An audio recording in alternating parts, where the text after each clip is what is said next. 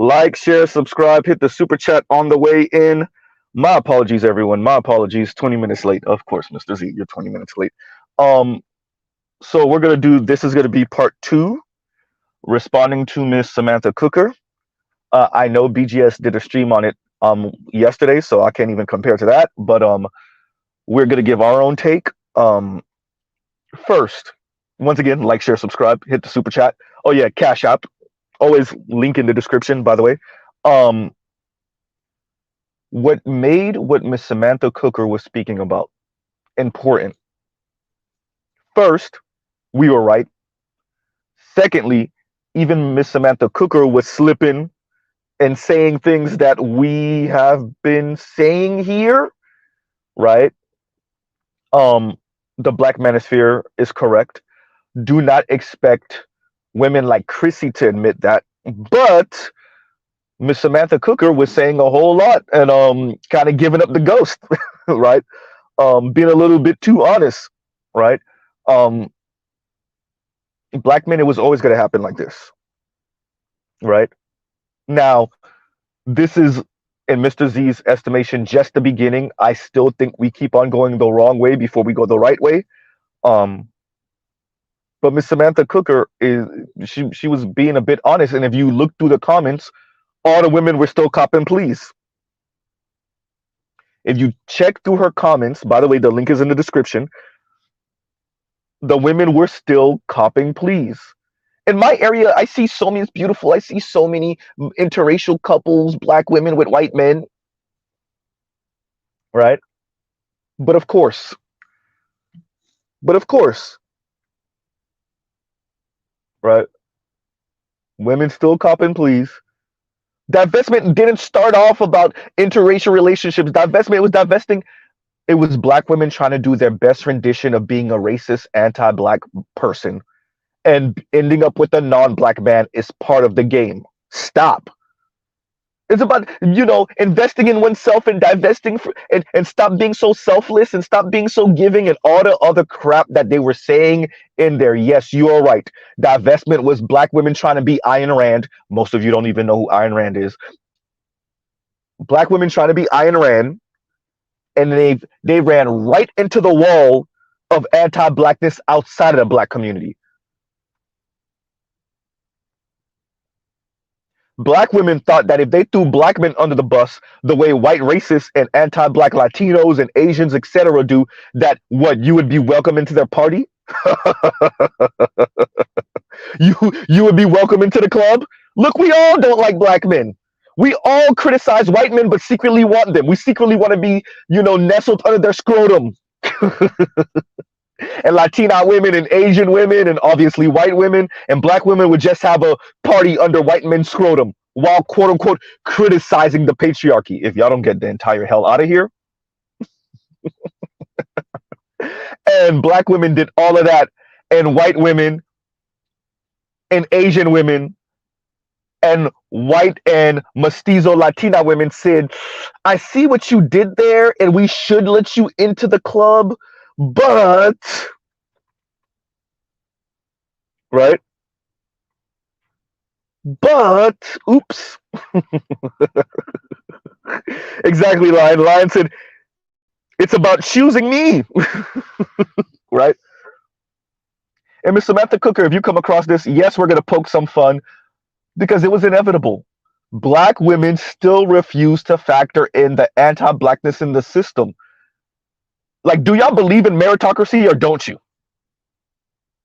Because if you know that that meritocracy is a bunch of crap, and yeah, it may apply to certain things in life, certain endeavors in life, then you would know that all of this doing everything to get yourself in the spaces of non-Black men and, making sure you speak a certain way and dress a certain way and making sure you're all in their space and you're super flirtatious and, right, you're attentive and you're well-mannered and you're agreeable, it still might not mean anything, dun dun dun, because you are Black in a white-dominated planet and a white supremacist society. Dear Black women, either you believe in meritocracy or you don't. And first of all, can you merit your way into a person's heart?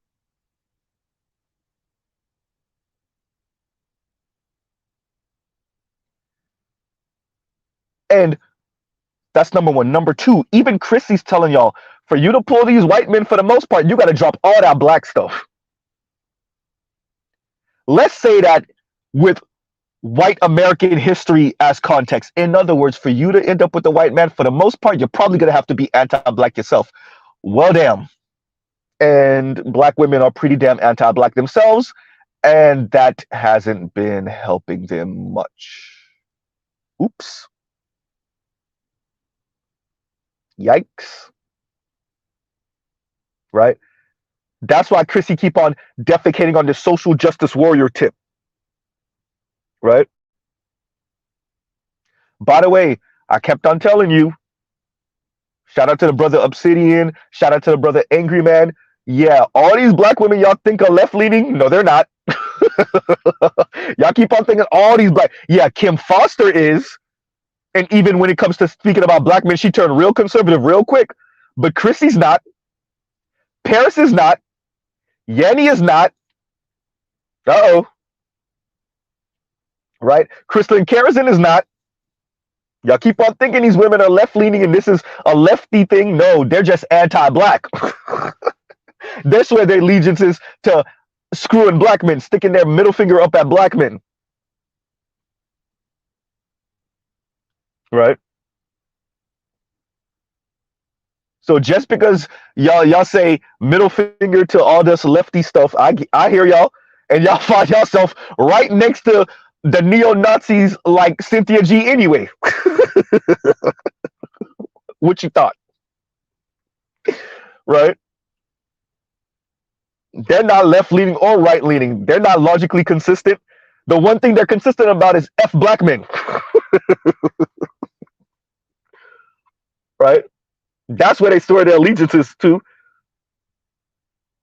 It's not red or blue, it's purple. Right? But Miss Samantha Cooker, she says she says things that we say over here in the Black Manosphere, but of course framed in a black woman's way, of course. But let's go through the part that Mr. Z. This is what said everything, right? Let's go through it. Let's play it. Once again, shoestring budget, Velcro budget, spit shine budget, right? What did Colaboo said? Gum on the bottom of my shoe budget. Here we go. Give me a second, y'all. Give me a second. Oh, wait a minute. Oh, there we go. Okay, here we go. Have we drunk the Kool-Aid that we have to be perfect to get a non-black man?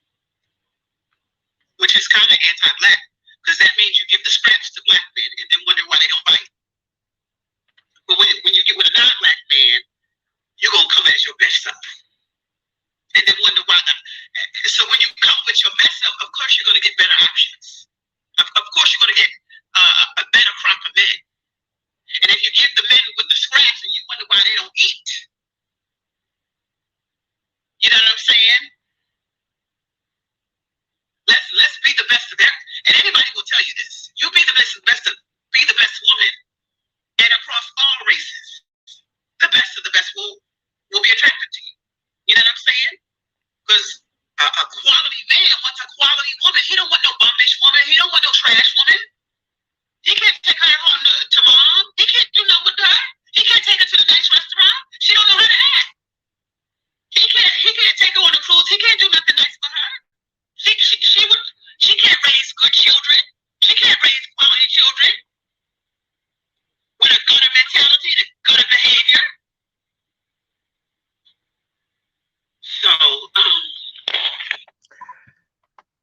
So, yes, Miss Samantha Cooker, what black women have been saying, and I'm going to play the clip in a minute, is that you reserve your kindness and your femininity, right? And deferring to men or to a man, right? And your softness and your pleasant behavior and attitude and demeanor, you reserve that for non-black men, but specifically white men. Yes, black women are saying that first verbatim, right? Verbally, but they're also saying that through action. And this is something that the crystalline Karazins refuse to grapple with because, quite frankly, they think that is the rightful order of things. She's still so resentful at her baby daddy. Get over it. You're a 50-year-old woman, Jesus Christ.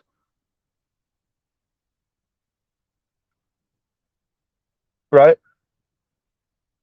I'd like to remind y'all that when Obsidian played the clip for her of the young women, her ideological children, grandchildren, and great-grandchildren, pretty much saying, yeah, you kiss white men's ass and you know, you're supposed to be feminine for white men and you're supposed to be prompt and soft and flirtatious. Crystalline Karazin found some way to switch up the subject and turn this into a, well, Obsidian, this is what you said, and of course. Right? Of course. So, yes, Miss Samantha Cooker. Yes, it is anti-black. That's what black men have been saying all the while.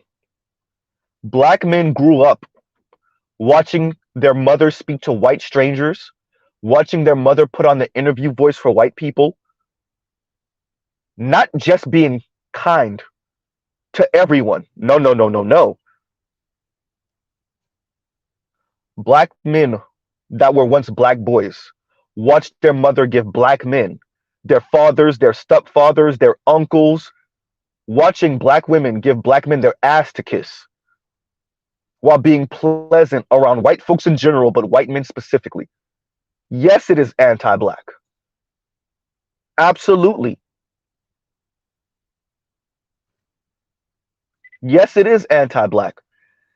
And as evidenced by your own comment section, black women either lack the self-awareness or worse yet, they do. And they're saying, once again, this is the natural order of things. This is the way it's supposed to be. Look at the black women in your comment section. Cop and please now.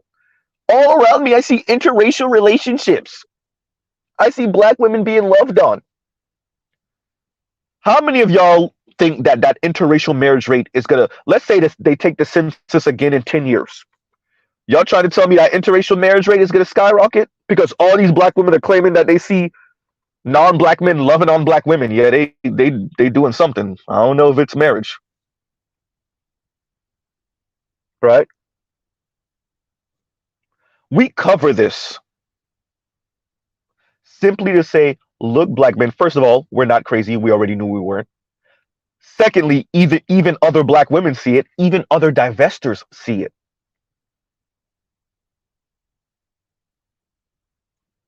Right? It's very interesting because just swirling was already a thing. Just what was that? Maybe 6 years ago, 5, 6 years ago, maybe, if even that long. But let's say somewhere around 5, 6 years ago, maybe 4 years ago. Ashley Acuna from the Grapevine, African sister from the Grapevine, complaining that she went somewhere, some restaurant, walked in, and it was nothing. It was wall-to-wall black men with non-black women. She said that just 5, 6 years ago. You trying to tell me, Miss Samantha Cooker, all these women in your comment section, cop and please, and saying the game done completely flipped in 5, 6 years? With divestment done skyrocketed like that, huh? Swirling done skyrocketed like that. Somebody's lying.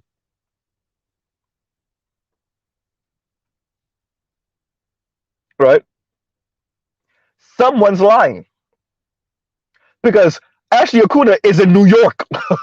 You trying to tell me wherever these other black women are, LA, wherever, right? Seattle, Miami, Atlanta, Houston, Dallas, Chicago, right?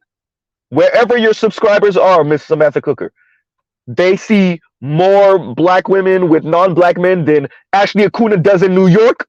See more black men with non-black women. Somebody's lying. Someone's lying. Uh-oh. In other words, what is Mr. Z saying? Mr. Z is saying, look how far y'all are willing to go to protect the sensibilities of black women. Miss Samantha Cooker, I don't know what she was on. Shout out to BGS. She must have been drinking for real. But she had moments of honesty in this. I'm not saying the whole video was honest, the whole live stream. I'm not saying that. but she had moments of honesty in this, and her subscribers still they could not accept the message. They just refuse. No, divestment originally started, about black women focusing on self and not being so available, and it had nothing to do with men. It had nothing to do with white men. Black men, were we not here when divestment first popped off? Huh? Were we not here when divestment first popped off? Y'all trying to tell me divestment is only about black women focusing on self and being self-interested? And wait a minute, aren't y'all self-interested now? Anyway, right? And taking care of self and being healthy, and that's all divestment's about, right? Yeah, it has nothing to do with being under the white man's scrotum, huh?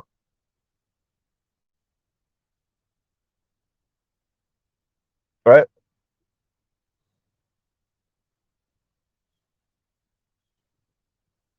It has nothing to do with letting the white man teabag you, huh? Nope. That's not what Crystalline Kerosene has been speaking about, and Chrissy has been speaking about, and Shira 7 has been speaking about. Nope. Right? Nope. That's not what Lexus Exodus has been speaking about. Nope. And Mahogany Peak. Nope. Right? And Cynthia G. Nope. It has nothing to do with that. So we never speak about black men and say, as compared to Asians and Latinos and white men, et cetera, et cetera. No, no. The majority of the divestment conversation has been about leveling up. It has not been about making fun of, insulting, degrading black men, and then comparing black men to non-black men, and then deeming black men lacking. No, it has nothing to do with that, huh?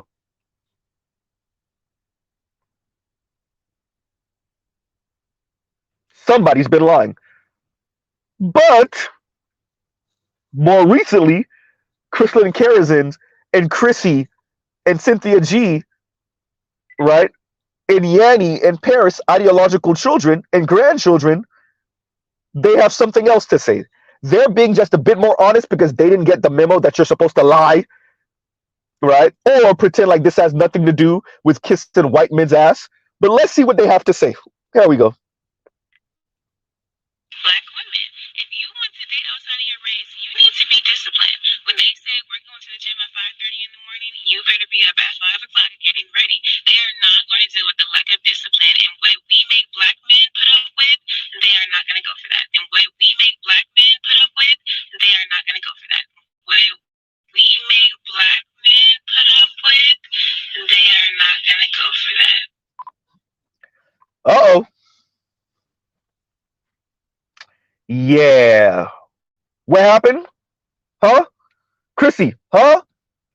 Miss Samantha Cooker, huh? Crystalline Kerosene, huh? Oh yeah, I forgot. Crystalline Kerosene is always gonna find a way to flip this back on black men. Ooh, Crystal, you so lucky. I did not know Obsidian was streaming right there. Mr. Obsidian, you would have probably had to kick me off, player. I'm not even gonna lie. No, I don't need to use profanity. No, Mr. Z can be disciplined, but there's no way she would have been able to weasel out of that. No way. I would have asked her the same question over and over and over again. Right?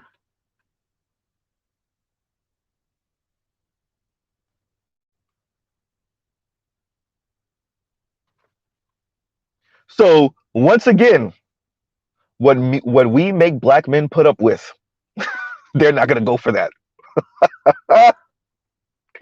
Yeah, Miss Samantha Cooker. Yes, it is anti-black. Exhibit A. Right? It is anti-black.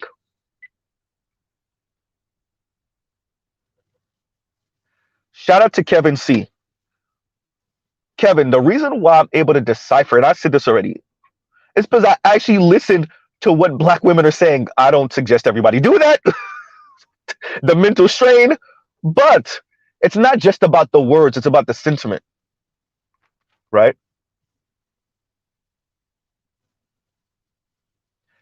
These young women, like this young lady I just played, They don't care to lie about it like Chrissy and make it seem like, oh, black men have done us so wrong, like this and that.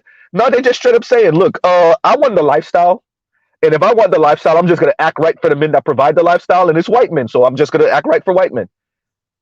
And the lifestyle isn't just about individual men doing. No, they want, as I've said, as Sarge Willie Pete have said, they want black men to win a race war, crush the European beauty standard, and erect in its place an exact replica of the European beauty standard painted black.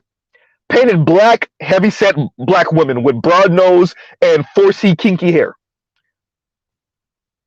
They literally want non-black men to go from worshiping in their mind, because obviously, according to the dating divide, that's not true, but okay.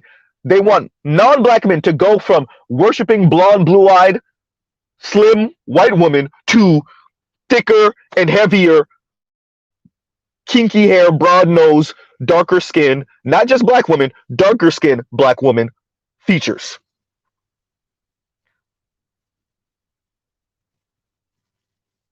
And until black men do that for black women, to hell with black men. Ain't that right, Chrissy?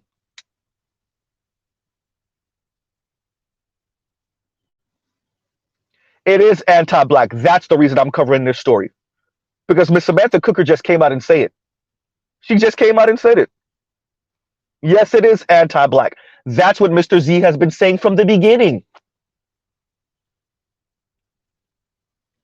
I've been saying from the beginning, this is how black women exhibit anti-blackness. Shout out to the women on the breakdown and women's perspective. I said it.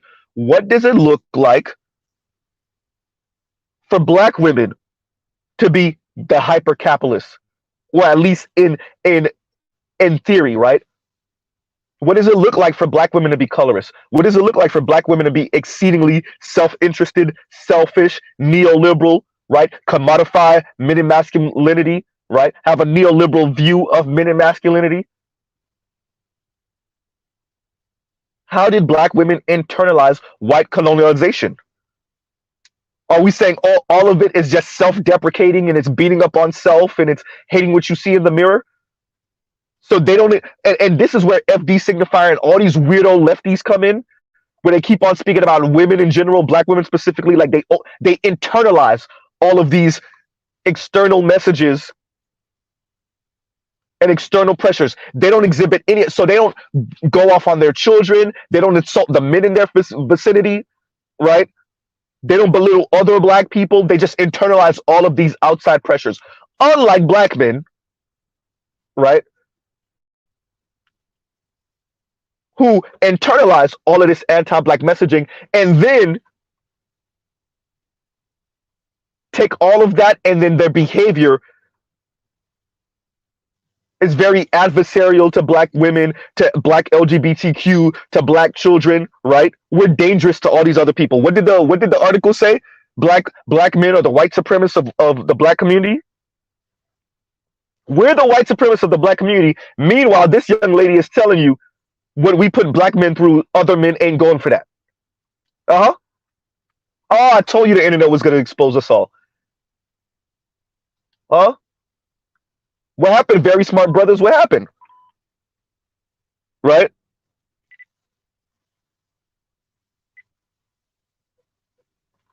And here's the last clip.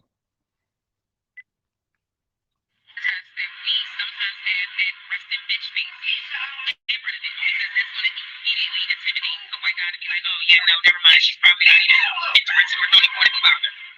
Crack a smile. Crack a smile, a little wink, or, a little flirtatious type of motion or gesture. That is going to get his attention, baby. Do not be afraid to speak first. Say hello.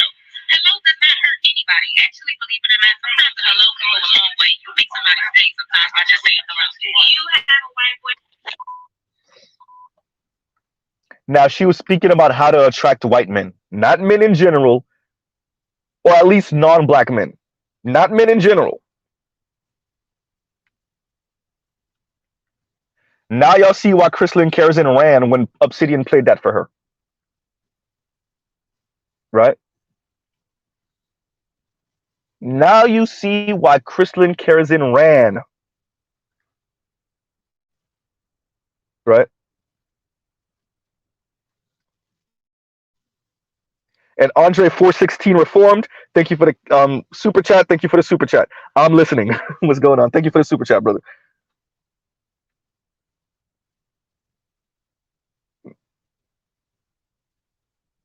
Oh, you mean Mahogany Pink? Vash, Mahogany Pink. Yeah, she hasn't made anything in over a year, right? I think I know who it was. It's this heavy set black woman. I think I seen a clip of her on TikTok. She has a very similar voice and delivery, right? The way she enunciates words. She recently became an attorney, right? And as a matter of fact, Mr. Z wasn't the only person. A bunch of people that follow her on TikTok, and I only know this because I don't have a TikTok, but one of my homegirls does, and I asked her to check it out for me. Um, and she was telling me how a bunch of people were asking, "Are you Mahogany Pink? Are you Mahogany Pink?" And she was like, "No, no, that's not me." And I'm like, eh. And when I looked at her, put it this way: when you see her, you will not be surprised. As a matter of fact, y'all have seen her before. If anybody remembers a clip of a very heavy set, dark skinned black woman who was neck rolling, she had glasses on, and she was saying, she was essentially chastising other black women for the way they raised their sons. And she was like, y'all the ones who raised them like this, and et cetera, et cetera. And she was neck rolling when she was doing it. That woman. She just became an attorney, and guess what? Now she's in a same-sex loving relationship. Some of you might recall the video I'm speaking about. Right? No, it's Mahogany Pink, Excalibur.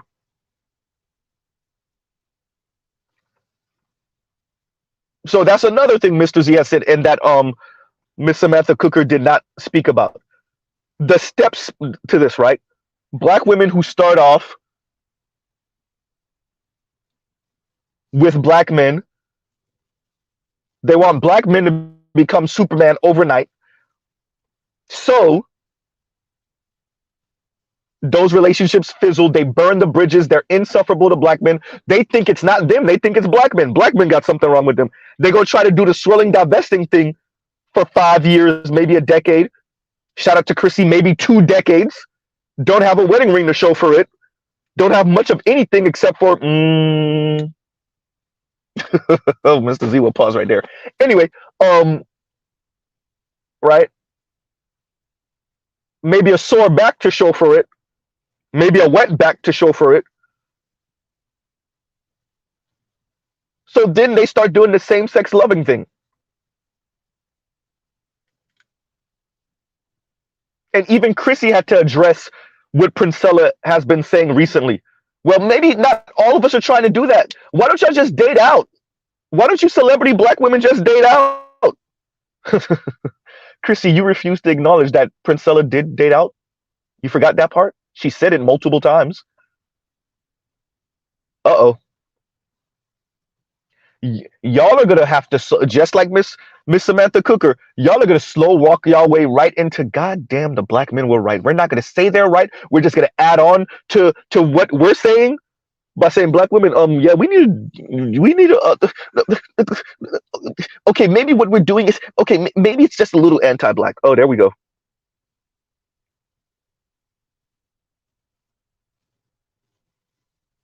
Right? Oh, and thank you, Compassionate Callus. Hey, Compassion, didn't I? And Compassionate Callus says, Mr. Z, you called it. Right? And y'all like, share, subscribe, hit the super chat. Moms dating moms. I saw that clip you played. If y'all don't know, check out Compassionate Callus. Check out his channel. And one of his most recent videos, if not the most recent one, he plays a black woman in her car speaking about the struggles of being a single mom. And towards the end of that video, she said, you know what? I'm considering being, dating other mothers. Shout out to the nameless protagonist. And the hive model begins. Right? It already began. We already knew it started, and the hive model begins. Right?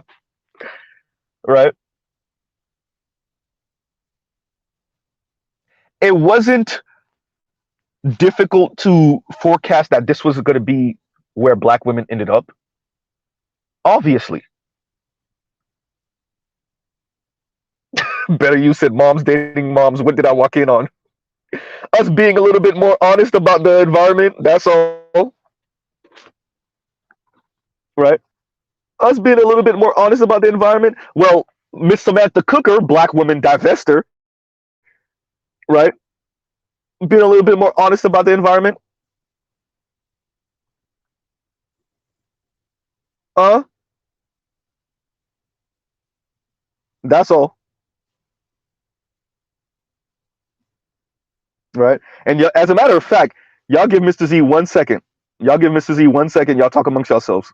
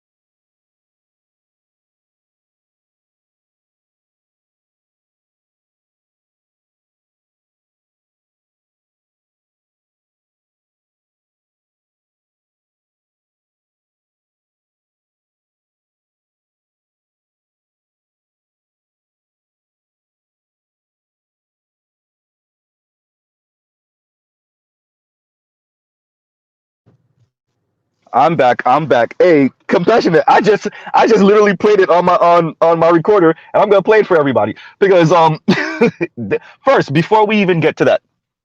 um before we even get to that, Miss Samantha Cooker speaking about black women being habitually single, right? Just single, single, single. Now, this is something I didn't say on part one, and I don't know why I forgot.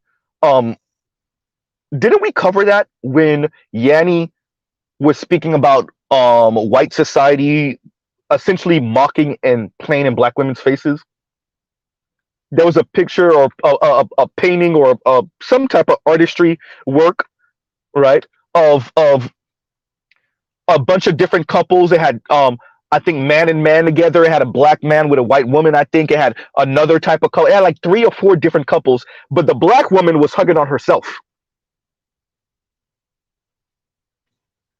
Dear Yanni, dear Miss Samantha Cooker, dear all black women. Why do y'all think white society don't see y'all? They work with you. They hear your conversations when you're on your phone. You spill the tea. See, all that being up on black men, insulting black men in their presence because you think that's getting you some cool points. You think the white boy is going to feel some type of right sympathy for you and what, marry you? Yeah, that's it. All of that, guess what? They put that in movies. They make fun of you in paintings, in music, right?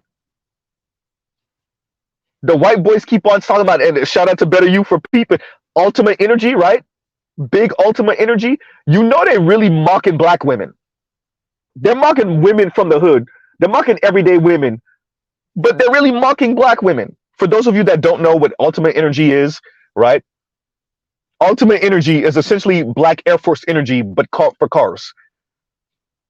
And what the white guys are doing when they say that, they're really mocking and making fun of black women who most likely were in a hit and run where they hit somebody's car and then ran, or they just got into a fender bender. Yeah, they went around about it, the whole process and everything.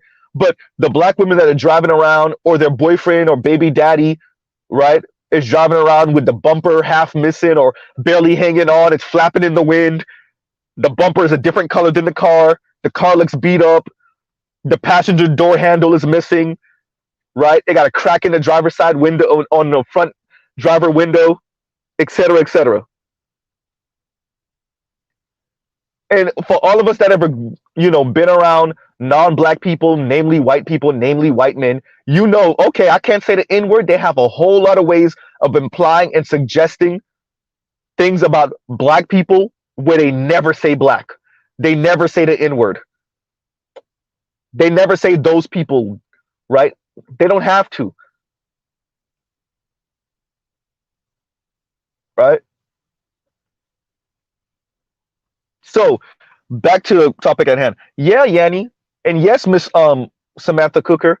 Yeah, black women, and in the eyes of everyone else, as Miss Samantha Cooker said, black women oftentimes are habitually single. That don't mean y'all not having sex with someone, but habitually single.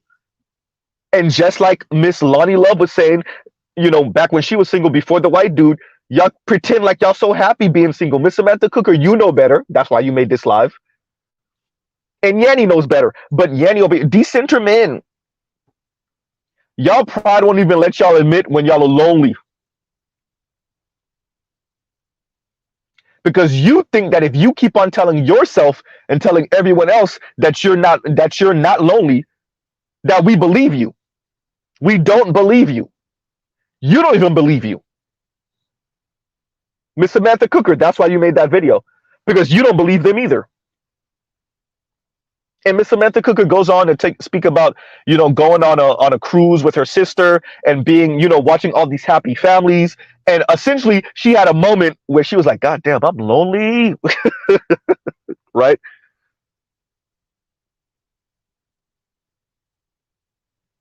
And Andre says, even MLK debunked the bootstraps argument. Shout out to Green Gorilla. It's hard to compete versus dominant culture, but not impossible. Exactly. And I went over this either last stream or the stream before, where I spoke about, black women they got to ride up the train with other non-black women because of second wave feminism, right? And so they take for granted their upward mobility over the past 5 or so decades, right? A lot of the black women that are in middle management positions, a handful of black women that might even be executives or might have started their own business, right? And they take that for granted. They think all of that was their hard work. They take for granted, right, the quote unquote openness of the system and the largesse, right, of the taxpayer and of white people not wanting to see such overt racism, particularly directed towards black women. They take that for granted. Well, let's see what Ed Blum has to say about that, right? Let's see what Ed Blum has to say about that. And thank you for the super chat, Andre. All right. So let me play this clip from Mom Dated Mom Lady. It's a little bit lower than the other ones, but we'll play it anyway. And shout out to Compassionate Callus for finding this wherever he found it, because bro, gold. Here we go. And here I thought that was a totally different category to being a working mom. As a working mom, I'm literally still doing all of the same stay-at-home mom, just on a different schedule. But now, with the added mental stress load of how do I pay every bill by myself? And that's not even the part that frustrates me. The kicker is that this is culturally normal and even embraced.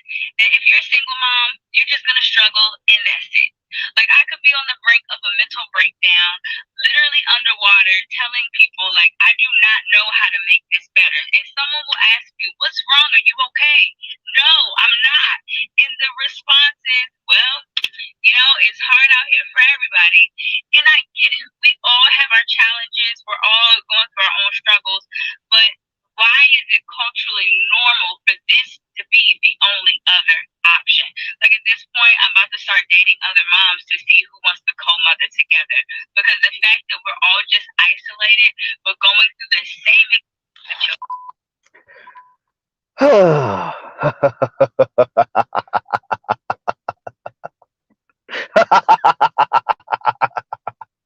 Why am I laughing? Not at her struggle. We're black. Not at her struggle. No, the question that everybody should be asking you, ma'am, is where's your baby daddy? Uh-oh. The question that everyone should ask you, ma'am, is where's your husband? Yikes. That's the question that everyone should be asking you. You want to bring it old school? What did you do to mess that situation up? That's what everyone should be asking you.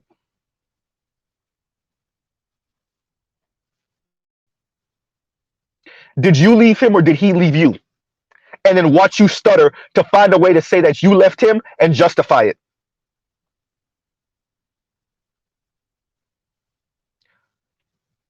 Black women, you can't continue to torpedo and kamikaze your relationships, go through the struggle, and then expect sympathy and empathy from others.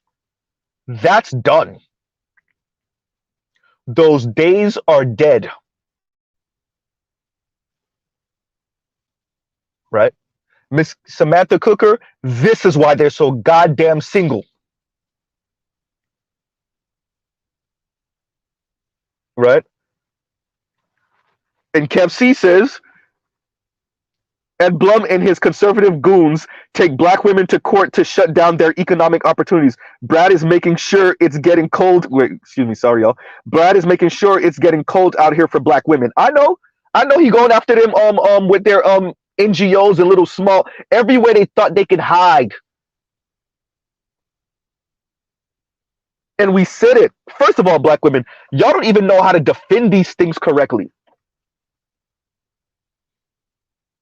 You know why? Because you don't actually believe that you got to where you are from the handouts of other people. That includes black men. Y'all, it's as if black women really bought into this American idea of meritocracy, which they actually use to tell black people to shut the hell up. We can't be that racist. Look, Asians are doing well because, they have merit. They worked hard. They kept their heads down and they kissed our ass. And look where they are now. See, if you would just do that, America's a meritocracy. Meanwhile, the people that tell you that, right, got generations of money they sitting on. Ben Shapiro, Richard Spencer, huh?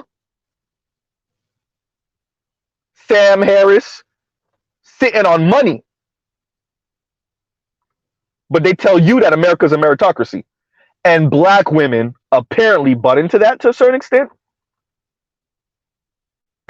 Fine. It's not about black men. Fine. Y'all should be okay. Black women should be marching on Washington right now. Calling up every Congress member you could get a hold of, conservative or liberal, it don't matter. Go into your local state houses, because if Edward Blum is able to shred this black women, you think this young lady is complaining now? You take for granted how much of where you are is built off of affirmative action and black women be able to claim double minority. And black LGBTQ women being able to claim triple minority. As a matter of fact, a professor out of Florida Gulf Coast University did a study and did some research that showed how much more open a lot of these firms and schools are around the country, that intersectionality does actually benefit LGBTQ people of color, including black people, including black women. If you imply or suggest that you're same-sex loving, how much more likely it is for you to be, hired at this firm or enrolled in this school, get the approval letter, compared to just a straight black boy. And yet the environment has done that for black women and girls, and their mothers and fathers don't realize it, so they ain't fighting. And the women aren't fighting. Y'all don't even know who Edward Blum is.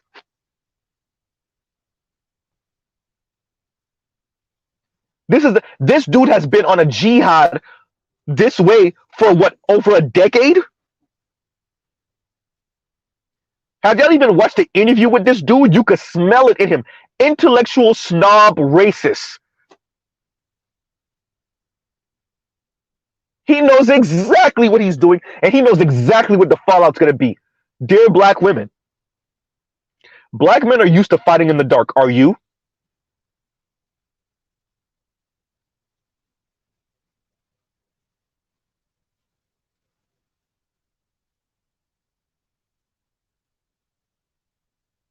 Have fun,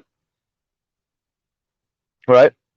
And back to the topic at hand. So yes, Miss Samantha Cooker, yes, Yanni, yes, black women are perpetually single.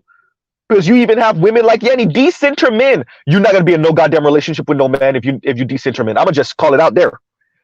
Yanni is single as hell, putting the vagina on the table for one of her homeboys, and he didn't even bite. Yeah, y'all heard right. Look, Mr. Z's Ramen. Yanni, for your look, Mr. Z is born and raised in South Florida. We like our women like how Yanni looks. If Yanni put the vagina on the table for her homeboy and he didn't go after it, Yanni, that means you're insufferable. Either he's not interested, you don't have the look that he's interested in, or he said, hell no. Because if I hit it once, I'm going to hit it more than once. I'm going to hit it with no condom, and I'm not doing it. I will not destroy my life making Yanni my baby mom.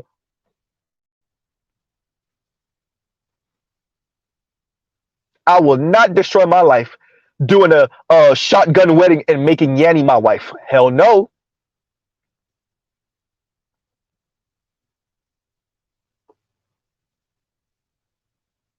Yanni, I've been there.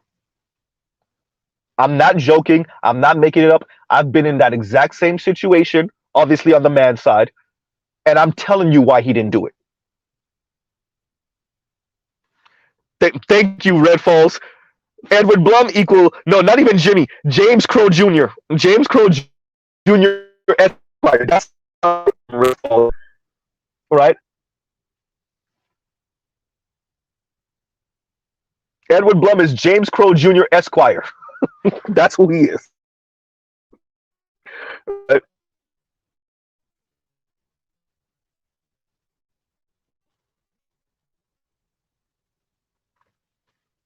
And so yeah, Yanni,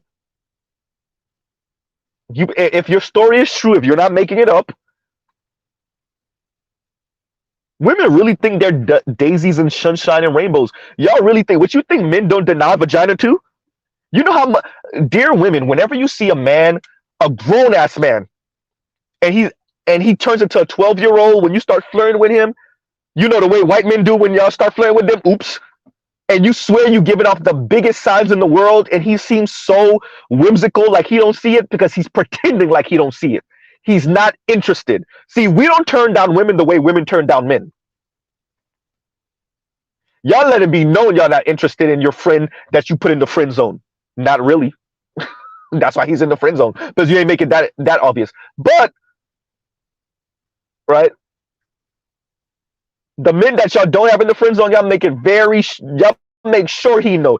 Y'all give little signs, y'all say things, y'all let it be known. Men don't work that way because we know the way women work. We know how resentful y'all get when we make it clear that we're not interested. So we do what Yanni homeboy did. We see the wet stain on your pants. Guess what? Not interested. We will walk you to your car, close the door on you, tell you have a good night. When you try to lean in for the kiss, or when you flirt, or when you we 12-year-old, we start making jokes, we start acting real dumb. We're acting dumb on purpose. Ask Mr. Z how he know.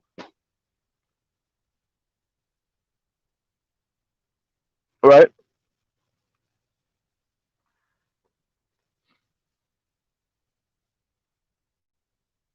So back to the topic at hand. So yeah, women are perpetually black women are perpetually single. Because first of all, for the upwardly mobile or the aspirational, of course you are. Right? Of course you are. Because you put the bar to the moon. You put the bar to the moon. And you got to believe that you're delusional. You got to know it. Right? So Miss Samantha Cooker was speaking about, but she's tired of seeing so many black women single, so many black women super single. What you thought? Right? Let me play this again for y'all because this is why y'all are so damn single. Let me play this one more again. Black women, if you want to date outside of your race, you need to be disciplined. When they say we're going to the gym at 5:30 in the morning, you better be up at 5 o'clock getting ready. They are not going to deal with the lack of discipline, and what we make black men put up with, they are not going to go for that. And what we make black men put up with, they are not going to go for that. What we make black men put up with, they are not going to go for that. That's why you're so damn single. You put black men through crap, and white men are not interested. And guess what? There you go. Latino men are not interested. Now what? Is that every Latino man to a man? No. Is that every white man to a man? No. But not enough. See, that was the goal. I said it before. Let me say it again. The goal was black women know that the majority of white men are either flaming racist, anti-black, or just not interested or don't see black women in that way, right? And for the best of them, they're not interested in women outside of women of their own race, white women, right? Black women know that. They were hoping that enough white men weren't like the men I just described. That was the hope. They were hoping enough Latino men, enough Asian men. And they ran into the wall of the anti-blackness in the system. And now, once again, Miss Samantha Cooker, they're single as hell.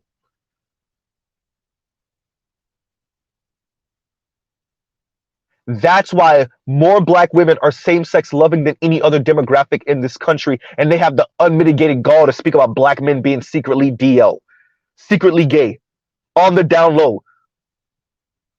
Black women are the most same-sex loving group of people in America and got the unmitigated gall to keep on implying that black men are gay.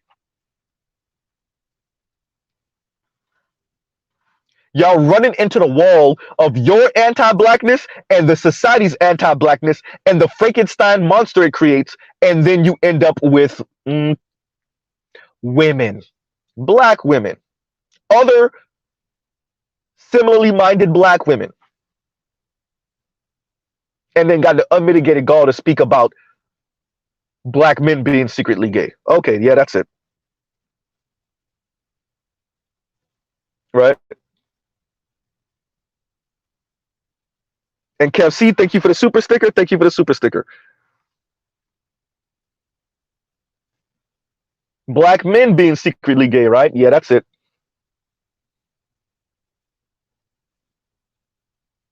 Black women themselves painting themselves into this corner, Miss Samantha Cooker. As this young lady said, what we make black men put up with, they're not going for that. So if black women are mean and condescending and rude and snarky and, you know, sassy for no reason to black men, but yet they have the interview voice and they're kind and they're prompt and they're pleasant to non-black men who in majority still aren't interested, then guess what that means for black women, Miss Samantha Cooker? If you want to know why they're so goddamn perpetually single or are so same-sex loving, right? If you want to know, inquiring minds, right? Inquiring minds would like to know, and there you go. Damn, Mr. Z Ramen. Right?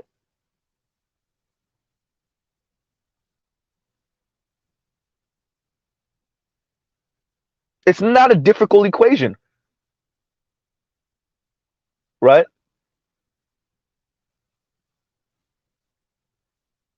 This is not difficult to put together.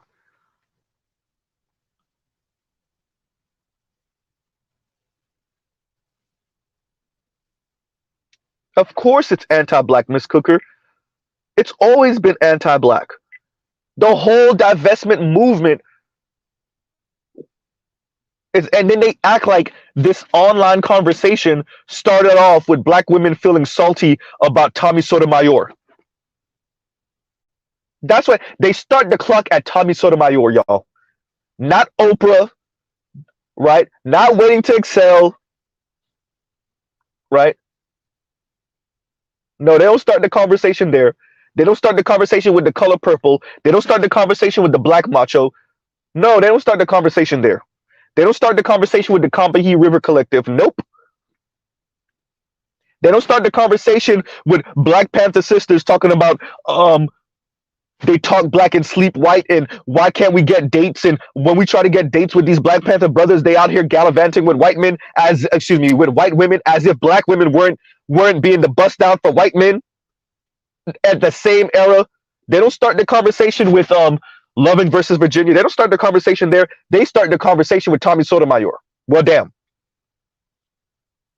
Or if at best they start the conversation with rapper and hip hop brothers talking about B's and H's. As if whenever you interviewed those brothers from the early 90s and the late 80s and the mid 90s, when you asked them, hey, why y'all call black women B's? Their answer was uniform. Well, they call us dogs, and what do dogs chase after? Uh-oh. Right?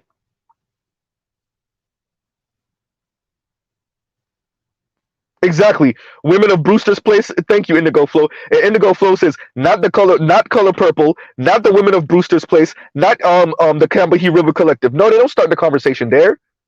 No. Right? They want to start the conversation with Tommy Sotomayor. Or some rappers use it. Rappers that they dance to. Rappers that they wish they were with.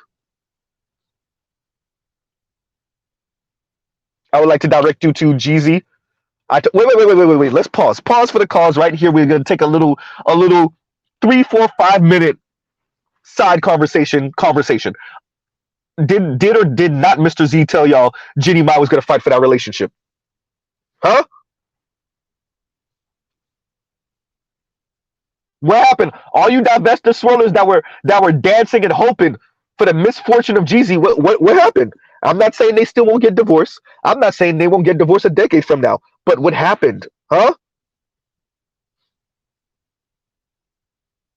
What happened? See, the Asian woman wasn't with a black man from the jump because of the optics of it all. And for the money. But guess what happened when she got her own goddamn money? Huh? Are y'all trying to tell me that non-black women are going to show y'all how to appreciate black men? God damn.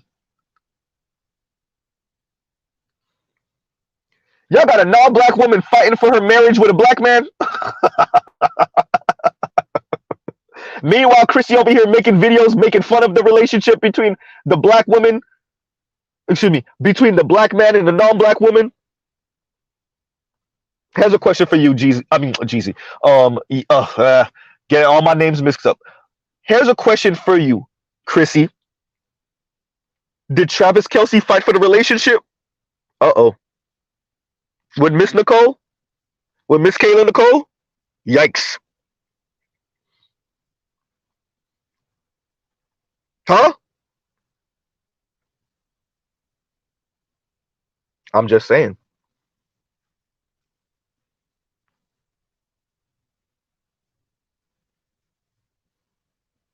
Just saying. Right? And no placeholder. Thank you for the super sticker. Thank you for the super sticker. Right? So yes, Miss Samantha Cooker, all of this is anti-black, as the Black Manosphere has been saying from the beginning. It is anti-black. It's been anti-black. And yes, black women are perpetually single because they're anti-black. They're anti-black, and this society is anti-black. So they're anti-black to black men, and this society is anti-black to black women, at least when it comes to intimacy, sex, relationships, and marriage. Definitely marriage. And guess what that means? The Frankenstein monster that is black women being perpetually single, or black women being the bust down for non-black men, or black women being in relationship with other black women. Intimate relationship with other black women. Right? So yes, the default is them being single. I'm sorry, Miss Samantha Cooker. My apologies. But That has nothing to do with black men. That's black women deciding to be anti-black as hell, right? As you said, let's play that again. Have we drunk the Kool-Aid that we have to be perfect to get a non-black man? Which is kind of anti-black, because that means you give the scraps to black men and then wonder why they don't bite. But when you get with a non-black man, you're going to come as your best self. And then wonder why not. So when you come with your best self, of course you're going to get better options. Of course you're going to get a better crop of men. And if you give the men with the scraps and you wonder why they don't eat, you know what I'm saying? Let's be the best of them. And anybody will tell you this. You be the best be the best woman. And across all races, the best of the best will be attracted to you. You know what I'm saying? Because a quality man wants a quality woman. He don't want no bumbish woman. He don't want no trash woman. He can't take her home to mom. He can't do nothing with her. He can't take her to the nice restaurant. She don't know how to act. He can't take her on a cruise. He can't do nothing nice for her. She can't raise good children. She can't raise quality children with a gutter mentality, the gutter behavior. So, Yep.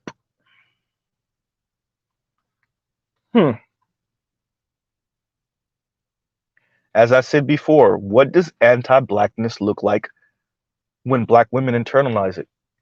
When black women internalize a very neoliberal assessment of men and masculinity, of when they commodify men and masculinity, when they have a very Ayn Rand, Milton Friedman view of society. What did Margaret Thatcher say? There's no such thing as society. There's only individuals and family. There's individuals and families. There's no such thing as society. When black women have that type of view of the world. See, Kim Foster could talk about community all she wants.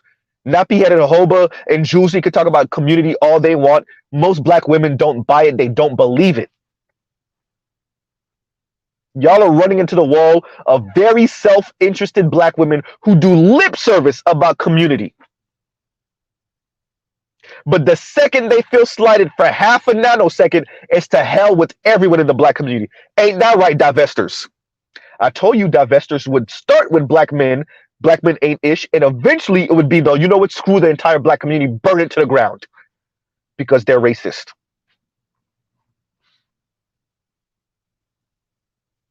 Right? Oh, Ishmael, we already spoke about that. And Ishmael says, great point. See former New York City Mayor Bill de Blasio's ex-wife, right? Charlene McCray, back on, I'm not going to read that last part, but yeah. Yeah, no, we called it. I've been called it. I called it years ago when I thought, wait a minute. She used to be same-sex. Oh, yeah, that's another thing. She used to be same-sex loving? Huh? She was same-sex loving and she married a white man? Because that's the cure for same-sex loving black women? Right?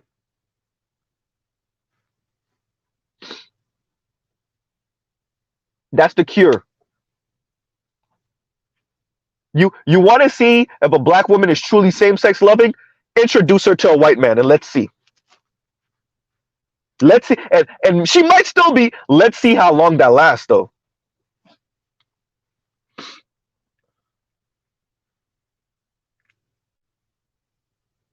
Right? Y'all heard what the ladies from the Dating Divide said? Women of color respond first to white men, then men of their respective races. Even Miss Miss Dr. Chantel Bugs spoke to that. All these different women, different backgrounds, different sexualities, pansexual, heterosexual, bisexual. Everybody's with the its, right? Until the white man walks in. Then all of a sudden, a white man with a beard, we going. So yes, it's anti-black, Miss Samantha Cooker. Yes, Miss Cooker, it's anti-black. Of course it is. Because y'all got women out here sounding like this. Black women, if you want to date outside of your race, you need to be disciplined. When they say we're going to the gym at 5:30 in the morning, you better be up at 5 o'clock getting ready. They are not going to deal with the lack of discipline. And what we make black men put up with, they are not going to go for that. And what we make black men put up with, they are not going to go for that. What we make black men put up with, they are not going to go for that. Mm-hmm. And Namus says, don't forget non-binary. You're right. Yeah, right. Name a non-binary women too. Right? And no placeholder. Thank you for the super sticker. Thank you for the super sticker. I already said that. We were supposed to actually be going to Andre, and Andre says, black men gotta understand their value. Other races do. Yes. Yeah. I don't look. Black men find themselves in a interesting position because I don't know if other people actually really appreciate our value. I think other men appreciate what we are and they're threatened and intimidated by it. That's why they attempt to keep their foot on our neck. I think other women outside of the black community appreciate our value to a certain extent, but it's mainly sexual, right? They put us in the category of the hypersexual beings who are charismatic and may make their johnnies wet, and they see us oftentimes as the fun boys, right? The male equivalent of what black women are. Are there non-black women and non-black men who appreciate black men seriously? Yes, right? As thinkers, as inventors, as thoughtful people, as serious people, of course there are. Is it a majority? No. Because if it was, then black people would not find themselves in the position they're in, including black men not finding themselves in the position they're in. Right? So, do other races of people appreciate black men? Yes and no. It depends on who you're speaking about. Right? And what time of the year it is. And what time of the day it is.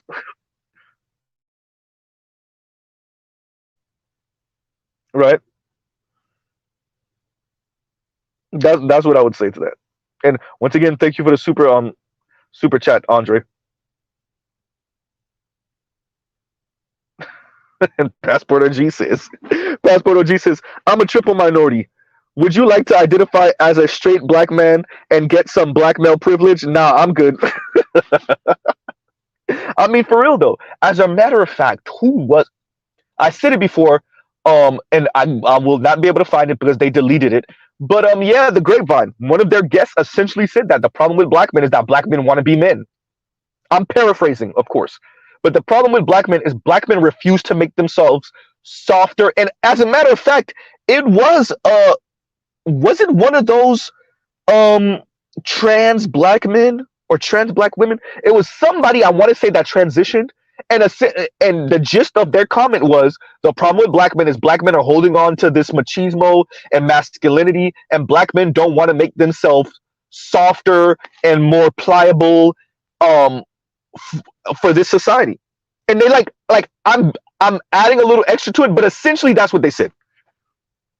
So I mean, like, Passport OG, why you BSing? Like, there are people in the black community that really their issue with black men, or what they see the issue with black men being, is that black men want to be men. Black men think that being a male means you have to be a man, which means you have to be masculine. And why can't you just do what the women did? And as a matter of fact, a woman said that to Yvette Carnell once too.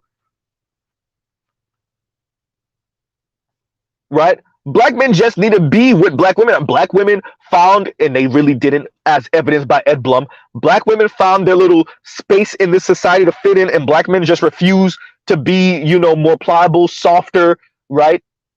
Quote unquote, less threatening. Right? And if black men would just bend themselves backwards to be less threatening to non-black people, translation, why can't you just do what everybody else does? Break yourselves for white men, Bend over and spread your cheeks for white men. Find yourself under the scrotum of white men so that you too can advance in this society. Right?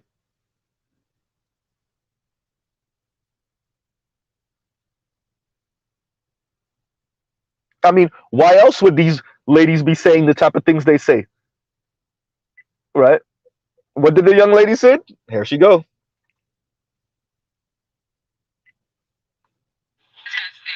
sometimes have that resting bitch face. Get rid of it because that's going to immediately intimidate a white guy to be like, oh yeah, no, never mind. She's probably not even interested or don't even want to be bothered.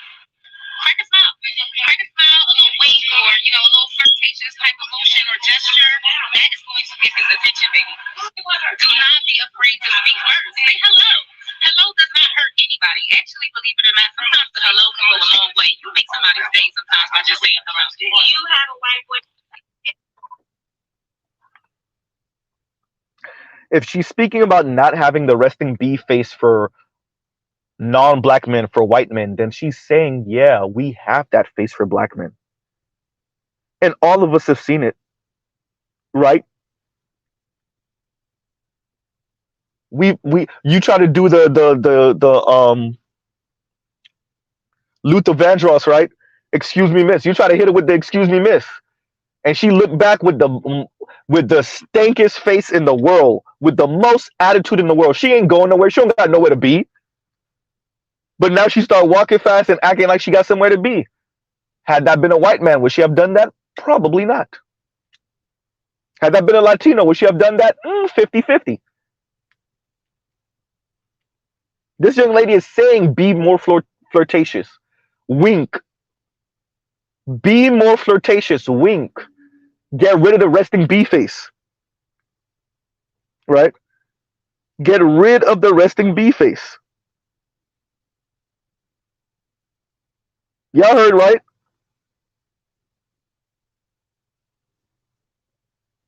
Huh. And Miss Samantha Cooker wonders why these women are perpetually single.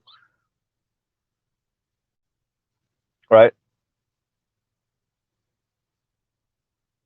Why are these women perpetually single? As if this is not, and yes, it's anti-black. Yes, ma'am. Yes, it is. Right?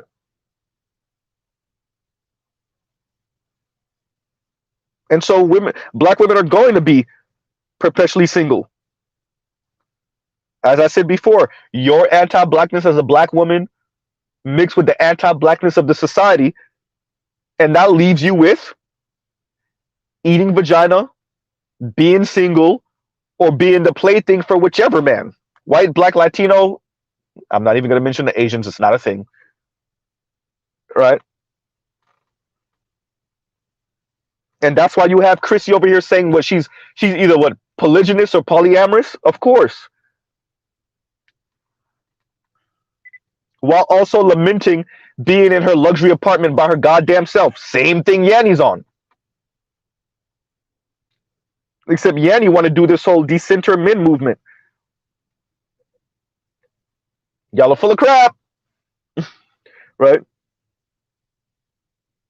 Let's play this video from Compassionate and Callie's channel one more time. It's actually pretty damn sad, but it's funny because, well, Mr. Z said it. Here we go. And here I thought that was a totally different category to being a working mom. As a working mom, I'm literally still doing all of the same stay-at-home mom, just on a different schedule. But now, with the added mental stress load of how do I pay every bill by myself. And that's not even the part that frustrates me. The kicker is that this is culturally normal and even embraced. That if you're a single mom, you're just going to struggle and that's it. Like, I could be on the brink of a mental breakdown, literally underwater, telling people, like, I do not know how to make this better. And someone will ask you, what's wrong? Are you okay? No, I'm not. And the response is, well, it's hard out here for everybody. And I get it. We all have our challenges. We're all going through our own struggles. But why is it culturally normal for this to be the only other option? Like, if this point, I'm about to start dating other moms to see who wants to co-mother together. Because the fact that we're all just isolated, but going through the same. Yep. Yep. So when I said to the ladies from and they are actually out of Chicago, the ladies for a space for us, right? The same sex loving ladies from a space for a, is it for a space for us? It's a space for us. It's a space for us. I think I'm almost certain. Anyway, the same sex loving ladies, right? More male presenting. I said it. They come to y'all because they done burnt every goddamn bridge with men. They probably tried the swirling divesting thing. It failed. Or they're afraid of it because they know no white man is going to be out here marrying or taking a black woman serious who has one or two kids from a black man. They know that's not going to be a thing, or it's going to probably be a bum ass white dude that they're not going to be interested in the least bit. So they come to y'all, dear lady. I told y'all they using y'all as stud daddies. Wait a minute, ladies, y'all already know that. Let's stop pretending like you don't know. But this made it even more evident. Made it even more clear. Black women think they slick. Y'all are not as smart as you think you are. You're not smarter than everyone else the way you think you are. And your young women who didn't get the memo that they're supposed to play this and play it close to chess, right? Like when you play in Uno, you don't let everybody know the cards you have in your hand. They didn't get the memo. The young lady said, I might as well go start dating other single moms. Now y'all wonder why y'all see so many same-sex loving relationships where the femme has how many kids, or the femme and the butch one has how many kids. The butch has one kid, the femme has 2-3 kids, and they try to make it work. Talking about love. Okay, yeah, that's it. You can't help who you love. You love who you love. And you know, just because I was in love with a man at one point doesn't mean I can't love a woman at the other point. Yawn. Right?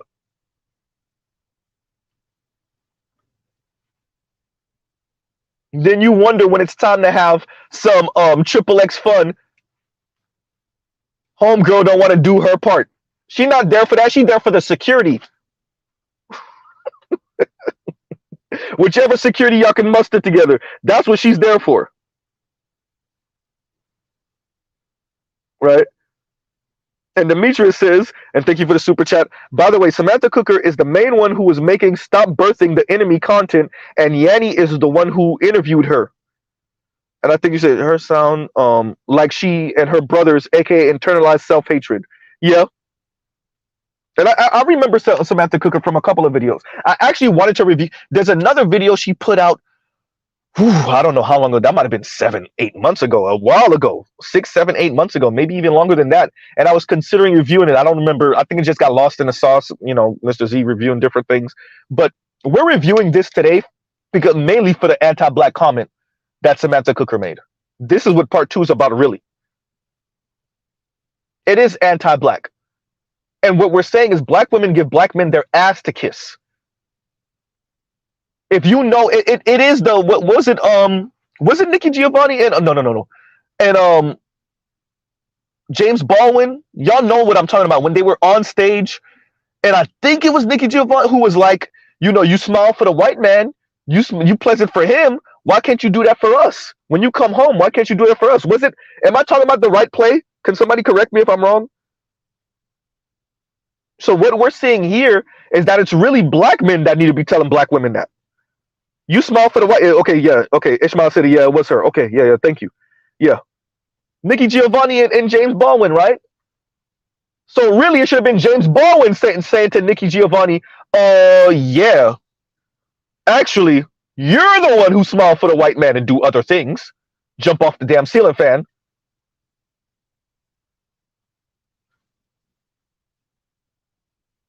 Right? You're the one who put on the interview voice for him. You're the one who's kind and pleasant. Right? And also talking about plays, was it Maya Angelou?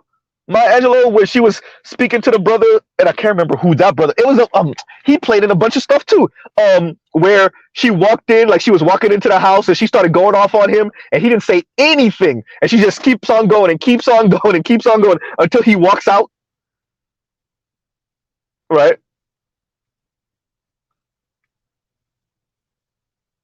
And then now she's like, damn, I don't, did too much. Now he done walked out.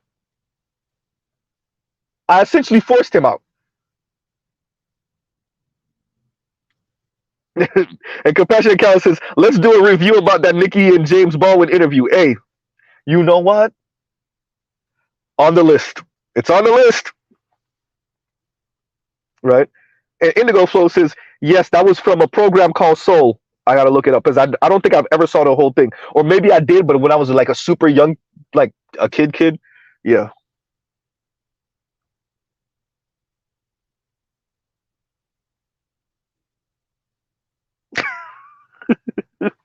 And Indigo says, you says to Namer, I like you. You remind me of myself when I'm on that sativa.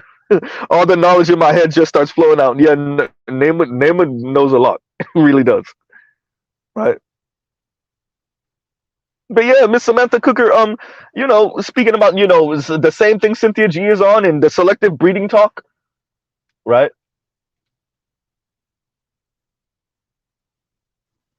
And who said it?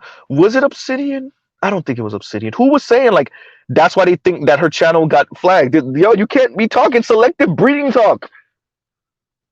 Dear White Society, dear whoever you are on YouTube, I might get my channel taken down today.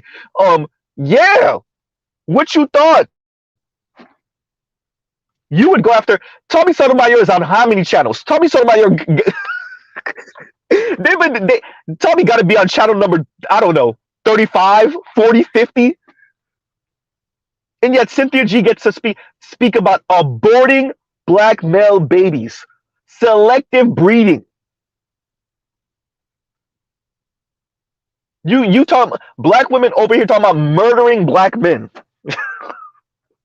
And all you different social media sites, including YouTube, mum's the word. How long did the black women have the black man hanging on one side of a tree while a black girl is swinging, enjoying her swing on the other side of the tree? How long was that thumbnail up on her channel? Yes, Miss Samantha Cooker, all of this is anti-black. Right? And as we have more of these right-leaning reactionaries come about, yeah, they may not like black people. Yeah, they may not like black men. But they're going to have to regulate black women if they're going to try to regulate white women. So black women, you're going to catch all the strays from the Edward Blums. All of them. Have fun trying to make a deal where he leaves you alone while he goes after his women. He's not. Because he watched white women use black women as the mascot for female empowerment and for upward mobility of women and for snarky, mean, rude, condescending women. Edwin Blum and his ilk watch white women use black women as the mascot for black feminism. I mean, for feminism in general. Guess what? He can't let you be. Because I know that's going to be the goal, right? To try to find the white men in power and be like, hey, look, you could regulate white women, but could you leave us alone over here to do our matriarchal, gynocratical thing? Gynocrat, there we go. Gynocrat thing, gynocratical. What is Mr. Z saying? Gynocrat thing? He can't. Because white women are just going to turn around and use black women as the rallying cry all over again. It's not going to happen. Sorry, ladies. Have fun.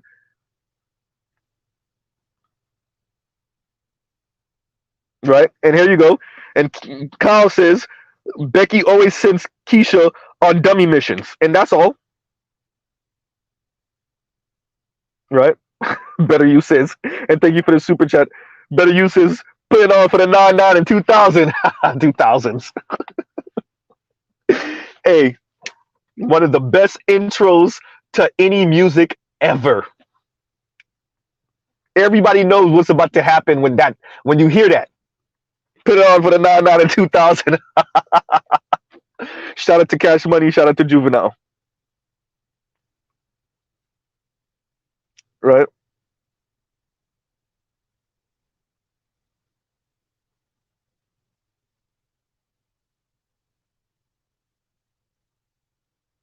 Huh. So this is anti-black, and Miss Samantha Cooker gave up the ghost. Oh, she gave up the ghost. Right? And as I said before, Miss Samantha Cooker, it's not only about proximity. Stop it. Y'all work with the white dudes. You live in the same neighborhoods as the white dudes. If they really wanted black women like that, they would have them. I would like to direct you to Asian women. White people, white men gotta keep the hierarchy the way it is. It's up to black people to dismantle the hierarchy. And don't count on allies. And if you have some, great. Right? It's fascinating watching black women really play this game like this. What you thought? Right?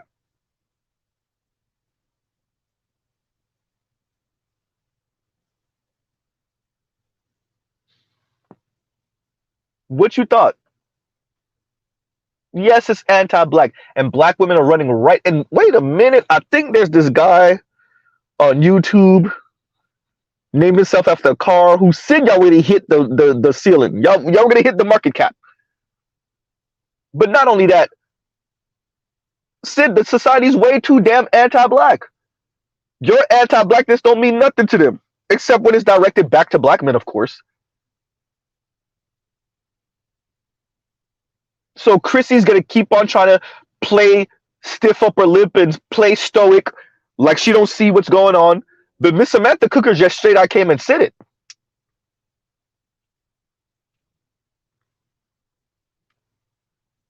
Right? All y'all trying to find y'all little ways of trying to excuse this. Yanni with her decenter men, Chrissy with her what luxury swirler movement, her luxury divesting movement, Yawn, Lexus Exodus and Cynthia G with their neo-Nazi divester movement. Sansa Ray over here saying, no, it's not just black women. All women need to not have children with black men. In other words, just rewording black genocide. Right? Y'all all trying to find little slick ways. Crystalline Kerosene trying to duck and dodge and tie herself into a pretzel when Obsidian plays these type of clips from her ideological children and grandchildren and great grandchildren. Y'all all trying to find these little slick ways. It ain't gonna work. Right? And once again, thank you for the super chat. Better you. Like, share, subscribe, hit the super chat. Right? And no placeholder says you're doing the Lord's work on Sunday, Mr. Z. Bless. Thank you. Thank you. Right? And we're covering this because Miss Samantha Cooker acknowledges that this is anti-black what black women are engaging in. Yes, it is. There's nothing else to say to that, but yes, it is. It's always been.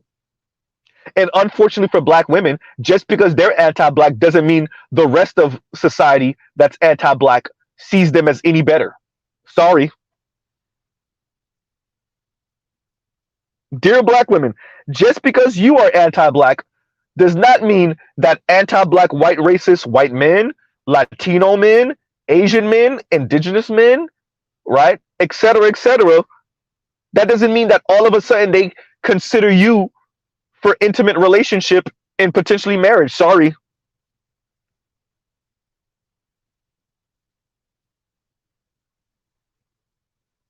Nuke says Cynthia G's faction is like the SS, right? Not the Nazi soldiers. But that's why I call them neo-Nazis, though. That's exactly why I call them neo-Nazis. That's exactly, Nuke, that's exactly why I call them neo-Nazis. Exactly. They are. Right? As a matter of fact, I've made statements like that before, right? They're goose stepping all across social media, hell Hitlering all across social media, right? And their goal is not to put Jews in a gas chamber. Their goal is to put black men in a gas chamber for the unforgivable sin of not making them upper middle class white women, right? It's unforgivable. For the unforgivable sin of possibly finding non-black women attractive. Let's call a thing a thing. For the unforgivable sin of being able to swirl better than black women can. God damn, sorry, black women. Sorry. You should have calculated better. You know what they thought? Let me tell you what they thought. Coming out of the 1960s, let me tell you what they thought. They thought, okay, the society is way more anti-black man than anti-black women. So if we can find a way to shed our blackness, then non-black men, white men, it's all about white men would be more accepting of us. That's what they thought. 60 years later, 50 years later, wait, for good measure, they thought they was going to go straight neo-Nazi starting in the 1980s. 40 years later, they thought they could hype it up with turning on us on some respectability politics, getting into the late 80s and early 90s. 30 years later, then comes neoliberalism and trying to degrade their way out of their blackness and moving into the burbs for real in the 90s and in the early aughts. 30 and 20 years later, then they thought they were going to raise their daughters, who are now going to be second and maybe third generation degreed up, to stay the hell away from black men. And now in the 80s and the 90s, really the late 70s, 80s, 90s, you get an influx of African immigrants who all you say is one thing to them. You know, when we all play in the dozens, you got Caribbean immigrants, but really African immigrants, when you call them African booty scratcher one time and they hold on to it, they hold on to it for 30, 40, 50 years. And they think they're going to end up with white men in significant number. And though they do have a larger interracial marriage rate than ADOS black women, it's still not large enough. So 20 and 10 years later, guess what? Y'all are still stuck being black. There are black women who are ADOS. There are black women Caribbean. They're clearly black Afro-Latinas. They're African black women. It didn't work. All y'all throw black men under the bus, all your LGBTQ stuff, it did not work. That's why there's so many LGBTQ African sisters. How many African LGBTQ black women used to be with a white man? I wonder.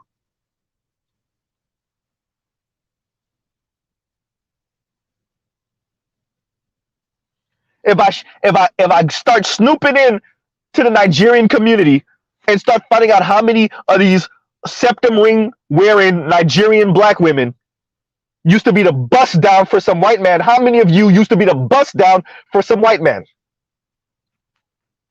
Huh?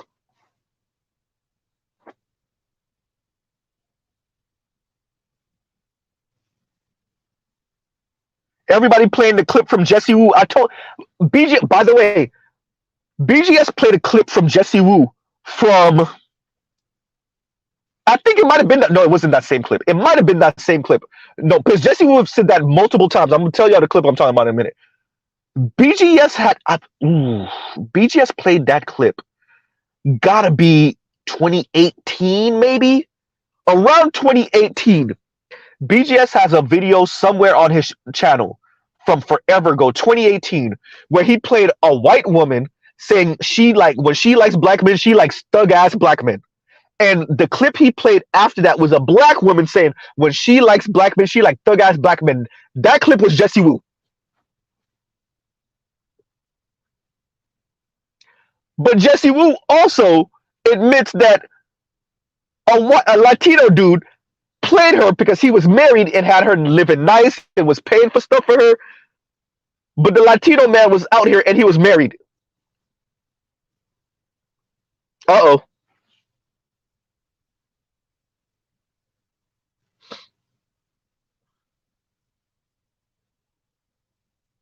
That's my point, Leon. And Leon says African women feminists are on the weird spectrum that does not fit American standards. It's resentment. It's to spite black men. It's to spite African brothers, and it's to spite black American brothers. It's y'all didn't want me, so let me go do this white thing. Oops, that didn't work. So now I'm doing the same-sex loving thing. Right? And y'all like, share, subscribe, hit the super chat. It's predictable. I'm so glad that we all started speaking about this septum ring theory thing, and the young lady that went at Dr. Frances Cress Welsing. Now she over here ducking head and trying to cop. Please, no, we know who you are. You have the uniform. Put money. You put a white penis in her life, and she won't be saying that. Well, she'll be still saying that about black men. I gotta find the clips because radical feminism said it more. Excuse me, not radical feminism. What is her name? I just had it right there. Fab socialism. Sorry, Fab socialism. Just said, like she said it multiple times. All these radical black women in relationship with white men, and like I always say, that's because they don't mean it. They're not anti-patriarchy. They're anti-black patriarchy.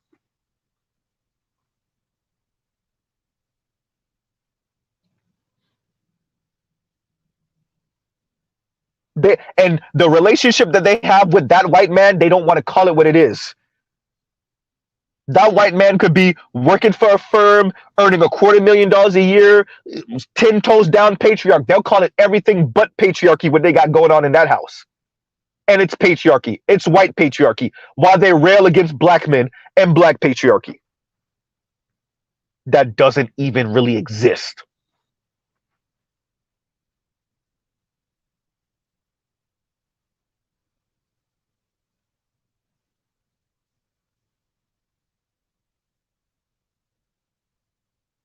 Right?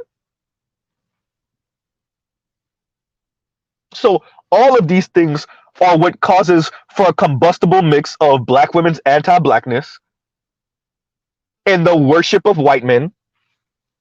Right? And then they stay in their bubble. And Samantha Cooker spoke about that too. She spoke on that too. Black women staying in their bubbles, regurgitating the same BS to each other over and over again. Then they come out here in the real world and realize the real world not only does it not operate like that, it doesn't believe in none of that crap you saying.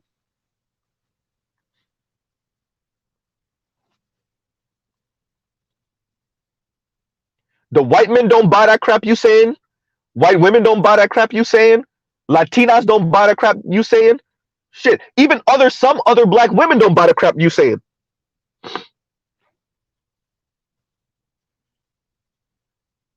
Y'all stay in y'all bubbles on the internet, regurgitating this crap to each other over and over again.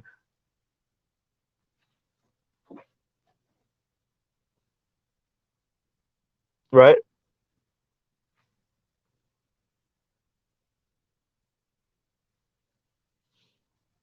Horrible. And RO says, and thank you for the super chat. People forget that if not for Zaddy, people forget that if not for Zaddy loving, black male hating, and benign neglect by black women, the U.S. population would be 120 to 150 million today. Right? Huh. The U.S. black population would be 120 to 150 million. Do you know how many intelligent, educated, upwardly mobile, helping other black people we could have produced in that 120 to 150 million?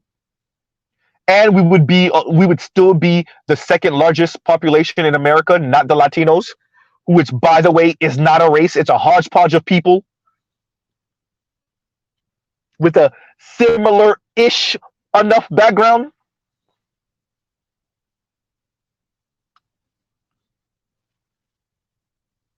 Right.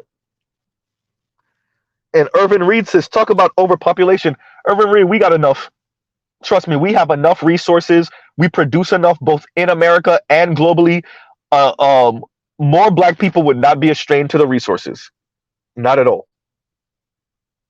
Right.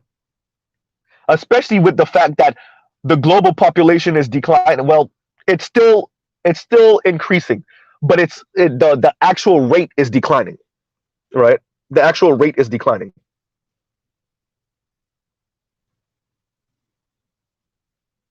So yeah. Oh crap! I see a green gorilla sighting. Right. We got a green gorilla sighting. God damn it, Namer. So now I gotta bring y'all up. If green gorillas in here. Right. I was considering it anyway, and then Toya popped up. I'm like, God damn. Okay, now I gotta open. Then green gorilla popped up. Okay, now I really gotta open. Right.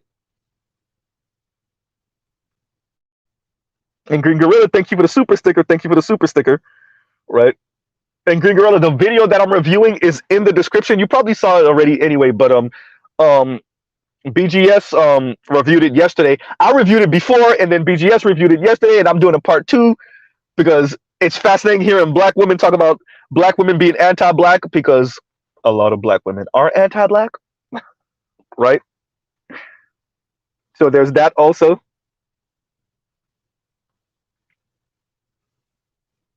Definitely that also. So let's play a couple of these clips again, and then I'll drop the link. How about we do that? Yeah, there we go. So we'll do that. And so first we're gonna play Samantha Cooker speaking on how this is anti-black. Then we'll play the other clips, and then we'll speak about the oftentimes final result, which is black women being with other black women. So let's just go through them. Here we go, yo. Have we drunk the Kool-Aid that we have to be perfect to get a non-black man? Which is kind of anti-black, because that means you give the scraps to black men and then wonder why they don't bite. But when you get with a non-black man, you're going to come as your best self. And then wonder why not. So when you come with your best self, of course you're going to get better options. Of course you're going to get a better crop of men. And if you give the men with the scraps and you wonder why they don't eat, you know what I'm saying? Let's be the best of that. And anybody will tell you this. You be the best woman, and across all races, the best of the best will be attracted to you. You know what I'm saying? Because a quality man wants a quality woman. He don't want no bumpish woman. He don't want no trash woman. He can't take her home to mom. He can't do nothing with her. He can't take her to the nice restaurant. She don't know how to act. Have we not been saying this? He can't take her on a cruise. He can't do nothing nice for her. She can't raise good children. She can't raise quality children with a gutter mentality, a gutter behavior. Sound like a black man in the black manosphere. So, black women, if you want to date outside of your race, you need to be disciplined. When they say we're going to the gym at 5:30 in the morning, you better be up at 5 o'clock getting ready. They are not going to deal with the lack of discipline. And what we make black men put up with, they are not going to go for that. And what we make black men put up with, they are not going to go for that. What we make black men put up with, they are not going to go for that. That we sometimes have that rusted bitch face in front of them, because that's going to immediately intimidate a white guy to be like, oh yeah, no, never mind, she's probably interested or don't even want to be bothered. Crack a smile, a little wink, or a little flirtatious type of motion or gesture. That is going to get his attention, baby. Do not be afraid to speak words. Say hello. Hello does not hurt anybody. Actually, believe it or not, sometimes a hello can go a long way. You make somebody's day sometimes by just saying hello. You have a wife with. And here I thought that was a totally different category than being a working mom. As a working mom, I'm literally still doing all of the same stay-at-home mom, just on a different schedule. But now, with the added mental stress load of how do I pay every bill by myself. And that's not even the part that frustrates me. The kicker is that this is culturally normal. And even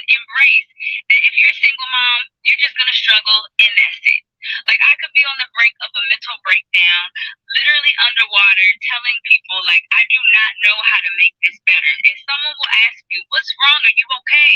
No, I'm not. And the response is, well, it's hard out here for everybody. And I get it. We all have our challenges. We're all going through our own struggles. But why is it culturally normal for this to be the only other option? Like at this point, I'm about to start dating other moms to see who wants to co-mother together. Because the fact that we're all just isolated, but going through the same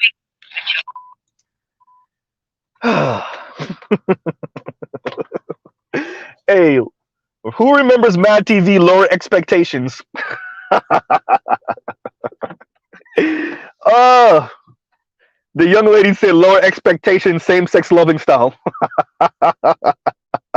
And thank you once again, Green Gorilla, for the super sticker. Hey, I said it. This is the end result. What you thought? You wanted your freedom? You didn't want to have to listen to your baby daddy or your ex-husband, however y'all ended, right? Your ex-boyfriend, your baby daddy, your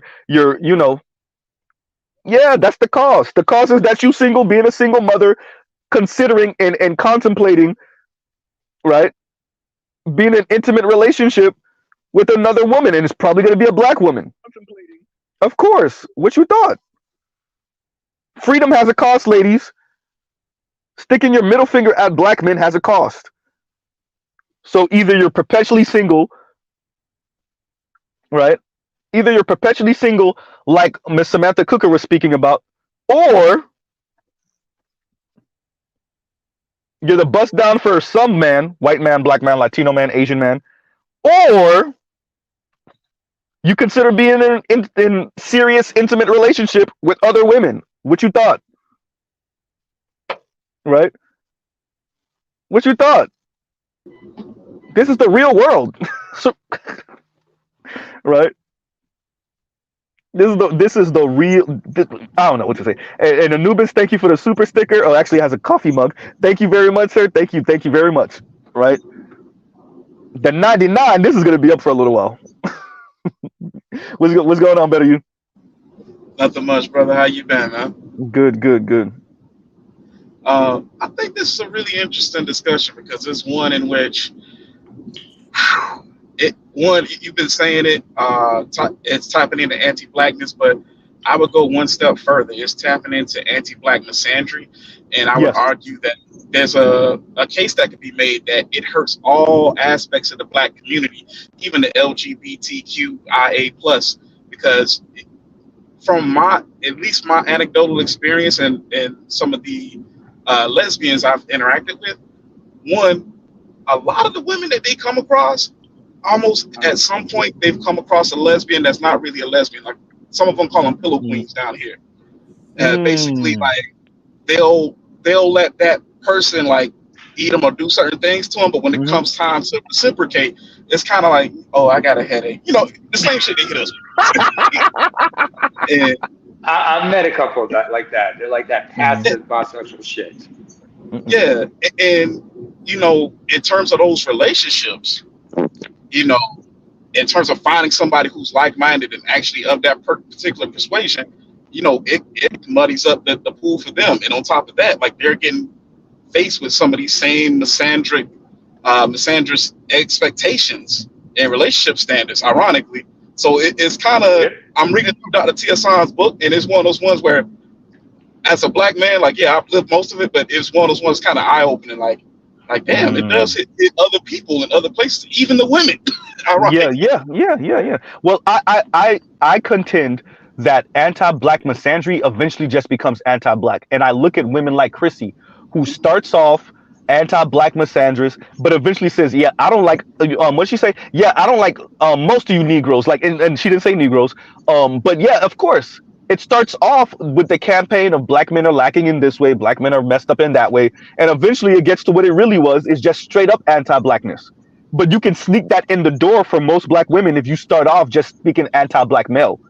By the time they realize, oh, bitch, you a classist a-hole who don't like black people in general because you don't like your own blackness, it's too late. And that's for the ones that are aware enough to be like, oh, that's what she really on. But for most of them, they'll just continue to ride that train right into Auschwitz, right? So, yeah.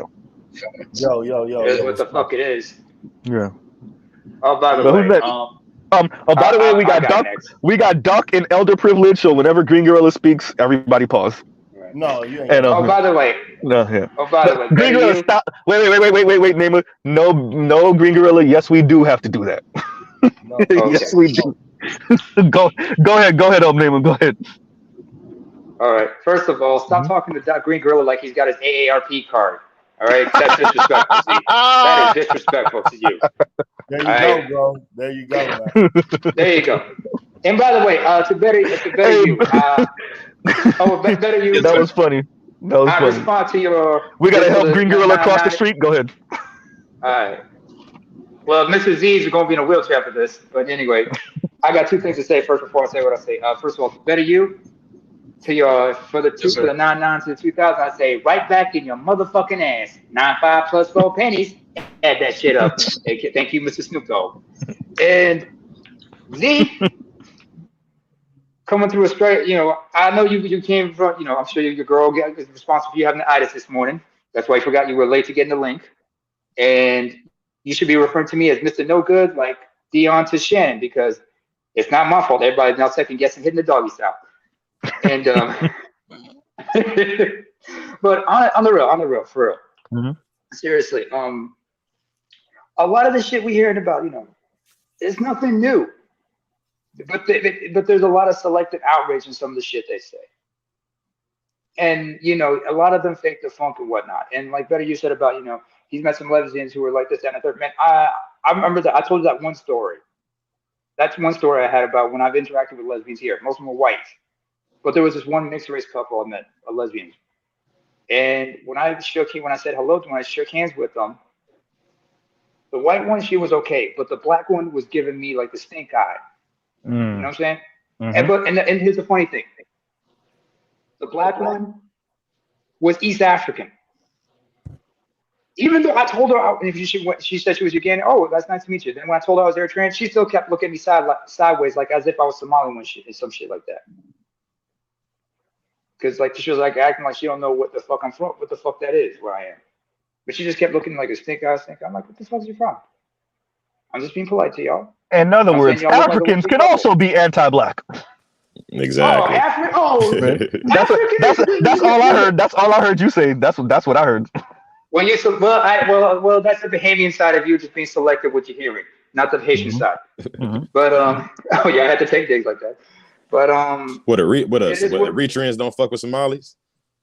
No, Somalis will fuck with Eritreans because they don't look at us the same way they look at Ethiopians. You know what I'm saying? Because they got that bad blood with the Ethiopians, but they forget that the bad blood they had with Ethiopians going back to like the 16th century is the same bad blood they had with us.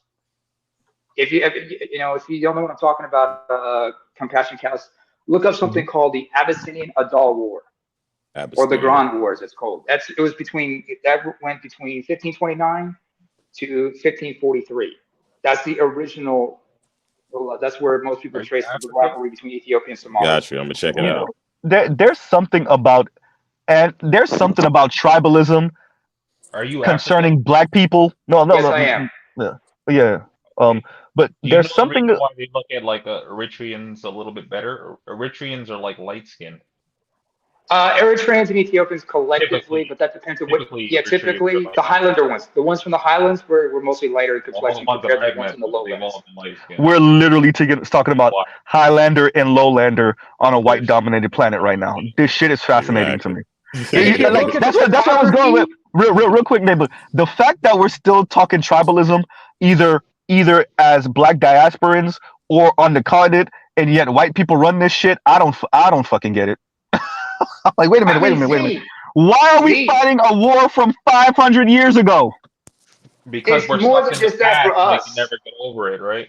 Yeah. Yeah, but it's more than just that for a lot of us. It's not just tribalism. It's regional because it's what region you come from, what tribe you belong to, what religion you're a part of as well. So tell me this. They're all interconnected. They're all interconnected. Tell me this, name. Have y'all got into it again since like 15 whatever? Let's see. Ethiopia and Somalia, they had their wars in 64, and then a second one in 78, 79. No, in 78, 79. It was over this region called Ogaden, which is the Somali southwestern Ethiopia. So the last conflict is in 79. Well, that was not. Well, that was one of the last No, the last conflict between Somalia and Ethiopia was 2006. So yesterday. So it's basically Yeah, like some shit like that. basically like the GDs. It's like the GDs and the BD war on the south Yeah, side of and also Chicago. you got the civil war going on in Ethiopia right now. You got the civil war in Ethiopia. You got the civil war in Sudan, and you got Somalia still divided. Ain't nobody fucking with Djibouti though. That's the funny thing. And of course, you look at the Congo. You got that bullshit there. You go to Nigeria. The folks, the Yoruba, hate the Igbos. Even though the Biafran War from the 60s has been 6 years since that passed. Hey, Nigerians don't like talking about that shit. Nigerians. The brother who said he's from Africa, have you heard about like the recent stuff that's been going on with the Eritreans? Because like over here, I'm in Canada, and like they were having protests across the country, and like people are getting killed. And the worst example was the one in Israel, my dude. It was worldwide. What were they protesting? It's pro and anti-government. Internal like civil war type shit. So like, you know, yeah, I don't know what's fucking fighting over, but they're fighting. Well, Andrew, it's pro and anti-government, but it's not just that. You also see now that I remember, is I was speaking to somebody that was from Africa, and he told me it was like basically one side is supported by the government, and the other side is like, you know, the rebels or whatever you want to call it. Anti-government. Yeah, basically. But you also see the same shit with Ethiopians as well, and that's even bigger. Okay. Because I'm gonna pause both of y'all real quick. I'm gonna pause both of y'all real quick to let Green Gorilla give his intro, and then we'll continue. I'm waiting for him to talk. I'm trying to hear what he has to say. Yeah, right. Like we're gonna let Green Gorilla get his intro, and then Kev C, and then we'll continue on to Dre and Compassionate. Go ahead, Green Gorilla. Look, I don't have much to say, but I mean, I know your conversation is about swirling, divesting, and it's funny though, because in the context of the conversation you're having, I think that, you know, Black women have taken on the immigrant strategy, which, you know, the immigrant strategy, when you come to America, if you're a European or some other nationality, like an Asian from any country, one of the things that you typically do is to become more American. You kind of position yourself in the hierarchy, the way that it's supposed to be orchestrated, right? And so I think that the immigrant strategy, it can work for other groups, but it cannot work for Black women. And the reason that it can't work for Black women is because Black women are the manufacturers of Black children. And when you think about it, let's say, for example, you're a Black woman, you decide to escape what you think are the negative, you know, effects of being Black. So you decide to swirl for your own benefit. You're still going to give birth to Black children, and in all likelihood, 40% of those children are going to be Black boys. Yeah. How do you want that Black child that you gave birth to from the product of you conjoining yourself to a white man? What are you going to do with that Black boy? Are you going to condemn him? Or are you going to wish the worst for him? Or are you going to regard him as some sort of poison fruit? That's the tragedy, the irony of all of this. You can't create your own positionality in the hierarchy. You can't do it, precisely because real quick. Let me actually go ask your question, and then I'll go after you. Go ahead. I was basically going to say that, like, it's not like, I don't think it's about like them just having a Black child. It's just the fact that like once they come to North America, like they automatically become indoctrinated in the culture, and like they start following bullshit, and you know, it just goes south from there. And like when they actually have a son, especially, or just a kid in general, like, yeah, they want to care for their own kid, but that's like on an individual basis, right? Like they don't care about anybody else and what the fuck is going on. Yeah, I think to your point, Gigi, I think we might be just dealing with, well, from what kind of we've seen just anecdotally, a certain percentage of Black women just really don't prioritize the status of their children. Not the majority or the vast majority. Yeah, I'll just try to be, you know, fair. But I think it's a situation. But no, No, I'm not Dre, disagreeing. let compassion. Yeah, let compassion land with that real quick. To your point, Gigi, it doesn't seem like they don't prioritize the status or the outcomes of their children, like the premise we're starting with, where like a woman would consider the status of her children, her offspring. I think they're really just looking at the status of themselves as an individual. They're not actually looking forward into the future. Like, okay, what am I going to do with my mixed Black child? That's like really irrelevant to them. But the problem is the short versus the long game. What game are you playing? Are you playing checkers or are you playing chess? They playing checkers, bro. Or you playing tic-tac-toe and what's the other game? But here's something, because something that Gigi was speaking to, and when he was speaking, I was thinking to myself, well, this is where Cynthia G and what's her face, Sansa Ray and Samantha Cooker come in, where they're speaking about aborting Black male babies, which we already know, like, the science on that is a little shaky anyway, because how far along is this pregnancy when you're trying to abort this child when you find out it's a boy? But okay, let's say that, so let's say that wasn't, just genocidal outright. The fact that they're saying that, I think, speaks to them thinking they can find a way to not produce these Black boys in the first place, right? So not produce Black boys from Black men, but also possibly not produce Black boys from non-Black men either, right? Which is kind of strange when I'm sorry, Gigi, but it's kind of strange because remember, and to piggyback what Andrew said about Naaman, what was the rule? I only had one rule. my bad. No, go ahead, Gigi. Go ahead. Per Gigi, go ahead, Naaman. Oh, the elder privilege. Sorry. Professor privilege. It's professor privilege. Elder privilege only comes second to professor privilege, but go ahead. My apologies, Gigi. My apologies for that. Like you talking to someone that actually spent the time to learn and teach. Yes. Go ahead, Naaman. Go ahead. Gigi. Oh, you want me to go first? Okay. Yeah, go ahead. My thing is like, first of all, to piggyback what Andrew said, it's not just in North America. The same thing applies up here. Andre, Andrew. Okay. Andrus, as I say in Arabic, but anyway. It also applies in Europe because there's this thing about cultural assimilation that some people have. And I remember, like when you mentioned earlier, Mrs. Z, when Black women try to bring up Asian folks, they forget that Asians have dealt with racism that's a different form. They've dealt with different shades of racism. It's just they've had to learn how to try to emulate this shit, and they're getting mocked by white people either way. But as far as children go, now as far as children go, Black women having children, the child is usually an ends to a means.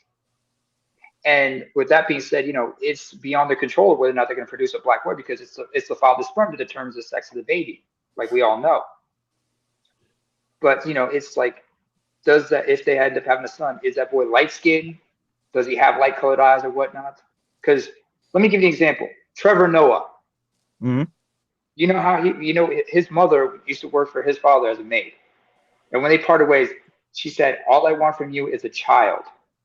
A mixed race child, and that even he said it himself. Trevor Noah said this about his late mother Patricia. When he met his father, because she said, "All I want is a child from you, a mixed race child."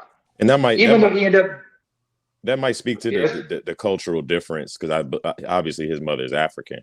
Yeah, South African. And in certain places, I'm sure it also applies in certain cases among ADOS folks. Because remember, if you have a child with light colored eyes or lighter complexion, you are going to dote on them more than you will have on a dark skinned child. Well, not necessarily. Women will. I don't know about the men. Well, I'm not sure. The women will. In ADOS culture, I'm not sure that's exactly applies. Because at this point, we're definitely in the realm of misandry, like across the board misandry, where they don't like males. True.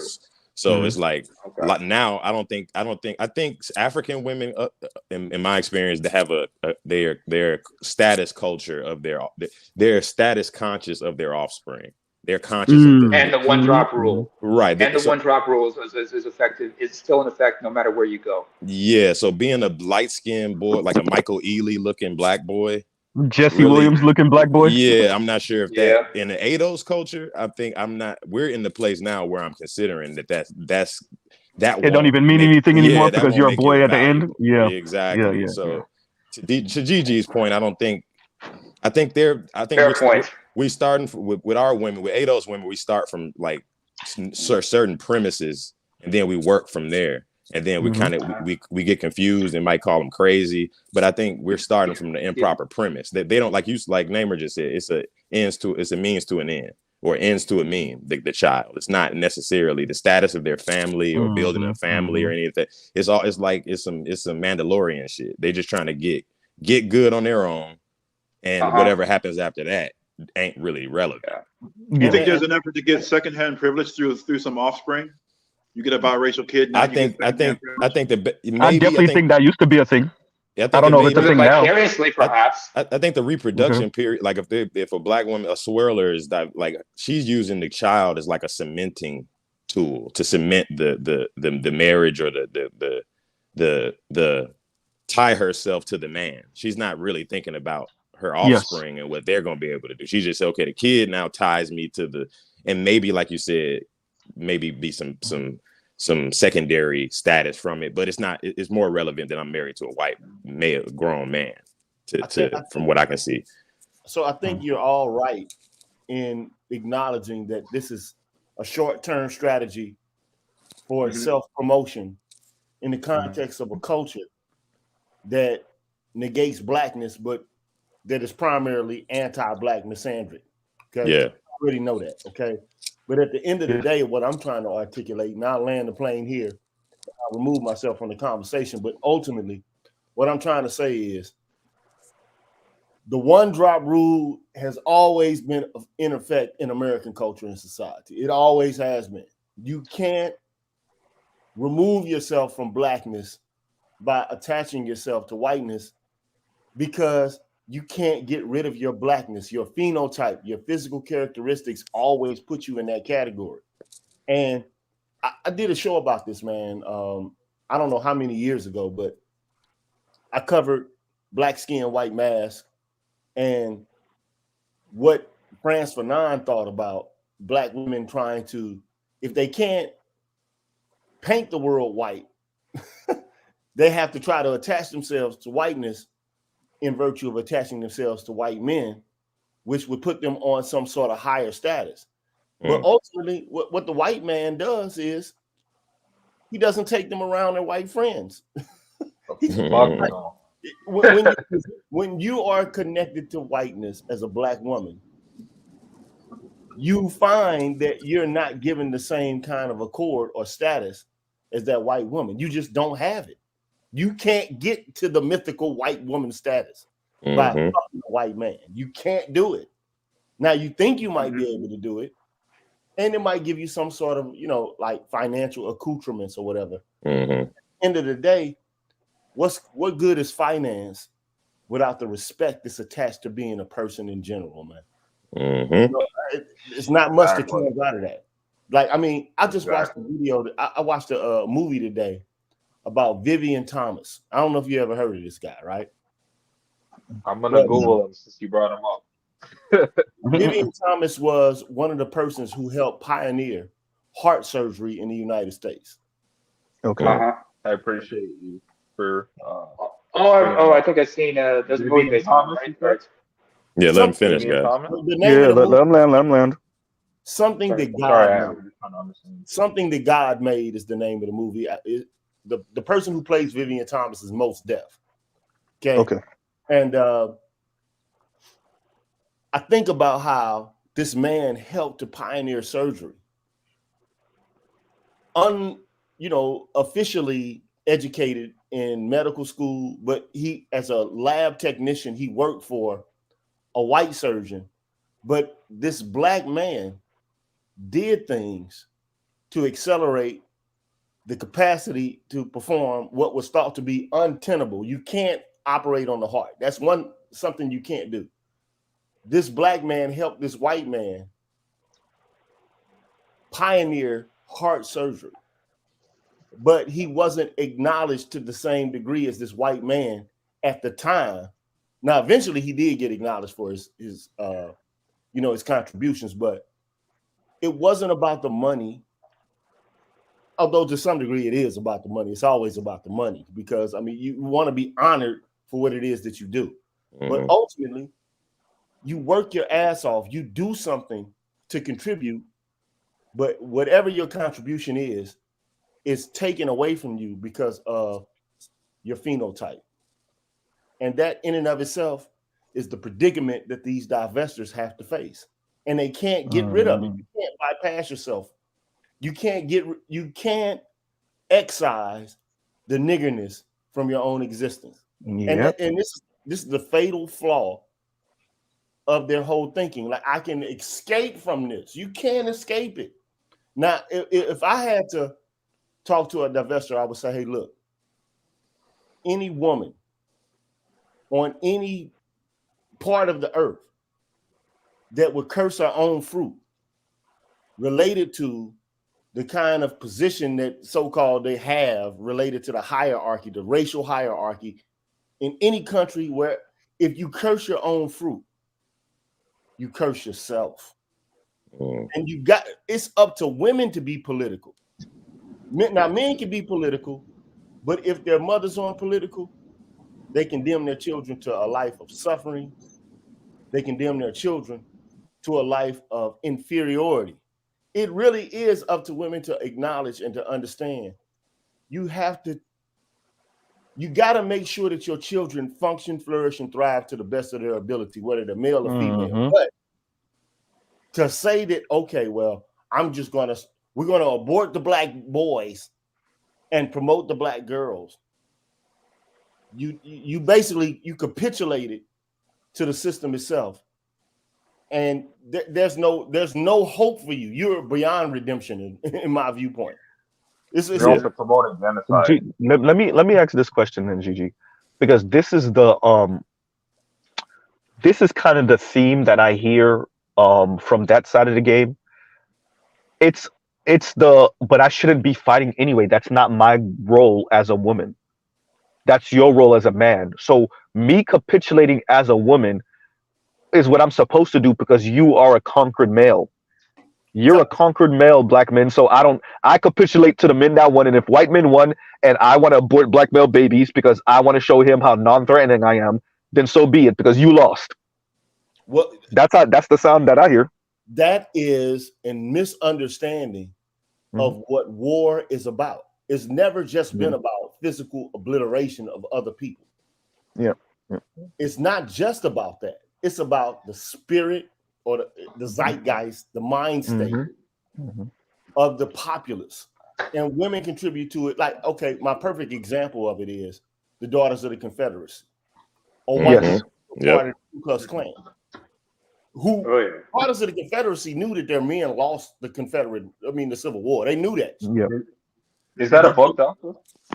But they made sure. Is that a book? Elevate their men. No.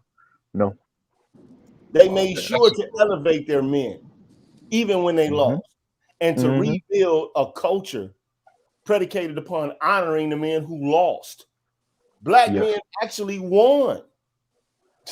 We won. The South shall rise again, as they keep saying. We won the war, but they misunderstand the political machinations of white women. They just don't understand it. White women will do everything to save their race, including to interject themselves as victims as equally as black or, men or women. They knew that interjecting themselves into the civil rights struggle would create an impasse for black people as a whole. They knew that. But at the same time, black women are trying to use their strategy to elevate themselves, but it is an ineffective strategy because at the end of the day, you cannot escape your blackness. So I'm gonna land my plane there. Yeah. I'm gonna listen. Right. Keep doing your work, Mr. Z. Gigi, you thank you for make analysis, right? But I broke up a little bit. Appreciate it, Gigi. You were Okay, yeah, please. Okay, no, I was saying, again. Gigi, thank you for the academic analysis. Oh crap! Now, maybe no. No, you're still a little blurry. Okay, you're good now. God damn it. Okay, all right, there we go. Now I was saying, thank you, Gigi, for coming up. The academic analysis, we appreciate it, and yeah, that's pretty much the angle I like coming at this from, because I do try to show the fact that this is anti-black Bible. And I attempt to speak the outside. There's capitalism. God damn it! Z, okay. Man, where are you, man? In the meantime, excuse me, Gigi. In the meantime, the movie's called Something the Lord Made. It stars Mos Def and Alan Rickman. Correct. It's on HBO. It's an HBO made for TV. It's a TV. Any woman that's not attentive to a biological power and will curse her own fruit is delusional, pathological, and basically a fucking a cancer to her own cause. So I'm gonna pretty much a fucking sadist at that point if you're like you're hostile to your own child. That's fucked up. Yeah. I remember. Can y'all hear me better now? Yep. You're clear. You're good and clear. Okay. Well, no, because okay. So I wanted to say this before you go. Let me say this to Gigi. Thank you for coming up, Gigi. Obviously, I'm not pushing your way. I actually want you to stay on the channel, but thank you for coming up, and I appreciate the academic analysis, and that's kind of what I'm trying to do here. Although obviously I don't have the the gravitas of a PhD behind my name, but it is to acknowledge that Black women can be anti-Black too, and what does that look like when Black women have had, if we're going to start the clock at the end of Jim Crow, somewhere in the late 60s, early 70s, at least Jim Crow on paper, right? What does it look like for Black women to internalize white supremacy, capitalism, neoliberalism, the commodification of different things and concepts and ideas, kind of materialism, consumerism, all of these things that we're told as a society that this is the new way you judge yourself as a human being. And obviously by the status of your spouse. And so I think that Black women, like everyone else, have internalized this message. And I think the way we see them responding to the message and to the environment is this way. I think them thinking that they are above reproach and morally superior to everyone else actually is a detriment to everyone in the Black community, because it seems as if they believe that they too can't fall prey to these messages that everyone else in our society has fallen prey to, right? So like, yeah. I'm not materialistic in that way. I don't view men, as a commodity in that way. All of these things that they think don't apply to them, that actually, the more they speak, the more you realize that actually, yes, it does. It applies to you far more than you think it does. And then that does have an effect on the children and how you raise them, and on the men and how you view them, and then how you raise the boys to be men. Right. So yeah, so I'm glad that you actually came up to actually kind of solidify that for us. And thank you very much. And go ahead, Nema. What you just said. Okay, go ahead and then Nema, give him a second and then you go. Okay. All right, cool. Y'all figure it out, whichever one. I was just saying like two sentences. It's like the only thing I don't agree with is like you're talking about the status of their spouse, and I'm just like, what spouse do they have? Well, that's the good concept. Good point. Yeah, the good point. Yeah. That's the framework they use. They use the framework that they've been exposed to, which is like people call it the myth of white womanhood, or like the fucking Gigi called it something else. I can't think of it the other day, but basically the framework that white women or Western women have used, since they come from patriarchal histories, their status is aligned with the status of the men they're around, and Black women essentially just have that framework to since slavery have been using that framework wherever they could, whenever it could work, and it's been able to not work because they can't really date out effectively, but they use that that's the framework they're using and judging and seeing the world through. Yes. Yeah. That's all. But go ahead, Nemo, because I know Nemo been trying to speak. We didn't cut him off a million times. Go ahead. Sometimes I wish I could just break out a machete and just go half my audience is Caribbean too. We all got machetes out here. Hey. I got the axe in my sword. You know, got you from behind. Hey, the whole entire panel be like, swing. go ahead, Nemo. Well, as my people say, they say, bring it on. I'm tired. Anyway, like what Gigi said earlier, you know, like sometimes white women will try to co-opt. Namer, I gotta cut you off. I'm sorry, Namer. I gotta cut you off. I'm sorry, Namer. I'm sorry. And N.M. Hawkins says, if most black women who are married marry below her status, then she is not following the social norms of this society. Most black women, but I'm not sure if you're speaking about college degree, because then currently you're speaking about most women in general, because most women, well, better yet, let me say this different. Women have more college degrees than men in America across the board, across every race, except for Asians, which jockey back and forth year by year, whether Asian women graduate with more degrees or Asian men. So unless you're talking about them, white women graduate with more degrees, Latina women graduate with more degrees, indigenous women graduate with more degrees, and black women graduate with more degrees. But if you're talking about money, black men still earn more than black women. Black men still start more businesses than black women. Black men still have higher credit scores than black women. Black men still hire more people than black women. Black men overall, because remember, we do have a black men that are doing worse. So black men are doing both worse and better than black women are. But overall, black men still, once again, put in more hours at work, hire more people, have better credit scores, make more money, period. So when you say status, if you really want to talk about who's the anchor, I don't know if y'all want to have that conversation. I'm pretty sure black women, y'all don't want to have that conversation. Hey, but you know, So go ahead. everything you just said. Can I get in for 2 seconds? Yeah. One at a time. One at a time, and then we gotta get Namer in. Go, Leon, go ahead for your 2 seconds, and then Namer, and then we can't cut Namer off.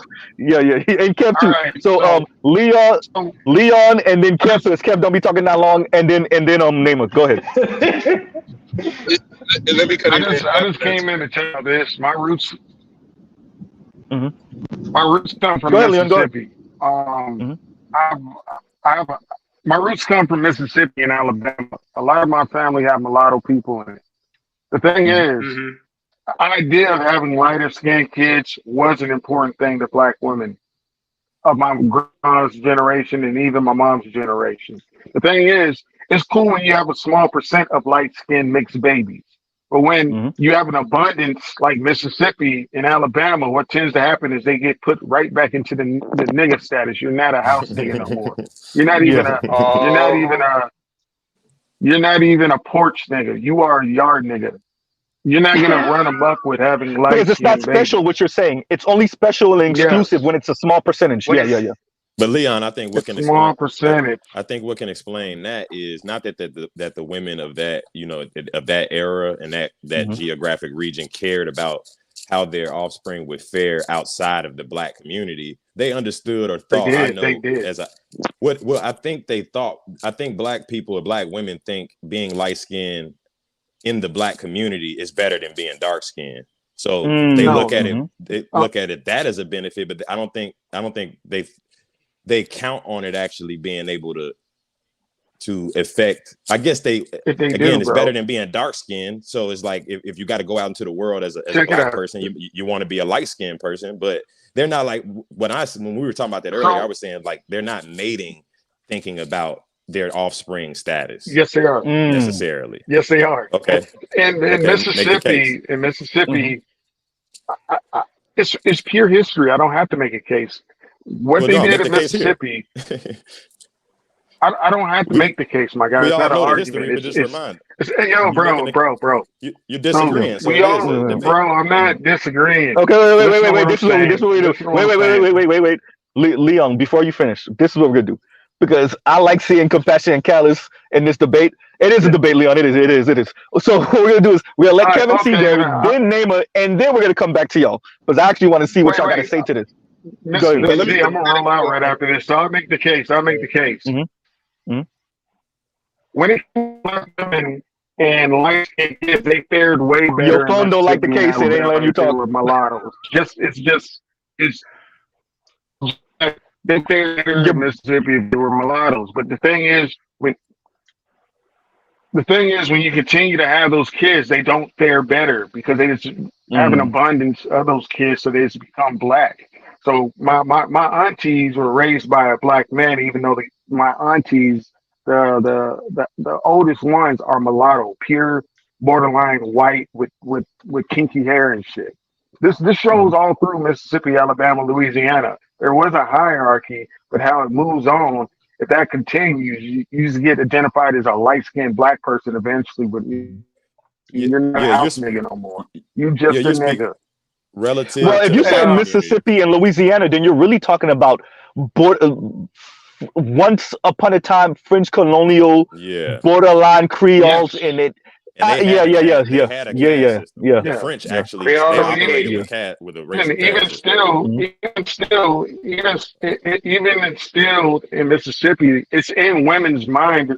My grandma and all of them, that having lighter skinned kids gave them a way better opportunity. So they did think like that in terms of their kids' outcomes. If they were lighter, they have a better chance to go to college. So they do think like that. But when we seen the two light-skinned girls that have that podcast, or any light-skinned girl that gets on social media and they come to this spot where they're not accepted by white, but they grew more up in middle class and they don't know how to be accepted by black people because they dress different, they talk different, they articulate. So they're stuck between a rock and a hard place.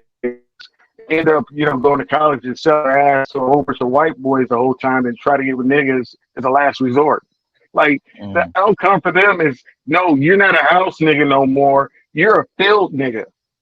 We'll fuck you, but you're now a field nigga. Y'all not exotic no more. Because you're not special. Niggas. You're dime a dozen. Exactly. That's what I'm saying. But hey, I got to roll out and get back to work.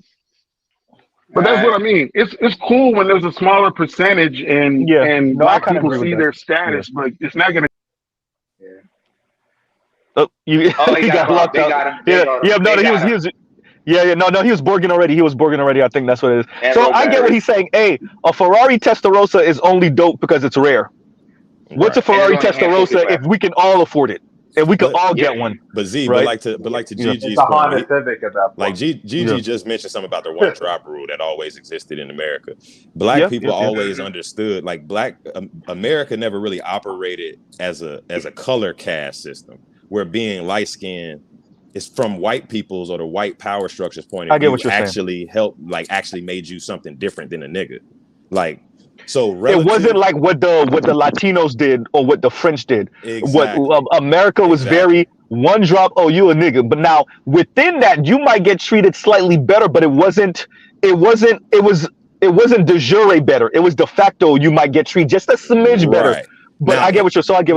Now, intra-community, within the Black ADO social that's a different conversation. Complex, we actually operate, or at least our women actually operate in more of a color caste system. They actually envy light-skinned bitches and shit. And they think it actually gets them within our culture, and like the colorist conversation. They're convinced that black men actually operate like this too. We have a color caste, like attraction meter in our head that you can't be attractive if you're not light skinned, which I don't think is actually true. Our women operate that way, and it's somewhat true. But the thing is, it's not the way that they look at it. It's not like we're looking at, like, you see a dark skinned chick and you're like, oh, I'm not fucking with her because she's dark skinned. It sounds like in my experience, personally, it might be anecdotal, but like in my experience, like the dark skinned chicks tend to be meaner and ruder than the light skinned chicks. I don't think, like, this is how I think. I'm not going out of my way to do that, but most of Andre Jensen with Kodak Sid. like they got this kind of fucked up shit black on the panel. Like, Kodak, you don't like me because Kevin C. Kodak just came up here. There are some shit like you don't fuck with me because I'm dark, but it's like I fuck with you. You're cute and everything, but like you got an attitude based off of what you think I think. But you don't know that part I do agree with. So I do think that that is the benefit of, well, the way I speak oftentimes to darker skinned black women is in a disarming language, right? Because I agree with you, Dre. That's exactly what it is. It's you think I think that you're not attractive because you're dark skinned, right? And so I speak now. Does it work all the time? Of course not, because that resentment be like serious, right? But it does work sometimes, right? Now I don't charge. Say that again. Just the other day, I had like it was a 19-year-old. She was an African chick. She was dark skinned and she was cute and she was flat backed. And like, yeah, I was fucking with that, but she had an attitude problem. But I had to let her go. You I don't know what happened, but you just sound distant. Sorry, but Jay, let me let Kev speak. Let me. No, Jay, no, I'm gonna just let Kev. Yeah, but remember you was always gonna come behind Kev seat, but we didn't forget about you, Name. We didn't forget about you. Okay. His name. But yeah, go ahead. No, go ahead, y'all. Go ahead, Kev C. Because I know you got I've been listening to what you guys are saying. And, I don't have too much, but I'll limit what you guys were talking about. But I'll just say this. So it sounds like basically the divestors are maxed out, and they're realizing that, you know what, they've been at this hardcore for like 15, almost 20 years now, and they still can't get it done. Loving v. Virginia was actually outlawed, or actually Loving v. Virginia outlawed anti-miscegenation in 1967. 1967.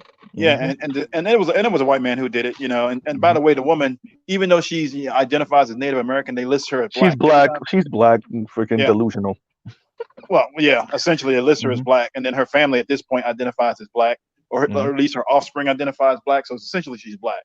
But my whole point is this: is that they can't get it done, and they're upset because they always bring it up. Well, black men are dating out more, they marry out more.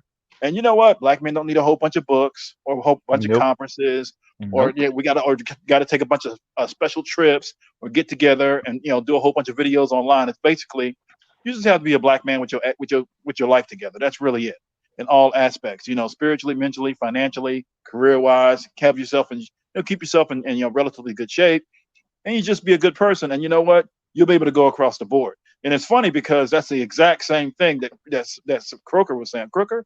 Is it Croker? Samantha Cooker. Samantha Cooker was saying, like, look, y'all got to be better women. She's essentially trying to advise him, hey, look, y'all got to be better women, without outright saying, look, y'all just ain't good enough to get these non-black men. Like they don't want to say that. To act right. Exactly. They don't want to say that, and they're doing everything else, and then they want to attribute the fact that they can't get them to some other reason outside of the fact that they're overweight, they got kids. They're uncooperative. They just have terrible attitude. Like everything except just be a good, cooperative, feminine, and fit and in shape woman with no goddamn kids and show up. So you're basically saying it's all Jermaine's fault. Jermaine's not making them baby mamas. Jermaine doesn't do that. That's that's Pookie who's doing that. Jermaine doesn't do that. But my whole because Jermaine gets the blame, but he's not doing that. It's Pookie who's making all the damn kids. Jermaine is like a blanket name to apply. But the whole thing is that they're not. They don't look at themselves as any part of the problem. It's very interesting how you just talked about. So Z, you talked about how black men. You went down the list, economically speaking, salary wise, all that other stuff, all the amazing things that black men are doing. And you're right, they do have about, I think at this point, 5% more degrees than black men, but those do all of that education, quote unquote, is not panning out to actually elevate them in a way where they can either do it on their own, do it without men, or do it without government help. It's called anti-blackness. They can't get around that. And then it's funny that Crooker's always, she said literally, well, now we got to deal with the anti-black. It's like that's the same thing we told y'all that you're gonna have that problem. So that's why they just can't figure out how to get it done. And they're trying to present themselves as people who are perfect. And the men, demonize the men. We're perfect. The men are fucked up. But if they were so damn perfect, then they would actually be able to transfer over to other racial groups, and they still can't get that done. Yeah. Well, it's what I said. You reach the market cap of the anti-blackness. So all this trying to merit your way up, all this throwing black men under the bus up, all of this, speaking the high praises of non-black men, specifically white men. You were always going to reach this market cap of the rest of the society not reciprocating your gestures, right? Yeah. And that's so before we even speak about what black women are and aren't doing, you still got to contend with the fact that the majority of the society is indifferent at best and has hatred towards you at worst. And everything black women have been on over the past 50 or so 60 years when it comes to black men, especially when you start the clock at like 1980 on up, all of it is for naught because a handful of y'all got to marry non-black men, mainly white men. A relative handful of y'all got to be executives and start your own business worth a damn, and that's about it. Like, I mean, what's the goal here? To buy a luxury car? Okay, y'all got that. Y'all got some little Benzes or whatever. They could have literally got that without fucking destroying black men's reputation. Exactly. Because guess what black men did? We got it without destroying their reputation. Exactly. Absolutely. And we can do it, and black men are doing it in higher numbers, and that's actually their frustration. Yeah. And the other thing too, somebody, you guys were saying, I'm saying this last thing, I'll pass it on to somebody else. You guys were talking about how you have these dark-skinned women who feel like men don't like them because they're dark-skinned. That's absolutely not true. Let me tell you something. BS. There was this woman who was dark-skinned. I was talking about. No. Listen to what I'm saying. Wait. No, Dre. No. We're not talking about that, Dre. We already on to something else. We're bringing this up, but it has nothing to do with what you were saying earlier. Yeah, but listen to this part. Is that there was a young lady on TikTok, dark-skinned, young, fit, in shape sister, banging body. I think she had some hair. Maybe, I don't know if she was natural or whatever. I don't know. But the dudes literally there was black men literally had her on the big screen. They were liking her videos. She was like famous for she was TikTok black famous for like a hot minute. And she was she had so much attention. She was getting so much attention from men across the board, to include some white men, that the black women started making videos against this banging little black girl. Like they were so upset. They were so upset that this black girl, this fine ass black girl, was getting attention.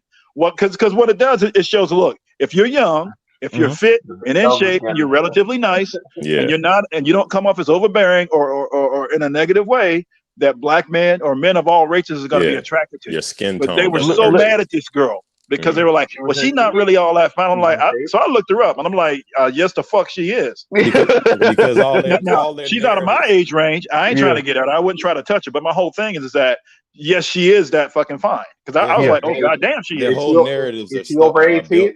So it breaks their whole narrative. Cards. Yeah, like their whole narratives are built on houses of cards. Like if one thing, if one myth is dispelled, if certain myths are dispelled, which is like the CDC fucking making black men like the most engaged fathers, shit like that is like pulling like the bottom row of the Jenga blocks out of their whole shit. And they're terrified, and I don't think the whole thing unravels. Have a plan B for if there is no plan B. Go away. And that's what I think we're seeing with like a divestor confessions and shit. They really don't have a plan. That's what we're gonna call it, divestor confessions. That's what we're calling it. So plan B is to come back to you guys. You guys are the fallback. So shout out to Kayla Nicole. She's gonna be looking for one of y'all. Yeah, and they counting on most black men to be ignorant. And I agree with Kev C, by the way. Kayla Nicole is gonna. She might try to mess with one more white dude on the low. This time it might not be so public. But if that fails, yeah, I think and let's be honest, she'll get one too, and she'll get a good one. That's the part. That girl, you want to know what grinds my gears? That's what grinds my gears. That's what grinds my gears. Real quick, 18 before you go, because we gotta get Namer to go. But I'm gonna say this thing before Namer goes. So when there's a video on IG where this sister, like the where she has this, I don't know who's hypothetical. I mean, who's hypothetical? Who's making this sound in the background? We need you to put the lotion down and whoever's with the sound in the background, please disengage. Let it go back to sleep and exit the restroom, please. So on that note. He got busy in the Burger King bathroom, just like right. So there's a video on IG where this woman has this hypothetical going on. It's a light-skinned sister, and so she has this question where a brother asks her, "What do you bring to the table?" And so she literally lifts up her boobies off from under the table and put them on the table, right? And then so that's the beginning of the video. The second part of the video is a darker-skinned sister, with the little barely A cups training bra size, and she's trying to do the same thing, but she's making a joke out of it that she can't do the same thing, right? And so, but if you go through the comments, and this is speaking of what Kevin C is saying, it's just nothing but black men bigging her up. It's nothing but black men saying, "No, babe, you gorgeous, you're pretty the way you are," blah blah blah. And it's nothing but black men telling this very dark-skinned black woman, right, with her little training barely A cups, that no, you're pretty the way you are, right? You're pretty the way you are, and that goes to what, being flat-chested. you know, and it goes to say like black men like everything. Okay, No, so I never understood this. Like, oh, I'm dark skinned, so stop, man, stop. Right? Yeah, bro. I mean, was that chick pretty at least? Yeah, she had a cute face. Yeah, the dark skinned sister had a cute face. Of course she did. I Cute know, little I know face, and you niggas, know. I know niggas be down for like, excuse me. they be fucking with some chicks that like. Wait, Dre, we gotta let Naaman go. We gotta let Naaman go, and then you go after Dre. I mean, you go after Naaman. Go ahead, Naaman. Oh, Naaman got at least 25 minutes worth of waiting. Go ahead, Naaman. Yeah. Fuck you, fuck you, fuck you. Wait, Z, step out the way. Fuck you, motherfucker. I didn't want to get hit at that bump. But to piggyback what Big Kev said, basically women operate on the whole concept of zero-sum game. So even though we don't, they still think that when we gain something, it's at their expense or something like that, despite the fact that no, it's not. That's one of the problems. Secondly, whatchamacall, this whole thing about status, like, oh, by the way, shouts out to All Spades for the $5 holla earlier. You forgot to mention him. But, yeah, no, I didn't. That's why I kept on highlighting it over and over again. But yeah, Allspad, thank you for the. Finally, we get to say thank you for the super sticker, Allspades, and no placeholder. Now we'll highlight no placeholder and practice. What's that? Meanness. Practice on meanness on black men. Save kindness for others. Yeah, no, I agree with this. I agree, and we're gonna leave this up for a little while because we just highlighted it. But yeah, continue, Naaman. As I was saying, is like the whole thing about status. First of all, fellas. It's not about your status always with a woman. Some women, I mean, you can be high level status, but if a woman perceives you as beneath her, because that's how women look at you. Whenever a woman says, I need a man on my level, bullshit, she wants a man above her level. Because if you're on her level, you're automatically beneath her. So that's how women look at you. Yes, Are you beneath her or above her? Does she think she's better? It's like in Black Phillip. Women have to look you as better than them or lesser than them. It's above or nothing. Yeah, it's above or nothing for some. And if you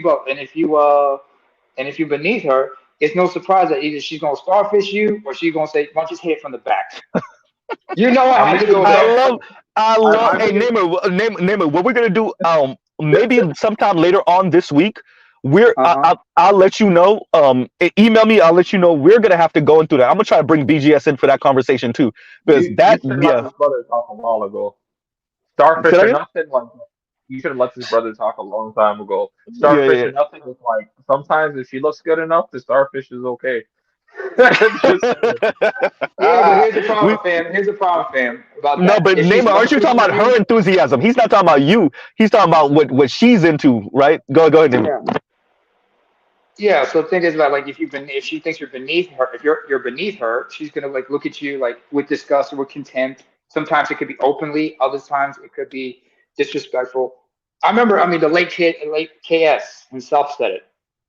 He talked about 2 of his failed marriages because one of them was with someone who he admit was a narcissist that he had to go to therapy to come to terms with. Because he talked about how back when BGS had the Coliseum, he mentioned that it's important for brothers to go into therapy because in one of his relationships was with a woman who was actually a borderline narcissist, which is something I'm still questioning about. He talked about how she would treat him one way in public and a different way when they were in private. And that's the thing we have to understand. I mean, you'd be surprised how many men are in relationships and the woman's got a kid with them, but the kid's not his. The whole notion of her baby, his maybe. Yep. There was an episode of that talked about that. Referenced that shit. There was a case in CSI Miami where they referred to that shit, and that's nothing. We'll talk later. But get the likes up.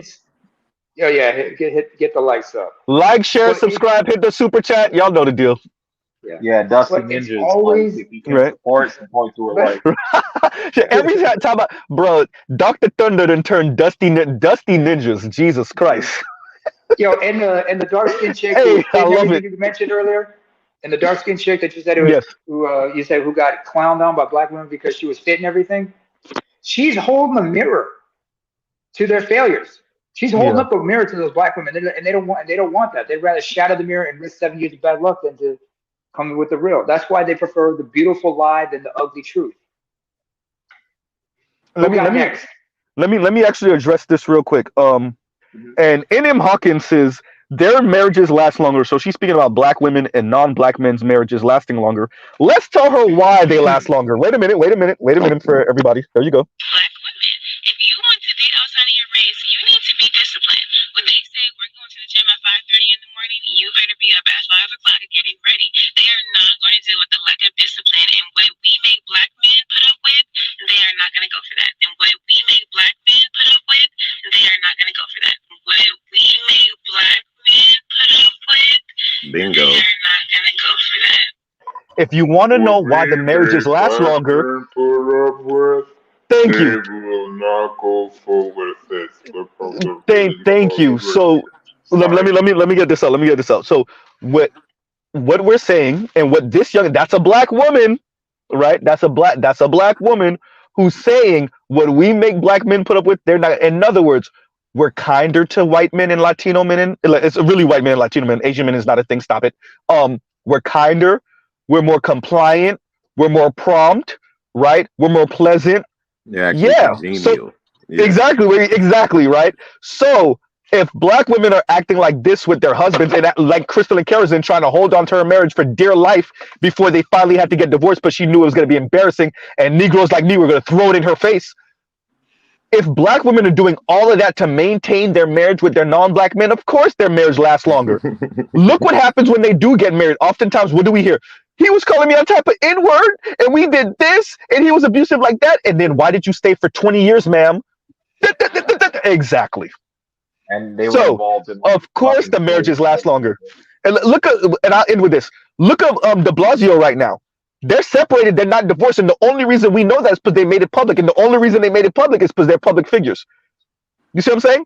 So how many marriages between white men and black women who probably used to be lesbian, just like Bill de Blasio's wife, and still is lesbian, how many of them are separated, but on paper are still married? Exactly. Yep. Come on now. Y'all got to be honest. Like, y'all are doing more for the non-black man, white man, than y'all doing for black men, and then y'all say, "Oh, but our marriages last longer." Of course it do. And they put it with and I pause right there anyway, and just to make the marriage last. Yeah, that's my point. Exactly. Yeah, just imagine the level of like enthusiasm they bring, like that clip you played, like the level of enthusiasm they bring to just the notion of dating non-black men. Like that. Yeah. For like men listening to that should be like, that should be the most insulting shit. You like, even for women, black women that end up marrying black men, I hope they don't like walk down an aisle thinking to themselves like they're actually unenthusiastic about the concept because this is a black man. Like, this is essentially the lowest caste man on the totem pole. Yeah. From their point of view. Well, I'll tell you how you get around that. When you get, first of all, any black woman over the age of 30, forget about her. She's not even up for consideration. Not even in the running. I look at it like this: if a woman won't marry you in her 20s and she won't give you her best years, don't even fuck with her. Yeah. Hey, who's they're already off the table. So that's Kevin C. Right now. Huh? Go ahead. You said that's Kevin C. Any black woman over the age of 30? Yeah. Any woman in general over the age of, any woman in general over the age of 30, or but no, with black women especially as it relates to this. Because, long fire hydrants. Yeah. Well, what elder privilege, Dre. Elder privilege. They've been playing around that whole time in their better years, and then they show up around 32 talking about, okay, I gave up on the non-black men. I can't get them, so now I gotta fall back to a black man. Don't accept them. Just write them off. I agree with this. You can't do anything with them anyway. They're ruined. They've done all kinds of nasty, dirty things. They don't even like black men anyway. If they're not going to give you their 20s, then why even fuck with them? That's why I say that's why I say, you know, when they're jumping. Look, man, these women are jumping off the ceiling fan. When you hear me say that, I'm obviously referring to sexual things that they do with these non-black men. For those of you that hear me say that, that's what I'm implying. But yeah, they jumping off the ceiling fan for these white dudes because, like Compassionate said, the level of enthusiasm is not limited to outside the bedroom. Let's be very clear, right? So, and the reason why that matters, because it's not just the sexual element. That level of enthusiasm show what she's willing to do to keep him, That's what we're saying. So don't think that it's just a sexual thing. It's what she's willing to do to keep him. She has a feeling of novelty with this white dude. That's what it really is. It's a feeling of, this is novel, this is new, this is fresh. I want to keep him because I want to brag to my friends, and it's a level of enthusiasm that she does not necessarily show you. And that's why Compassionate, me, and Kev C are saying, like, at a certain point, you got to cut. You can't deal with a woman like that, because you are nothing but a fall black plan for her.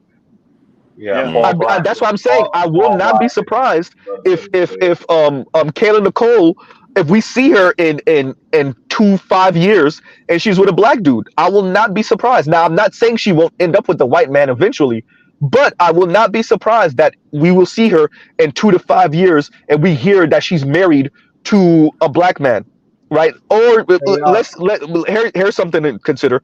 Tamron Hall. I always found Tamron Hall attractive, right? Always a little short haircut, cute face, everything about. But Tamron Hall used to mess with what's his name off of MSNBC. Y'all know who I'm talking about. The one that had replaced Keith Olbermann when he left. What is his name? Was it a black Y'all know who I'm talking? I know. White dude. White dude. I forgot. Say again. Chris Hayes? At any rate, she's married. No, not Chris Hayes, not Chris. Yeah, but she's married to a white man now. But before that, she was dealing with what's his name from MSNBC. His face is right there. I can't remember his name. And I used to watch his show all the time too. But either way, on the low, a lot of people didn't know that, right?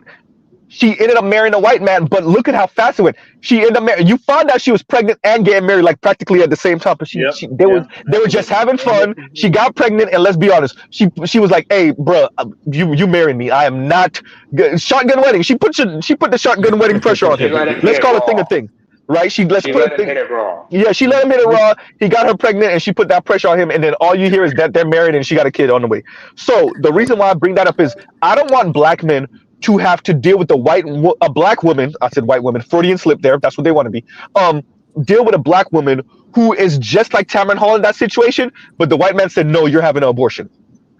I don't want brothers to deal with a Tamron Hall that didn't have the baby from a white man, and now the fall black plan is you, right? And I'll pause right there. Go ahead. Can I politely interrupt you? We have we have a divester in the chat.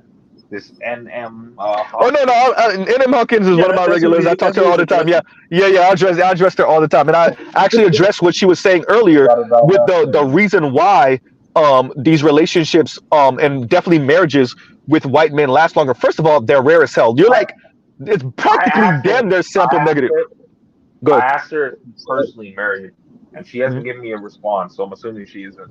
No, she's not married. Absolutely not. There's no way. But even if she was, my statement still is the relationships, the marriages, especially between black women and non-black men in general, because y'all not the Latinos are not wifing y'all like that.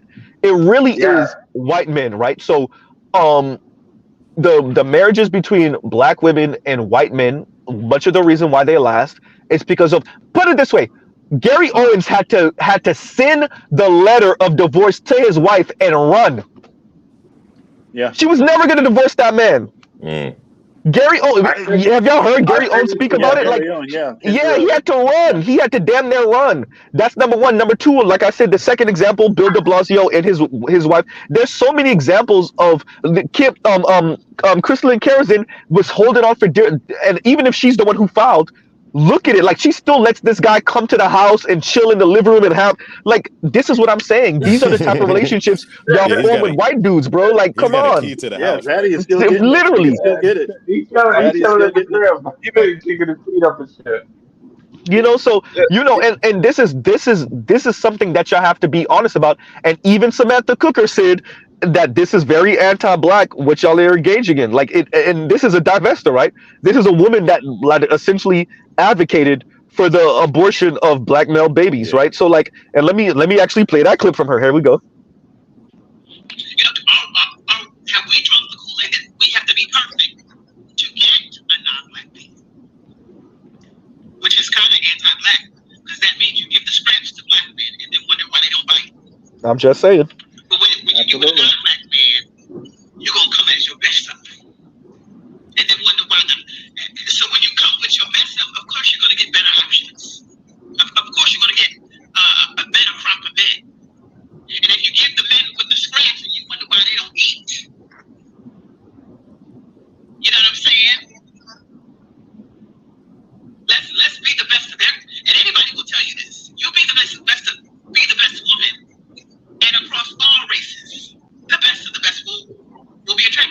Uh-oh. You know what I'm saying?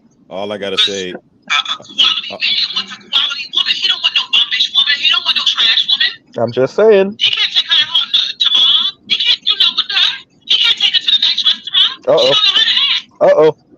He can't take her on a cruise. He can't do nothing nice with her. She can't raise good children. Yikes. She can't raise quality children with a gunner mentality, gunner behavior.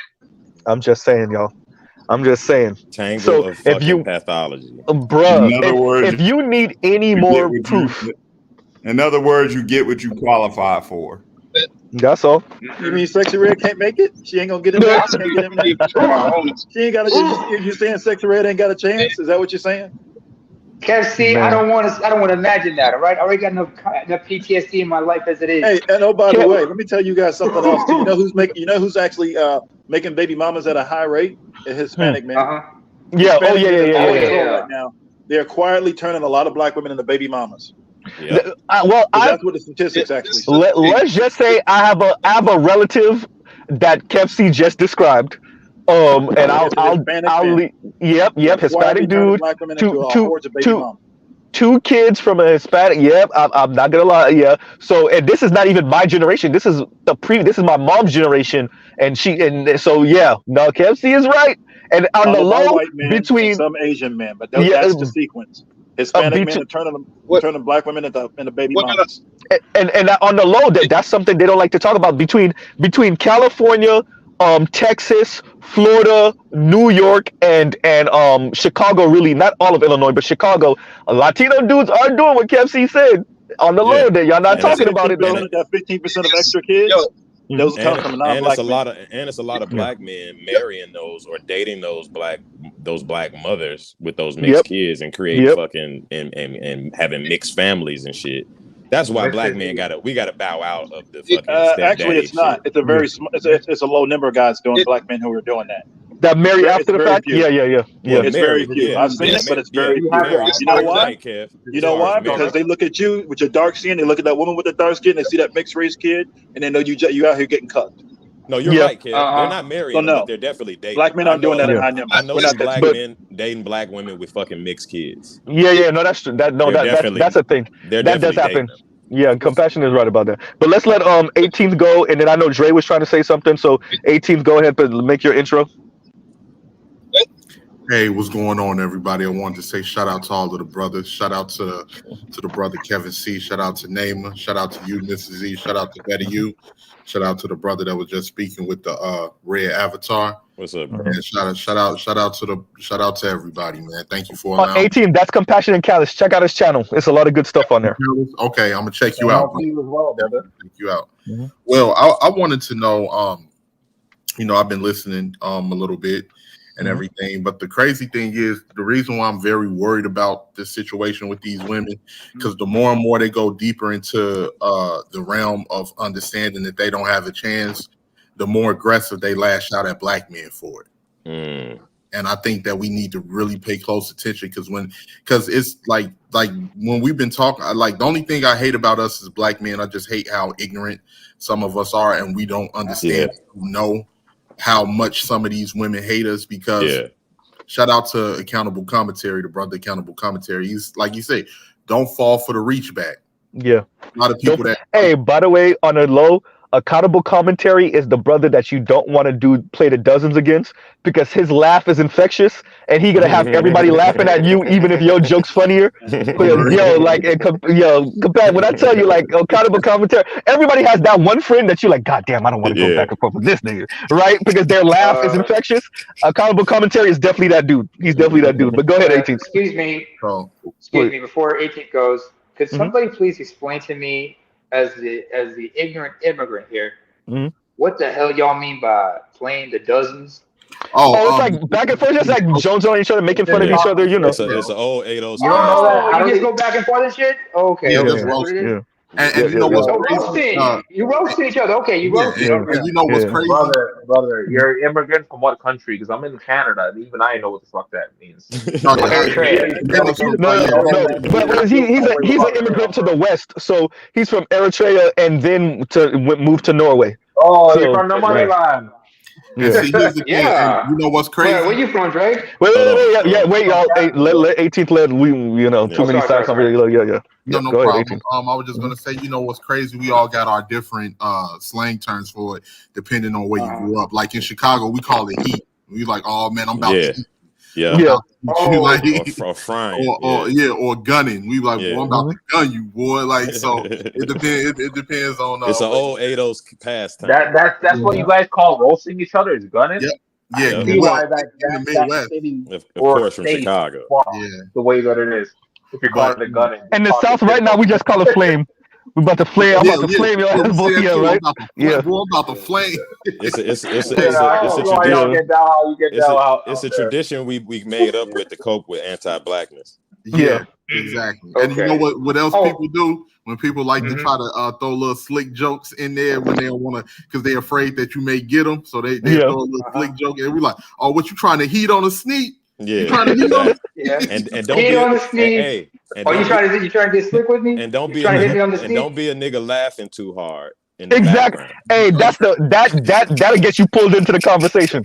That's the number one thing people do is the little sneak this where they add their joke onto the other person's joke. Exactly. Man. Now let me tell you, I didn't see somebody laughing so hard and the dude that's getting right. I didn't see somebody laughing so hard and the dude get roasted. And then the dude that's getting roasted, he started going at the dude that's laughing. He's like, "Hey man, why you coming at me? Because I can't get him." Exactly. No, bro. It's even worse. If you laugh too hard, then the niggas who are joking against each other will both turn against you. Yeah. And then you super fuck. I had it worse. I remember one time. Wait. We still gotta let 18 get his intro finished. My bad. No, name it. And then we'll go to Dre and then name him because I know Okay. I was just going to say, so like that's the only thing that I'm worried about, because this has become a whole engine, unfortunately.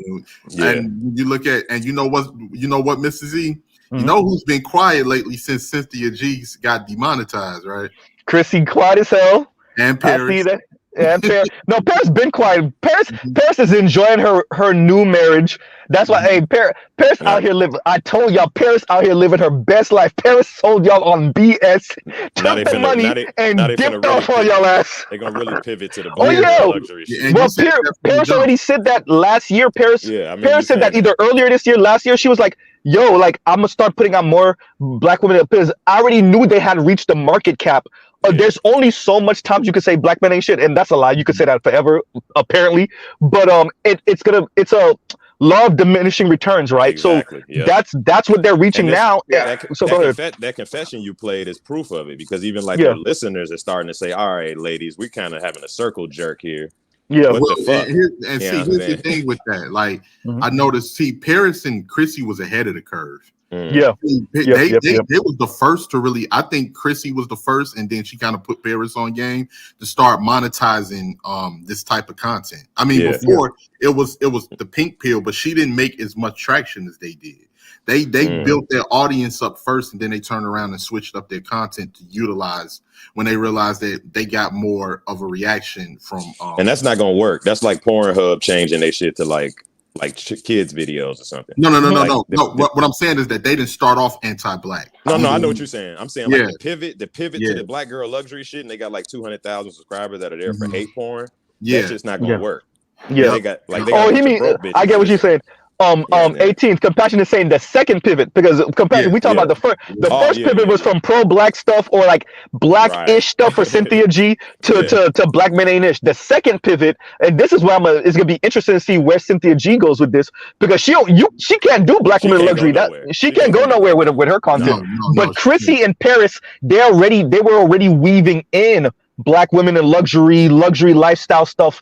I want to say about 2 years ago. So now they can easily transition into that. But the problem is, I don't know if they're going to be able to take so many subscribers. Number one, because they fed them this crap too much. Number two, your average subscriber, I'm guessing Chrissy's average subscriber age is around like at latest early 30s, probably really like 20s, right? Somewhere in the 20s. If your average subscriber, Chrissy, she don't got that money. She just don't got it like that. But what, are you are you accounting for like the late, like this Samantha Cooker lady? She sounds older. She sounds like she does. But the thing with Samantha Cooker is and you could tell from her voice, she's still pulling 20-something and 30-something-year-old people to watch her, women to watch her channel. Right. What I'm saying is Chrissy and Yanni and them, and Paris definitely, their audiences skew even younger. The problem with them changing to luxury content is that their subscribers don't have the money, don't have the men with money, and can't. So even if you're, let's say you're 24 years old, you're dating 27, 28, 29-year-olds. They still don't got it like that to be dropping $1,500 on a bag for you. They can't. They don't got it. So go ahead. And here's another thing. Is like I've seen the videos of people exposing Paris, because remember what I told you, Mr. Z. Paris didn't let anybody know that she was married because she didn't want to she didn't want to let people know she was married to a black man. It was bad for the brand. She's feeding them all of this hate porn. You don't want to let them know she's married to a black man. But when it was going to get out there that she was going to be exposed by somebody who knew her personal business that she spoke to privately, she wanted to be ahead of the curve. And when she put that video out, I was looking at the comments of somebody, and it's almost like that they didn't know what to think, because they were like, "Oh, congratulations, Paris. Well, I know you're married." It was only like 1 or 2 women that said, "Yo, you a hypocrite." But the other women, and it goes to show you that it's really a mob mentality and group think, because they knew in the back of their minds they wanted to be like, "But you married to a black man, but you was telling me all of this shit." But they couldn't really say that because they really look up to Paris. So they like, "Oh, well, congrats." It's like, Paris, you telling me what to think. Chrissy, you're telling me what to think. And Chrissy is very manipulative and conniving. She's the worst out of everybody because she skates. I agree. And another thing about her is that I think Chrissy, of course, she has a disdain for certain types of black women. That's why she really scared from this BS to begin. When she seen that a lot of women, maybe she didn't get the response that she wanted on her magazine. Once that didn't happen, and first off, in my personal opinion, I think she even created the whole colorism argument because she felt some type of way about biracial women. I agree. After seeing what she did with black men and how she was able to manipulate her audience into hating black men, I really do believe. And then she did the same type of thing that she did in her argument. I have a biracial friend, my biracial best friend, and all of this. And she got mixed niece and nephew. And she got mixed niece, but that's from her brother. So that's where the colorism angle comes in from her. Yeah, that's in my personal opinion. That's where the color. The thing with Chrissy and 18, you tell me if I'm lying. I think Chrissy not only wasn't good with black boys or young black men when she was younger. Chrissy's issue is she was never the it girl too. You could tell that's her issue.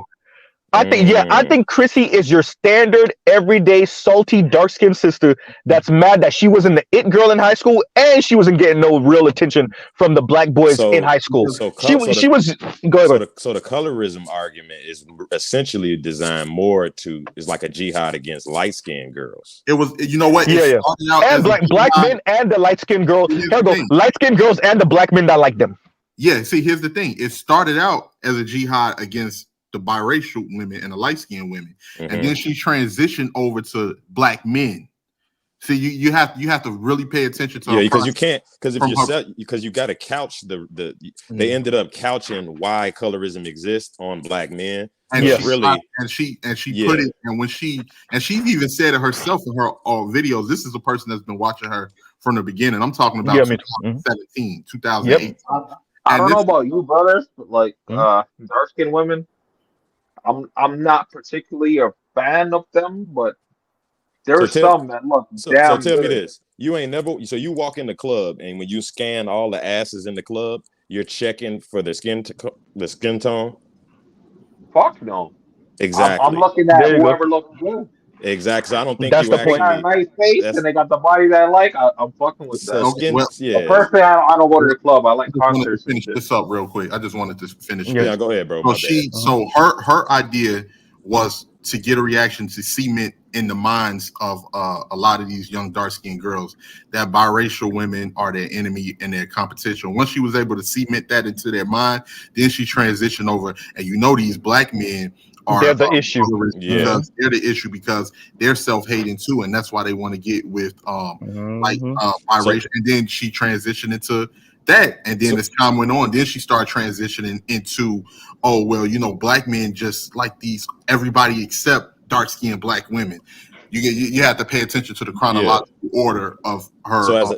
So as a light-skinned girl listening to that, they're feeling bad about being light-skinned because let me tell you something, brother. I'm gonna just say this real quick, not to cut you off. Chrissy is the reason why the golden sphere and the I literally thought it. I literally just thought that. Yes. A lot of the online colorism content, it doesn't stem from what's her name that actually started this movement, and she don't even call it colorism. She call it darkism. Rashida Strober. It doesn't start, and that's why Rashida Strober is so pissed off because she wasn't taking it necessarily in this direction. She was still salty about her darker skin too, but she wasn't going to take it in this direction that Chrissy took it in.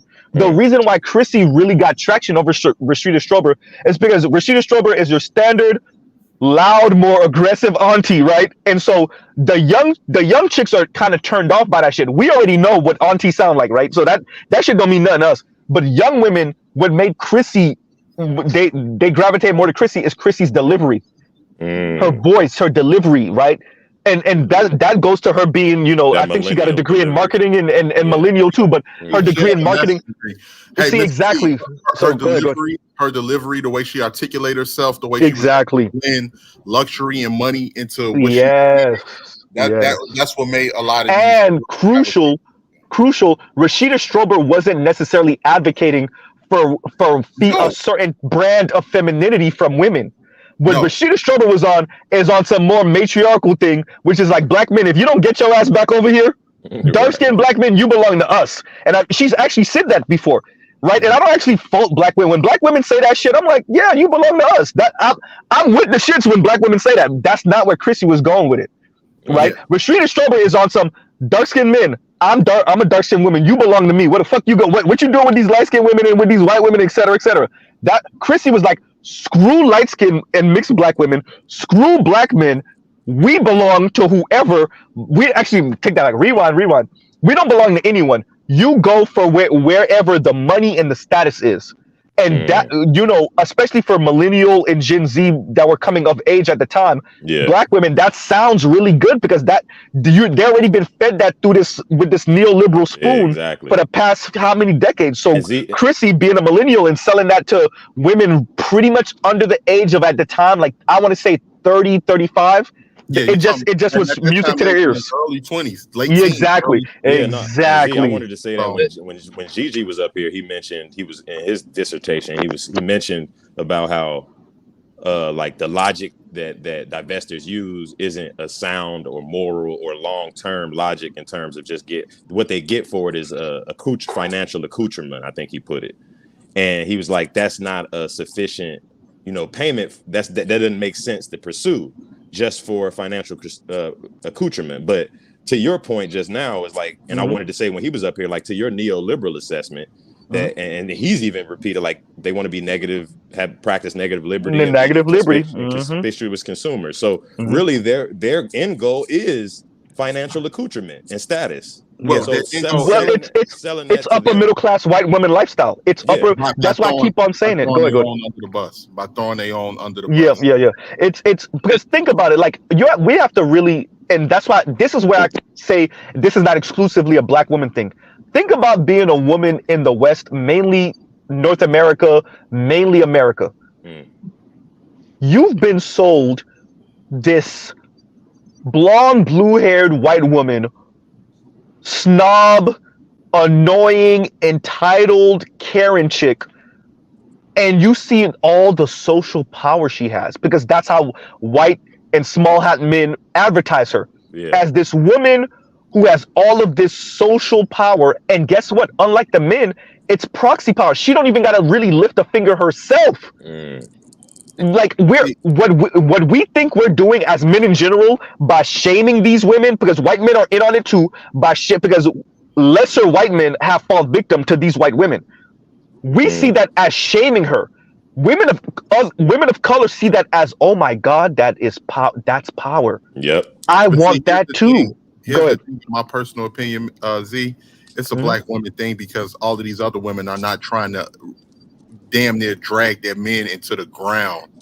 I agree with that part, but it's not the pursuit of that type of power is not exclusively black. But the throwing your man under the bus at this level, it is black. I agree with that. It's a separation in degree of desperation. Yeah, black women exactly, like the most desperate Western women in the West. Yeah, so, And my thing is like how it's no really. Oh, go ahead, Better you. Lion, I said Lion. Lion, you could have stayed on. I was gonna let you go. Lion dropped. My bad, Lion. Lion was like, y'all niggas ain't even good direct to me. My bad, Lion. Go ahead. Appreciate you letting me cut in, bro. I'm trying to get in for a bit. But definitely go ahead. Definitely go ahead. There's a reckoning that's gonna have to be had for all women, not just black women, because to kind of address the M.N. Hoskins first one that you highlighted from like 60 miles ago, the way that society and societal pressures and policy is pushing it is going to come a day very soon where I believe it's currently a little over 40% of women earn more than the male counterparts. Facts. Gen Z, that's pretty much, it's probably not a stretch to say that's going to be parity. The myth of the patriarchal, white patriarchal, he earns this, I'm a kept housewife, that's a fantasy. It's always been a fantasy. And when it comes down to it, our women are really going to have a reckoning amongst themselves. What is it that's important to me? Is it purely being somebody's bust down, having some proximity to somebody with power? Is it having a fulfilling relationship? Is it just getting money and degrees and dying alone? What is it that is important to? Because I would argue right now, our women are pursuing things that leave them unfulfilled, that leave them wanting, that leave them lacking, and ultimately hurts all facets of the black society. Yeah. Can I add something real quick? Can I add something to that? First off, shout out to Better You, brother. I don't consider them our women because whenever you take it to this extreme, you ain't no woman of mine. That's just me. But I would say as well is that, and after 18th we're gonna let Lion speak, and then we're gonna start doing our closing because Mr. Z actually has a relationship, and I have to do boyfriend things today. So y'all go ahead. So like with this type of situation is that, and like I said before, which I've said on Mrs. Z stream before, what's crazy is that even black women that don't hate black men they are scared to death because they realize how much of a gynocratic situation. I agree with this, and they don't want to speak up against it because they're afraid of getting swarmed. They're like, and they can't even say anything. That's why you hear so many black women like that love black men and saying, I don't even have a lot of female friends. I don't, because these women are, oh man, these women are like, and the thing is, with people like Chrissy and Paris and Cynthia G, they've made this 3 times worse, in my personal opinion. I think it's always been there, but they have put the battery in these women's back, and now these women, they're on autopilot. They don't know which direction to go. Hey, let me address this because what you just said, and then this comment from N.M. Hawkins. And for those of you that want me to kick N.M. Hawkins, I'm not. I like that the sisters come in here and say what they want to say so that y'all can see that Mr. Z ain't making it up. And not when I say y'all, I'm not only talking about y'all. I'm talking about whoever the alphabet boys are, the whoever the hell's right, the who's that might be snooping in. I want them to see that Mr. Z is not making this up because anyway, so N.M. Hawkins says they in the right place. You the investor social work. Right, exactly right. And N.M. Hawkins says black women have always been marrying black men with less. Black women want to get the same as other races of women. Okay, let's pause right there. Number one, the median household income in America is $70,000 a year. You are getting the same as every other woman. What are you talking about? The median household income is $70,000 a year. And actually, you're getting better.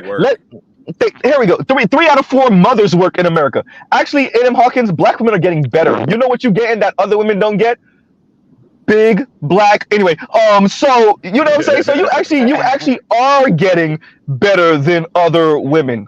right? Because other men don't care about goddamn their woman's orgasm. They don't. Can I add to this really quick? Can I add to that too? Real quick? I just wanted to say first and foremost that shows you right there that these women don't know other cultures like that. They really don't. They don't. Hoskins, sweetheart, you don't know other men in their cultures like that. You're listening to divestors and what they tell you, and they're selling you on propaganda. And on top of it, you don't interact with a lot of these people. You don't, because if you would know, like what Z said, the average household is $70,000, and if you knew median. You know, I'm sorry for correcting you, 18. I don't like see that's Naaman. Naaman be correcting you in the mid sentence, but I don't correct people in mid sentence. The only reason I did that is because I don't want them to get to hear you say average and be like, see, she's wrong. No, when it comes to this type of thing, now with people like this, you got to play semantics with them, because they'll hang you on the fact that you didn't use a period there or comma there to dismiss your entire statement. Exactly. But go ahead. I have OCD. Yeah, so I was gonna say, like, that's why, like, with women like her, like, obviously, I'm a little bit more cold-hearted. I'm not gonna lie, because I don't feel like I can trust you. So once they go off on that deep end, no, you already shown that you will slit my throat, and you're willing to. I agree. And you're willing to go. You're willing to do the dirt of these white men just for a few trinkets and crumbs. So no, I don't feel sorry for these women. I don't care if they having mental breakdowns. I really don't. I just want to say too, we got too many deep voices in this shit. 18th is here, Compassionate is here, Line is here. There's too much shaking at the table in this motherfucker for me. Okay. So I just wanted to say, me and my light ass voice. Y'all go ahead. I just want to say this, and I'm gonna finish because I want to let the other brothers get their word in. But I don't care that because we was getting attacked from every direction 2-3 years ago on the internet. We're getting attacked by racist non-black men. We're getting attacked by racist white men. We had black women backing them up. We had like all of these different and white black women cheering on racist white men like Destiny and all of this. So I do not care. I love me as a black man. I love my brothers as a black man. I don't care or feel sorry that they are in desperation. And I'm not going to be like, oh, sweetheart, it's all good. There. You know not what you do. No, the hell with that. You know exactly what you was doing. You thought you had a bargaining deal with it, and you end up falling short. Let's call it thing a thing. There, especially when you look at the Yannies, the Chrissies, the Lexus X's, these are people like the reason why, and I agree with 18 that we don't give these particular people passes in particular. They can't claim ignorance, yo. They cannot. There's no way in the world.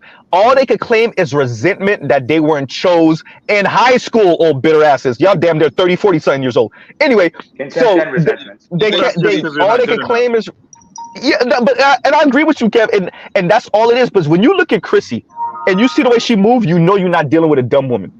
You know you're not dealing with an unintelligent woman. So yeah, I know you want to move on to the next thing, and I just got a couple statements on this. So I look at it like this: if a woman, what we're gonna do is real quick, Kev C, then Lion, then Gilgami, then Better You, and then we're closing. We're gonna do our closing statements. And then Naaman, you're gonna be the last person closing statement. Go ahead. I just wanted to add this real quick. I just wanted to say, you know, they rolled the dice and they hit a snake eyes. I'm still a little upset with you know who for not really speaking out on Chrissy and all of this whole situation. I know, but I think he might feel a little embarrassed because he know he bought her in. He bought her in. He know he bought her in. Yeah. I think he feels guilty, and all of these divestors and all of these people. And she like I agree, and I'm sorry, 18th. I'm gonna shut up in 20 seconds. And I agree with you. You're the one who really made me think she was feeling him, and he probably rebuffed her. And then that's when she went scorched earth on everything. So I agree with when you said that, it really made me think like, you know what? Yep. And I think that's another reason why he's quiet on her, because he doesn't want to, you know, ignite her ire towards him again for pretty much giving her the cold shoulder. Like, we're cool on YouTube, but I seen your picture. I ain't really messing with you like that. Anyway, go ahead. And then Kev C. That's all I was that's all I was gonna say. And it's a lot of these women. And these women that went around sleeping with non-white, non-black men and getting taught. And the only thing that I hate and I regret is black men's ignorance on not knowing, or not having enough pride and not knowing that these people are they trying to do the reach back, bro, and that's it. Yeah. That's all we got to say. Yeah, no, I agree. If I may, well, real quick, better you. Let's let Kev C and then better you. Oh yeah. Just a couple things real quick. So look, I always put it back on the women. If you want a guy who makes $250,000 a year, look, you got to be a good enough woman to get him. If you can't get him, that's your fault. That's not black men's fault. That's not any man's fault. That's on you. You're just not a good enough woman. You don't qualify. You don't look good enough. Your weight's not right. You're not pretty enough. You got too many. Whatever you got going on. And Kev C, you could just tell them the truth. Kev, here's the bottom line. They're rare. Before we even get to the fact that listen, ladies. Once you get to better you level and above, it's a cat fight.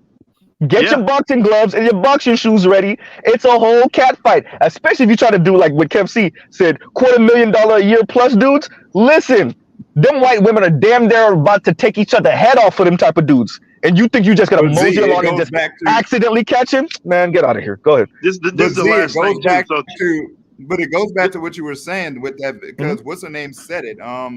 Sam Cooker said it. After this, we gotta get Kev C back, elder privilege. But go ahead. Yeah, is it that black women don't know how to compete? Is what Sam Cooker said in that very same video. Black she did say that. She did say that.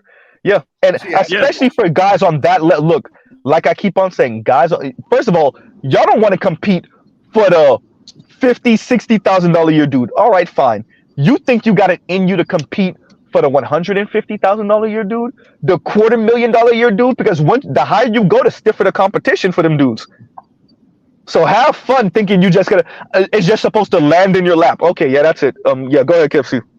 I'll say this last thing. So look, as far as I'm concerned, the divestors are overall failing, and I'll tell you why. If you look around and see who they're actually marrying when they go outside of the race, they're not marrying the men who are no better than the black men that they could get if they actually stay within the black race. Like literally, I'm waiting for them to actually get the mansions, the fancy cars, the clothes, the expensive jewelry, and all this other shit. They're marrying dudes who basically work blue collar or just starting out at the corporate level. And not only that, they're actually having to build with these guys. They're not walking into a situation where they're living a fancy lifestyle. I just saw a divester. She was on the Divest channel. A beautiful black woman, braids and all this other stuff. She went all the way to Europe to get her Italian man because he had an accent, and she's kind of bragging on him, kind of showing him around. Now it'd be different if she left the United States and went to go live with him. She's got this dude. She imported this dude, brought him into the United States. You know what that means? I already know how this ends up. She's taking care of him right now. So that's not how the divestment thing is supposed to work. If you're supposed to get better men, you're supposed to get better men. She should have left the United States, go live in his country, in his mansion, driving his fancy cars, taking trips over there in his country. That's not what she's doing. The Italian economy is not faring well right now, so I don't really know what type of Italian dudes they pulling. And Italian dudes are known to not get married until way late, and they known to live with their parents for a really long time. Black women. Most European. Y'all being exposed. Y'all supposed to be getting a better man, and you're not doing it. Like that would be my criticism of it. If men are better, then make sure they're better. If I'm already better than him, well, goddamn, what the hell are y'all doing out here? But it's not about. That's a lie. They're not really trying to get. Oh yeah, we know that. Yeah. It's all gaslighting techniques. It's gaslighting techniques. It's about white skin. Real quick, let's let Namer being in Europe. I already know where he going. I want him to say it. Go ahead, Namer. Go ahead and say that. First of all, me, especially particularly because I'm Eritrean, and we were an Italian colony, so we grew up with an Italian culture. My father, my grandparents, they all spoke Italian. What you fail to realize, folks, is if this is not just Italy, Spain, Portugal, Greece, most of the Mediterranean economies are in crap. The economies are not just in crap, but culturally, a lot of those folks, they unless they're going someplace else for university or some shit like that. They usually do not leave home until the day they get married. And that's some people stay with their families until like 30. Hell, the Dutch painter Rembrandt, who, although he was Dutch, he stayed with his parents well into his 40s. Did you know that? Yeah. And I didn't know he stayed that long. 17th century. Yeah. And that was back in the 17th century because they didn't have nuclear families back then. They had extended families. Yeah. So even though it's nuclear families nowadays, they still have that extended family mentality. And because the Italian economy being really shitty, worse than the Greek one, he had to go over to the States, just to get a better pay. I mean, a lot of the times because they're going to other parts of Europe, thanks to the Schengen or the open borders policy of the EU. A lot of them migrate to other places. I mean, there's my brother who lives up in Oslo. One of his good friends is Italian, and not only did she relocate up here in Norway because for better pay, but also she has a child with a Gambian dude, from what I understand. That baby passes for white, but it would be safer. It would be more accepting for him to grow up here in Scandinavia than down over in Italy, because they still have a level of racism, even though they still have like the African communities, Ethiopian, Eritrean, Somalis, going back to as far as like the 60s and 70s in some cases. So that racism shit is no joke in Italy. I mean, the actor Giancarlo Esposito, you know what? His father was actually Italian. He was born in Denmark to an African American mother and Italian father. A lot of people don't know that. At the end of the day, that's from Breaking Bad, folks. Before we even get to, actually, let me pause right there. Let me pause my statement because we have to get Better You in. I know Lion wants to speak, and then we're gonna start making our closing. So Better You, go ahead and say what you were gonna say, and then Lion, and then we'll Gilgami, Better You, Lion, then Gilgami, and then we'll just start closing out. Go ahead, Better You. I would like to get a word. I'll go ahead and get everything. Okay, go ahead. You'll be able to speak before we close out. Go ahead.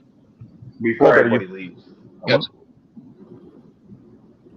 Go ahead, bro. Go ahead, Better You. Go ahead. Go Better You. You got it. Okay, got you. So to that, I want to chime in with what they were saying in that last one from N.M. Hopkins about wanting what other people have. There's perception that Black men and Black relationships are one-sided. And honestly, when you look at data, our relationships are some of the most sectarian. Even at my level, I'm going to gross over $100,000 this year. I don't know if I've ever shared this. My girl is in nursing. She makes more than me. Like, she comfortably. And it's one of those things where money, resources, things like that in our relationship has never been an issue. But she also knows how to treat me. And one of the things that I kind of resent when it comes to a lot of Black women is they lose out on some of the best men in the community, and other women see it. And I've heard it so many times. They key in on Black men because to them, Black men are easy. And I resent that. They feel like it's not a lot to get and satisfy a high potential Black man. But it's like a lot of times our own women are so self-centered, they refuse to even try to meet somebody halfway. And that's why when you get these people like a Tia Mowry, I graduated from my marriage. At 40-something, you ain't in these streets. Good luck, right? Yeah, but not even 40-something. 45 with 2 kids, bro. No, but the reason for that is what you said, Better You. It's one word. It's fear. They're scared to death. They're scared half to death because you get to call shots. That resentment comes to aim because the fear they get left behind, but they also scared because anybody will do, because in their mind anybody will do better than a Black man. But then you see the statistic, and then you see they can't get the better man, the quote unquote better man in their mind. So they come back here with all this resentment and this anger, and we're like, no, get the fuck out of here. This not like KFC say, it's not our fault. You don't know how to compete. Yeah, and also the thing is, real quick, y'all. The name that I was trying to remember for Tamron Hall that she used to date is Lawrence O'Donnell. Thank you, Elkston. Before she ended up with her current white husband, I guess it was Lawrence O'Donnell. That was the guy that replaced Keith Olbermann. And then on the low, Tamron Hall was dating him, and a lot of people didn't know, but I knew because Mrs. Z be keeping his ears to the streets on stuff like that. I was like, God damn, Tamron Hall, you fine as hell. You not wasted. Anyway, all right, y'all continue. No, I was just gonna add to what the brother at the bottom was saying. She's Oh, I'm sorry, brother. I was just gonna add that. Also, talking about.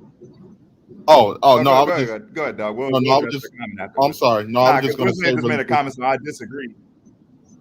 Yeah, she said I disagree. Black women always give. She was like, Black women always give Black men a chance in relationships and marriage. Man, with nothing but resentment.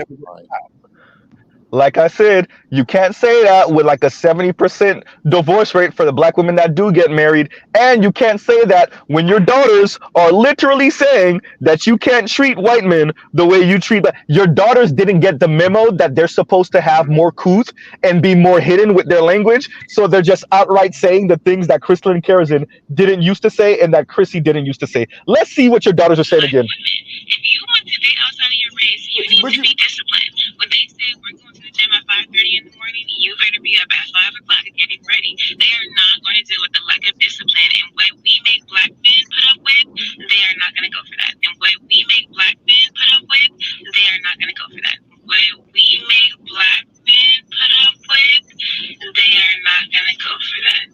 That's your daughters, N.M. Hawkins. Go ahead. And see, here's the thing, N.M. Hoskins. And you also, don't understand, sweetie. I just want what you don't understand, sweetie. I'm glad that you're here because we know why you're here. It's good to hear the perspective on men from men because you're tired of being lied to. So thank you for that. Thank you. Thank you. You're tired of being lied to with no results, and you want to hear from men, the people that you want to date, have intercourse, and hopefully take care of you. You rather hear that from men than other women. And 18th. You realize you're not just talking about me, right? You're talking about why, because a lot of people like to pretend like they don't know. Why were so many black women watching Kevin Samuels? Because all the rest of you were lying. Yeah. All the rest of you sounded like Kristen and Karazin. All the rest of you sounded like, wait real quick. All the rest of you sound like Chrissy and Yanni and Paris. And as a matter of fact, what day was it? I was watching one of them and they were throwing a fit because they knew that their subscribers was going over there listening. I think it was Chrissy. She threw a damn fit. She knew her subscribers was going over there watching Kevin. Yeah, Chrissy, because you're full of crap. And your subscribers knew. So they listen to you. Go ahead. Good. Here's my thing about this whole marrying down thing. Let's just bring up statistics. Black women, your net worth is $1,700. You weigh 107. The average woman weighs 176 pounds. Black women weigh 186 pounds. The average woman weigh the average woman is 5'4", 169, and so the average black woman. So you're the heaviest and the brokest, and you talking about marrying down? Yeah. With that high ass eviction rate right now. Hey, well, and you wouldn't have an eviction if you were what? With the man? Hey, I apologize. Can I have a quick word? Go ahead, because we're about to start making closes after this. We got to get Gilgami in. Go ahead and say what you're going to say, and then we got Gilgami. Gilgami over here, African brother, waiting patiently. Go ahead. Discipline. I'm not understanding the obsession that, like, y'all got down south with, like, just fucking with B-dubs. It's like, bruh, you got it's the food. From all races, like a very multicultural country. You got women of all races, but y'all fucking with the B-dubs that don't respect you, and they're fucking with you. It's the culture. Like as BGS would say, wherever BGS is, he would tell you it's the culture. We were raised to do that. I understand it's indoctrination, all that kind of shit, but it's just like you got chicks around you that are treating you better, but you're still choosing to deal with that. Because me, it's like, I'm a nigga that be like, yo, SYSBM, right? But it's just like, I'm not talking about just don't fuck with B-dubs. I still fuck with them too. As long as they flat back, then I fuck with them. Hysterical. I'll fuck with them. If they flat back, then I'll fuck with them still. Nah, bro, I need the bubble, bro. I need the bubble. I tend to like slim with a bubble, but I'll do thicker with a bubble too. I need the bubble. I can't do the flat back. If they have a nice attitude, you know, like the Latinos, I go for. But what you have to understand too, and I think you said you're in Canada. I think what you have to appreciate is American. Once you go south of that goddamn Canadian border, you dealing with a different type of woman. Then you have to understand too, like a lot of Latinas and brothers in LA will tell you this, brothers in New York will definitely tell you this, and brothers in South Florida will tell you this. The Latinas are not their personality might be a little bit more pleasant in the beginning than black women, but it's not as jarring of a difference as a lot of men like to make it seem. Latinas, especially East Coast Latinas, New York, South Florida, I'm telling you, they on the same ish, right? They're pulling some of the state. Y'all gotta remember, Cardi B is Latina, y'all. Let's not pretend. Dominican. Right? So we gotta remember, like, and Cardi B represents way more Latinas than brothers would like to give credit for, right? There's a lot of Latinas on the same kick as her.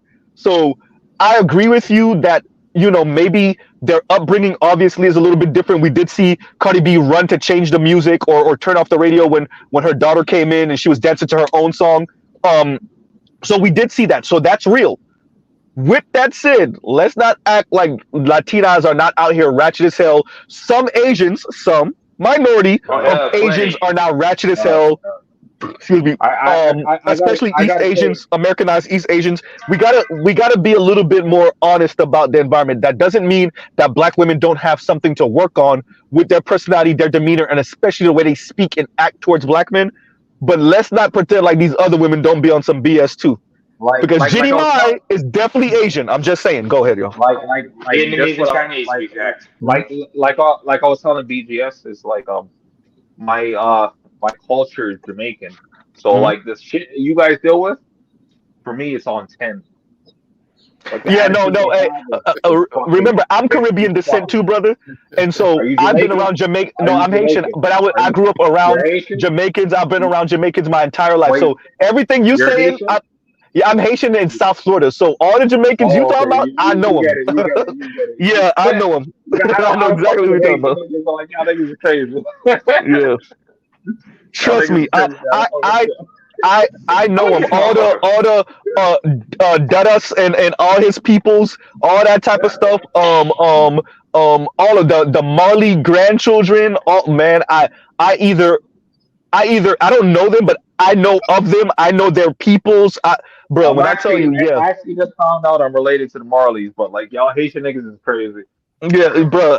So when I tell you I know about Caribbean ratchetry too, and that's why I like to tell ADOS, like, I know that y'all here. I know I grew up obviously mainly with ADOS, but when I tell you the Caribbean is on the same thing y'all on, I'm telling y'all, it be especially my Jamaican folks and Americanized Haitian folks. Shit, man, I'm telling y'all. Jamaicans, they call us the cockroaches of the islands. That's what the Caribbean call us. They call us the cockroaches of the islands. I don't say that, but I don't get into being derogatory towards other Black people in the diaspora, especially if we're not playing the dozens. Around the world, like in the UK, the US, Canada, Jamaica. Like I got family like a lot of places. Oh, you're talking about that. Let me get through my super chats real quick. And Dre also says GG PhD tax. Dre, thank you for that. And you know, GG been gone for a minute, but thank you. Big Kev says that lower marriage to white men narrative is a lie. Big Kev, next time you come up, we got to talk about it, because I want to see the different perspective, because according to, and actually saw something that spoke to that. I think I saw something that spoke to that, so I don't. That spoke to black women's divorce rate with white men being lower. So, but I think it also is a function of the fact that their marriage rate with white men is low as hell too. So, you know, they don't want to speak about that. So that part. The Black toxic masculinist says many of the Black men they do want to marry and surrender to are the ones they don't qualify for. This is where the saltiness comes from. I agree with that. And quite frankly, let's be honest, Black women don't. Number one, they don't want to compete. So yes, Miss Cooker, you are correct. And Lion, thank you for that cash app. They don't want to compete. But secondly, there's a certain demeanor you have to adopt the higher up you go financially outside of entertainment industry, right? If you're gonna make your money and get your status white collar, there's a very specific way they're moving about, right? There's a lot of things we get mixed up. As a matter of fact, didn't Congress just pass this? Because I think a Congress member tried to make it where you didn't have to wear ties and all this other stuff as men, and like Congress was like, yeah, no, you still got to wear it, right? Yeah. So like, there's a very specific stuff a little while back. Yeah, you know what I'm saying. So like, there is a very specific way you have to move, speak, act, and so we have a lot of Black women who think they're going to be able to not adhere to no rules, no norms, practice negative liberty, and still have this like opulent life. It don't work that way. Television done got y'all all the way messed up. That's not how life's gonna work, you know. It's not that they don't compete. It's like we just have to start saying it. They don't know how to compete. They don't know how. Yeah. Ooh. And you know, wait, Lion, why don't they know how to compete? Why don't I'm happy you say why don't they know how to compete? Why don't they? Why do they not know how? Because the numbers don't translate. How come all this talk about education? How come the money don't translate? All this talk I agree with you. How much better they're doing? How come education doesn't directly translate into finances? Hey, let me say it. Let me give y'all something to consider. No, let me give y'all something to consider. The reason why they don't know how to compete is because they don't have to compete for black men. Mm-hmm. No, I mean, no. That's the main reason. Yeah, I'm taking black men out of the equation. How come they can't get the better white men? Why can't they get the Asian men? Why can't they do it? Because they. But that's what I'm saying. They don't know because they're not socialized to have to compete. Period. And the default would be black men because they're in the black community. No, I'm agreeing with you, but I'm speaking about before they even get to non-black men, right? No, I'm talking about black men. Like you mentioned black men, and I was saying when it comes to black men, it's because they don't think they have to compete for black men. Yeah, no, I'm agreeing with that. That's the part I was saying. Yes, that's the part. A lot of these dusty niggas would accept them. And so because they don't have to compete for black men, because they don't have to compete for black men, they assume even though people and 200, 300 pounds, niggas would still wipe that. Yeah, and this is true, but it's this assumption that I may not. They know they have to do more for non-black men. That's what the young lady was saying, right? They know they have to do more, but they don't really appreciate how much more, right? How much different it is. Go ahead, and then Gil get me after this. Go ahead. Let me add something to that real quick, Mrs. Z. If you're picking dudes that's bums or whatever, and you turn around and you get intimidated by a black man with standards and a black man that actually has things in order, and you scared of him, then you're not even going to be prepared to deal with non-black men who are of the same standard or higher. Because it's all they qualify for. And that's why, and that's so because it's different elements to it too. You have certain women too who still want that power and control, so they purposely pick lesser value men because they want to be able. Was that a rhetorical statement you were trying to make there? No. But see, you like kind of like we're talking to yourself there. What are you talking about? I asked if that was a rhetorical statement that we were making because you kind of talked to yourself there. I kind of missed that. I don't. No, you said that like you said that. What are you talking about? Let him land. So let him land so that 18th could understand what he's saying. Go ahead, Dre. I just said that he said they're picking bums that are like lower than them, so like they can have a level of control and whatnot. And they won't pick dudes that are like above them because like now they know they have to compete and they have to do certain things. Like that's why I asked, was that a rhetorical statement that you were saying? Because like there's no other way to look at it other than that. Well, if you know. Well, the only reason I'm saying that is that if you're afraid to date men on that's the same racial group as you on a higher level, then you can forget about it. Going like even when they go into these relationships with non-white men, their whole idea is I'm gonna just do whatever he asks me to do, or I'm gonna just do whatever he. Dre, let me reword that if you don't mind, because I know what you're saying. Let me say this to Dre real quick. What we're saying essentially is black women don't get with black men that are above them because they don't think you're deserving of how they need to act to be with you and to keep you, but they're okay with that with white men. It's inherently anti-black. What it's saying is, I can't be with this well-to-do black man because I have to adhere to his rules, and I'm racist as hell, and I'm not gonna do it. So I can be with a white man in his position because I can adhere to those rules and those norms. So I completely understand that, and like I have an ex that I've dealt with for 12 years, so I completely understand all that shit. Well, damn. Okay. Wait, Dre, how old are you? Because I was guessing you were in your 20s somewhere. I'm 32. Oh, okay. And I just wanted to add this. I completely understand all that. It's just they don't understand. It's like a dude that has his shit together and has like. Okay, this is what we're doing, y'all.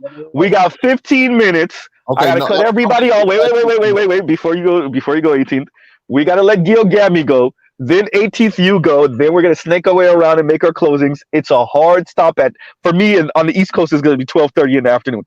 So Gil Gammy, go ahead, and then 18th. Or 18th, if you want to go now, you can, but then you're going to practically have to make your closing right now, too. Real small thing. Go ahead. When it comes to Chrissy's content, I think Chrissy even gave up, because remember, she was talking about y'all don't want to compete. Y'all don't want to compete. She did say that. Yes, she did. I think that she realized that, you know what, and she already thinks black women are stupid. Chrissy, so she thinks she's smarter than the average black woman. I agree. From that point on, that's when she decided to say, you know what, I'm just gonna manipulate y'all and feed y'all this type of content and keep y'all just coming back, because I really don't have no hope, faith in, you know, what y'all trying to do. That's all I just wanted to add. Also, I'll say this too. Do you remember Chris Logic? Remember her? Yeah. You remember when she got caught? And shout out to Accountable Commentary, because that brother exposed her for putting up people. She was taking people's Instagram pictures from interracial marriages and putting them on her on her page, on her community page, giving them fake names and say, shout out to this person. They got married after watching my content on YouTube. And one of the black women that was on that picture that she took had to come to her and say, you know what, you're using my images and everything, and I didn't approve of this. I don't even know you. You got this off of Instagram. Embarrassing. What are you doing? And like, she was like, I don't have no issues with black men, anything, just because I'm interracially married. Why are you doing this? Because this is going to fall back on me. And that's all I wanted to add. No, that's true. Go ahead, Gil Gammy. Finally, go ahead, Gil Gammy, with the discipline of a West African. Anyway, go ahead. Central African. Oh wait, yeah. From where? First, thank you, Mr. Z, for having me on the panel. Greetings to everyone on the panel in the chat. Bonjour, mon frère. Bonjour. Regarding the issue of colorism, I think if you you're really African. if you analyze the situation from I would say from a biological, anthropological, historical, and ecological standpoints, things begin to make much more sense. Whether it's the colorism on the continent, the Caribbean, the Latin community, or the United States. If you look at women as receivers and that they gain their status depending on the approval of men of a community, then where in Africa are you from, brother? Dre, let Gil Gammy get this out so that we could, because it's a hard stop at like 14 minutes. Everybody, go ahead. Yeah. So where in Africa are you from? Dre. He said Congo. Oh, Congo. Okay. Yeah. I know people from Congo. Yeah. So if they receive their status depending on what the appreciation that men have towards them, and that they gain the economic attributes, the social attributes, and if you consider the ability from different species of biomimetism would explain the attempt of black women of attempting to resemble white women in different categories of manifestation, especially the phenotypes. Let me get that one more time. Bio what? Biomimetism. For example, when you observe certain animals attempting to resemble other animals who are perceived as more dangerous, because they try to mimicry. Exactly. Yeah. Are you influenced by the French? What? Yeah, Dre. Let Dre real quick. Dre. Let him go through, and then we will ask questions later and whatnot. We got time. Gil Gammy comes up all the time, so let him get this out real quick. Go ahead. I didn't mean to interrupt. It's just I'm about to head out here. I'm just yes. CJ, you're on the locals right now, so I'm about to head out.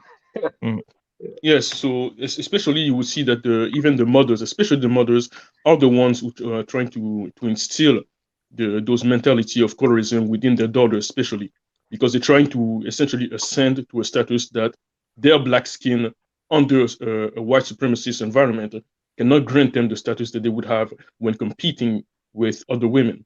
And especially you will observe that every man of every group prefer the women of their own group. White men prefer white men, black men prefer black women, so forth and so on. But you know you did a Freudian slip there. You said white men prefer white men, and I died inside.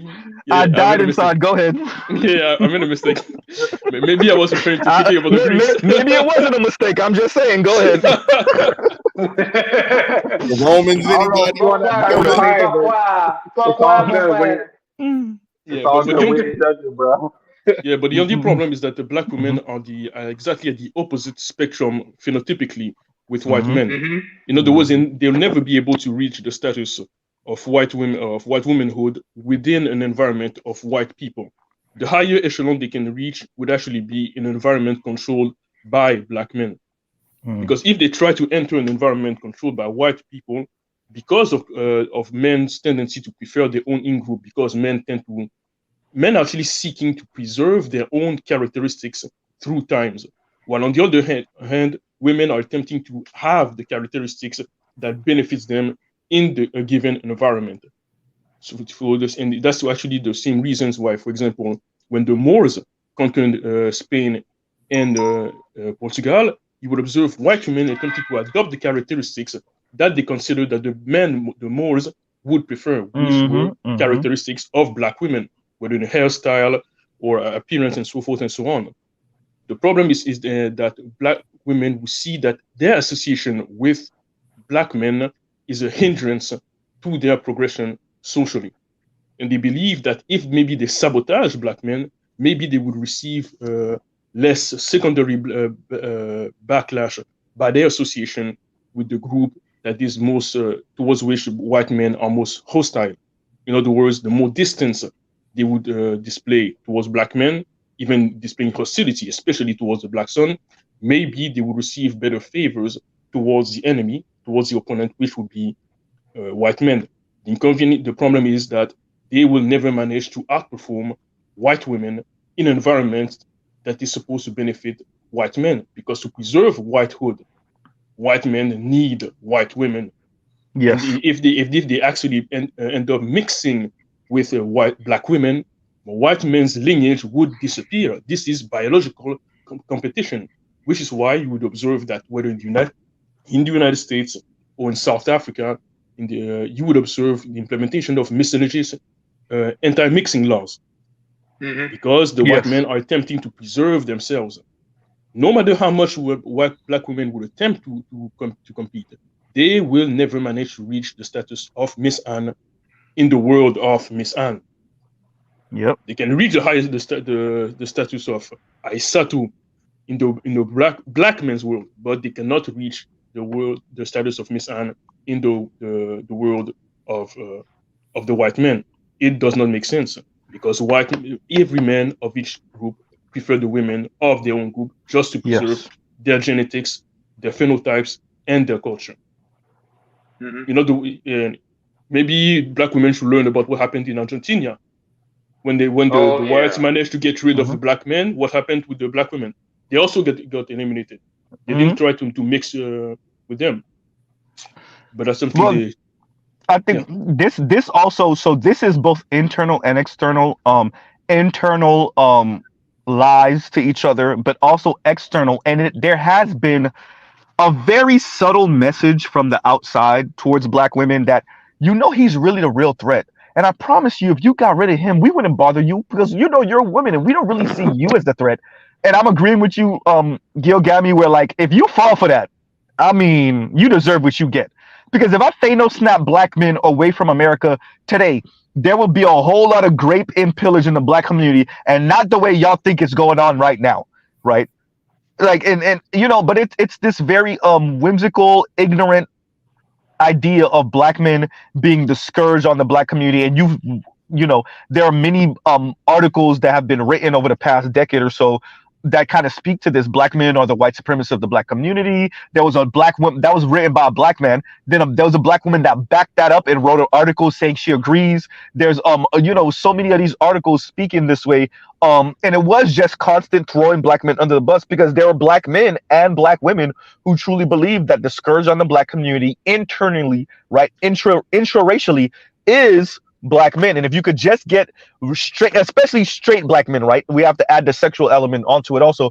If you could just get straight black men to act right, which is essentially, let's be honest, act like a woman, even though they act to act like none of these things are like non-binary things, whatever, then we would be in a better place. If straight black men would just act like they're gay, if they would just act like they're women, if they would just feminize themselves, then wouldn't this be like a safer world for you, right? And I'm pretty sure there's a whole lot of gay black men that are like, actually, right? So anyway, and on that note, everybody start making your closings. But yeah. So whoever want to go first, and we'll just Can I start make a making our closing closings. thought real quick? Go ahead. All I want to say is like I appreciate you for the stream.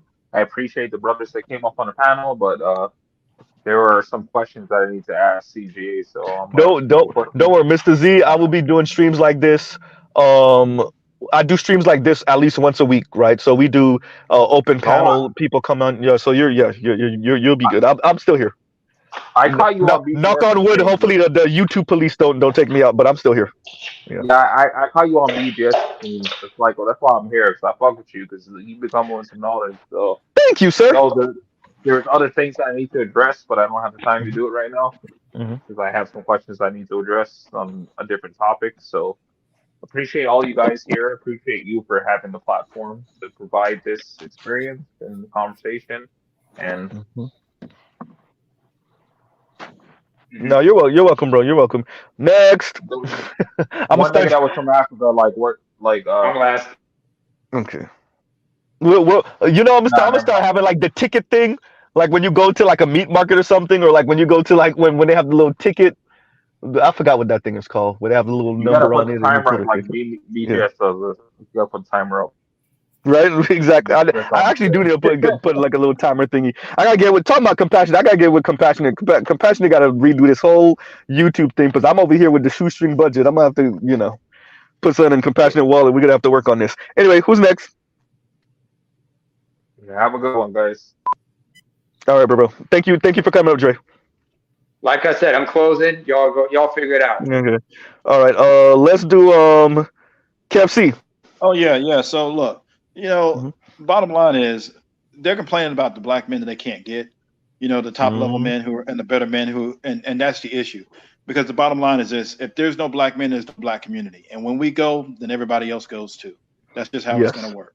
So this idea of trying to sabotage the best and the better men, we won't allow you to do it. And where the community is where the men are, not where the women are.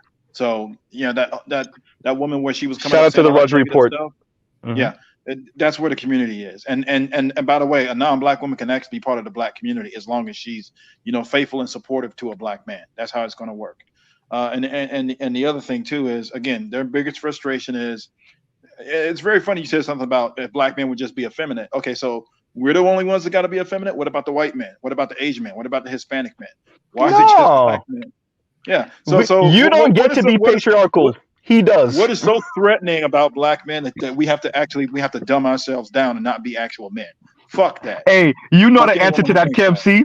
Big black. Okay. Yeah. Shout out to Obsidian. That's my whole point. Yeah, we're the actual problem, and because we won't go away nicely and quietly, then that's why we're always under attack, and that's why they get all the benefits and everything else, and they aspire to be Miss Ann and all this other stuff, which you've clearly let out, explained out very well that it's never going to happen for them.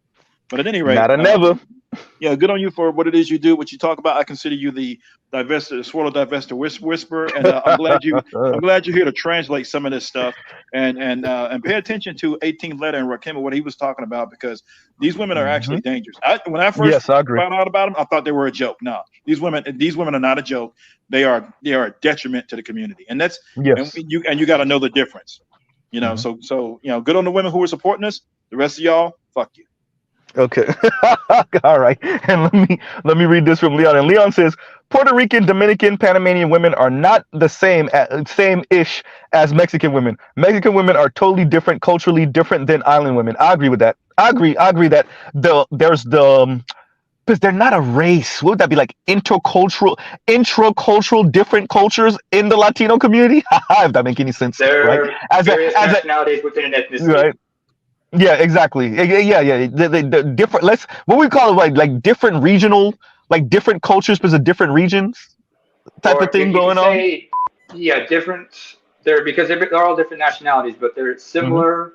They speak Spanish differently because and their cultures are different from place to place. Because how folks in Central America get down, it's not the same as the folks in Mexico. In fact, the Central American folks hate Mexicans and vice versa. I agree. If you forget, Latinos hate each other. I mean, you ever seen Dominicans, Cubans, and Puerto Ricans? Yeah, I'm on the East Coast. I know. Right? Argentinians, Brazilians, Chileans. York wines. Yep. So anyway, continue. Well, a lot of them are united when it comes to hating black people, but other than that, go.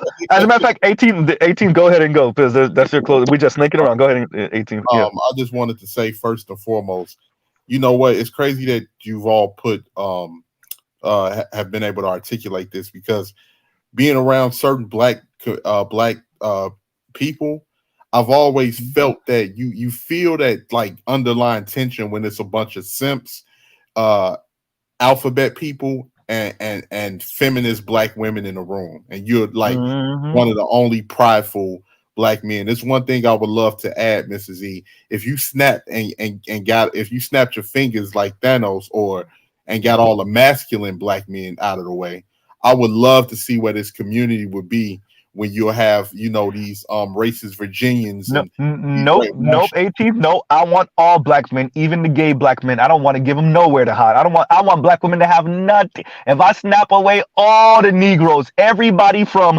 goddamn Logic Color, who damn don't even look black, all the way across to Wesley and them boys. I mean Digimon. I mean dark, right? I want all the black men. If they don't snap all of them away today, I would love to see how the black community fares. That would just be black women. Day one all the way to, let's say, a decade out, 2 decades out. I would love to see it. Well, the only reason I said I would like to leave them and the simps behind here because they cowards. And I would love to see how they react in combat. I think the simps take a step further in aggressiveness for the women more than the alphabet boys, but once the simps get dropped by a couple of AR rounds, then everybody gonna get scared.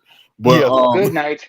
But whatchamacallit, but also we have to understand that when it comes to the community, this is why I feel the way I feel. Like I'm just gonna keep it real. A lot of these women are opposition. A lot of people in the black community are opposition because they have literally adopted the mindset. They've made such a business off of it. It's been instilled in their mind that even when you walk in a room, not just with white people, but even when you walk in a room with other black people and your head is held high, and if these simps or alphabet boys or feminist black women are around, you have a deep voice, you got broad shoulders, and you proud to be a black man, a heterosexual, straight, masculine black man, that makes them feel very uncomfortable. Very uncomfortable. And I think that we need to fully understand that. And at this particular point, I'm not ashamed of because they've lied so much, they've thrown so much dirt on our name. They have literally tried to get us out the way, bro. They literally tried to get us out the way. So you should feel afraid. I hope you do feel afraid. Like as far as if you're intimidated by black men like me, yes, I am. In my head, I am James St. Patrick. Yes, I am. Like from Power. I'm him. So like, and that's the thing, like, and a lot of like black men, I think it's time for us to stop pleading with these women or trying to explain anything to them. This is just for the younger generation because as far as I'm concerned, yes, I will be aggressive if you view me as I love my women, but I love the women that love me. I don't have no love for any women that hate me just for the soul of being a black man, and I will respond aggressively. I will. And let me end you right there, 18, because I gotta address this. But I'm happy she said this, right? So I'm addressing N.M. Hawkins' comments that pertain to not just the overall subject matter, but some of the things that we speak about in the Black Manosphere. And N.M. Hawkins says, a man who take care of his wife and children is not a simp.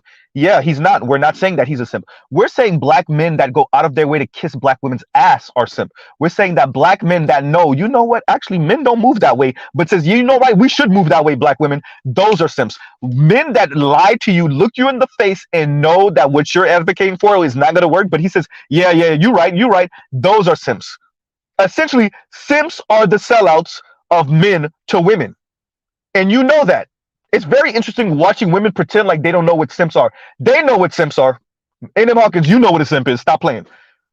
Stop playing. Simps are the guys that y'all put in the friend zone, and he know he in the friend zone, but he's hoping and praying and wishing that one day he's not. Those are simps. Simps are the people that tell you what you want to hear, that throw themselves in the way of you. Let's say A.M. Hawkins, you start an argument with some random man, Let's say you actually get physical with that random man. You strike that random man. A simp is the random ass other black man out of nowhere that comes and quote unquote tries to protect your honor. That's a simp. Let's stop pretending like we don't know what simp is. You're right. A man that take care of his wife and children is not a simp. You are absolutely correct. And no one is calling him a simp. We're calling the man that lies to you a simp. We're calling the man that comes to quote unquote defend you when you don't need defending a simp. That's what we're calling a simp. I'm just saying. And Go if ahead you and notice, finish up 18. the ones that got this type of, and you can have what I like reformed pookies that are simps too. I've seen them online. Yes, those are the same ones that got all of this aggression towards black men, but still asking black men to come to the table. If you was really that much of a man and you was just as awesome as you say you are, that you got you're a reformed pookie simp, you would be able to handle it yourself, but you can't. And there's nothing like, that's why I'm not, look, I love my brothers, man. I love my brothers. And I want us to realize, have some self-respect and realize the power that we hold. And for the black women that's coming along with us, I love you to death. You know, we got your back, but you might have to learn how to get along with other races of women, because that's what it looked like we headed to. It looked like we're going to have 50% black women that love black men, and the other 50% going to be non-black women in a minute. Hey. So, like, that's where it looks like we're going, because a lot of these, once you go too far down that dark tunnel, and y'all let Chrissy send y'all down that dark tunnel, you let Yanni send y'all down that dark tunnel. Y'all, some of y'all was already down there. You just went deeper. But you just can't turn around and think we about to be sitting there waiting. No, actually, we about to be locking the tunnel door on you. You get what you get. You get what you get, and it is what it is. Much love to my brothers. Much love to the sisters that got love for me. And that's all I got to say. All right. Thank you, 18th. All right, better you. So I'll simply say this. As I said before, there's a reckoning that has to happen, because as society changes, the form and how a man and what his role is going to be pressured to change. And as such, if women want to enter these more male-dominated spheres and be men in certain respects, then they also have to reckon with, how does that affect them? How is that going to demand that they change in response to it? Because it's one thing to say that you want a particular man to show up a particular way, but across the board, that's going to be either, as you've said before, some people are going to start carpet munching, which we see how that works out. There's a lot of DV there, or people are going to get real comfortable with sharing, which that seems to be a big point of discontent and dishappiness. What did you say about Royal Rumble in same-sex loving houses? Oh yeah. I'm just saying. Go ahead. Agent Dean Herb. Mm-hmm. It's and I'm gonna send you an article I came across too. I thought it was really interesting. Okay. But the same-sex lesbian rate, divorce rate is 70+%. And naturally, that's funny and sad. Naturally, and I think it in response to a lot of these anti-black misandrist messages, which paint black men as these predators and these problematic individuals to be controlled and regulated. I believe that if you put a microscope on those type of relationships, you will see that, and this isn't across the board, because it's not all women, but a lot of these women that think like this and have these values, even in relationships with themselves, they can't make it work, and they can't make it work because they have work that they need to do within themselves. When you hear somebody that always is talking about money in context for relationship before they talk about anything else, I'm sorry, money ain't everything. There are far more important things than money. That's not to say that it's not a factor, but it's not the factor, because there's a lot of monsters that make a lot of money. And I can tell you right now, that people getting their ass whooped for a few dollars. Is that really the life you want to live? For some of them, yes. No, I agree with you. Hey. No, for some of them, yeah. Hey, Hope you get used to putting load. Hey, bro. Hey. I can't do it, but some of you ladies, the way y'all speak, y'all okay with some uppercuts and some backhands and whatever for the lifestyle and the money? Fine. All right, I guess. Well, not even just that. It doesn't have to be abuse. You have to deal with that man's family. Yeah. Oh yeah, the verbal abuse from Nana them. AKA Marilyn Markle. Right. Finish up the better you and then they didn't lie. Inside. Why is that bitch wearing sunglasses indoors? Right. Exactly. Go ahead, better you. And I'll just simply say this: if that's that person's choice to engage in such a thing, that's cool. That's all on you. Don't try to categorize all black men, like these good brothers that's up here on this panel, as those fucking monsters that you get. Let me better you. I am happy you said that, because N.M. Hawkins, I gotta address this comment. Says, so the rich man is an evil man. Let's see. Jeff Bezos got people peeing in cups. He had to step down because his people put pressure on him to step down because he knew it. Who else? Bill Gates would rather pay foreigners coming into the country with H-1B visas instead of paying your children for all this tech field and STEM. Who else? Elon Musk had people working throughout COVID. Which one of these people you think isn't? What's his name? Branson out of Britain would rather be on a boat trying to break a speed record than be in Richard Branson than be in the delivery room when his wife or baby mama or whoever the hell was giving birth to his child. I mean, you want to tell me, are they evil or not? You want me to keep on going? Biden told you if you don't vote for me, Biden told you if you don't vote for me, you ain't black, and then only thank you, and he's rich. All these immigrants to take your jobs too, black women. Yep. They take your jobs too. So you got that's Biden. Some of the anchor folks from Fox. Wait, y'all. Bill Gates. Not Bill Gates. Sorry, Bill Clinton. Before he became president, on the cover of his book was he took a picture with a bunch of black inmates behind him. Donald Trump said grab him by the vagina, and he know that if he shot somebody in the middle of Times Square, they would still vote for him, and they did. Which one of these rich dudes do you think isn't? And also, Biden, by the way, Biden's the same guy that wrote the 1994 crime. The 94 crime bill. Oh yeah, and here's the kicker. And his son is a whole crackhead. That part too. Yep. Oh yeah, well his son, it was cocaine in the White House that was his son, and everybody know it. Everybody know it. And here's another thing too. You talking about this, like Biden literally wrote the 1994 crime bill that got a lot of your older brothers, older cousins, or sons locked up behind and became a felon behind a nonviolent offense. So they can. Who lowered the welfare rate? By the way, which president was that? Mm-hmm. Bill Clinton. Yeah. So, when you say are all these and let's be careful, rich white men mainly, evil? I don't know. I mean, here's a better question. Show me the good ones. Hey, Mr. Z. Hey, Mr. Go Z. ahead. We can't forget about Bill Gates trying to find a way to depopulate Africa. And also, let's keep it real. We do know that a lot of these rich white European men that you all like, in them Hopkins, was responsible for pretty much putting out the AIDS virus.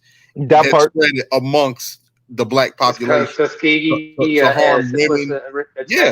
And let me ask you something, N.M. Hoskins. Do you know that a lot of these men that y'all love that want to divest to are the reason why modern medicine is the way it is, from experimenting on black slave women and experimenting on Henrietta Lacks and all this other stuff? So that's on you, sweetheart. But no, wait. Wasn't it not rich men that had what's her name? Sarah Bartman out here in a goddamn cage? Was that not rich white men? Yeah. I'm just saying. South Africa or Namibia? Yeah, I'm just so to answer your question, the biggest thugs aren't the dudes with Jordans and Air Forces and Reebok Classics. Shout out to Cash Money in the 90s, in the early 2000s. Right there, those are not the biggest. Your biggest thugs are middle-aged and old white men that wear suits. So are they evil? With all that being said, you don't want to believe that all rich my men ain't like, okay, so let's say we buy that there are a lot more rich, good rich men or white men. How you gonna get them? Yeah. How you gonna pull them? Hey, Mrs. Z. She said rich men wasn't unaliving people. They not unaliving people. Rich men aren't. Okay. Let's do this. Rich men aren't unaliving people. Then you tell me what the entire hell is going on in the Ukraine right now, because Vladimir Putin is a goddamn billionaire. If you didn't know. And what's his face out of Ukraine was an actor first. Name am I correct? Volodymyr Zelensky, he was an actor. Was an actor first. Rich, exactly. Rich. So what are you talking about? That's number one. Number two, Israel right now. Bibi Netanyahu got all type of corrupt deals going on in Israel. Rich. Benjamin Netanyahu. Thank you. And here's the kicker. Killing by the hundreds in Israel and killing by the thousands in Ukraine. What are you talking about? I'll give you another more. I'll give you some examples. Hey, Z. Yeah, go ahead. Yeah, she said rich white men are not causing a high black femicide rate. Yeah, that's wait. Hold on a second. Wait a minute. Hey, who puts all the high fructose corn syrup in your food? Is it not rich white men? Yeah, okay. Damn shame. Well, I asked her this question. I have this question to her. By the way, before I do Z. Oh, and by the way, the top 10 reasons. I think only one of them is not diet related for Black women. Black women's death, like 9 out of the top 10 reasons that they die prematurely has all to do with diet. And you know who's messing up the food? All of that is white men. Right. Like none of that is non-white men. It's not even other men of color. It's all white men. As a matter of fact, let me get this right. When the housing recession happened, and some of my people that was paying attention will remember this. When the housing recession led to a downturn in the entire global economy, do anybody remember what President Lula said out of Brazil at the time? Lula Silva. Name it, you remember? Huh?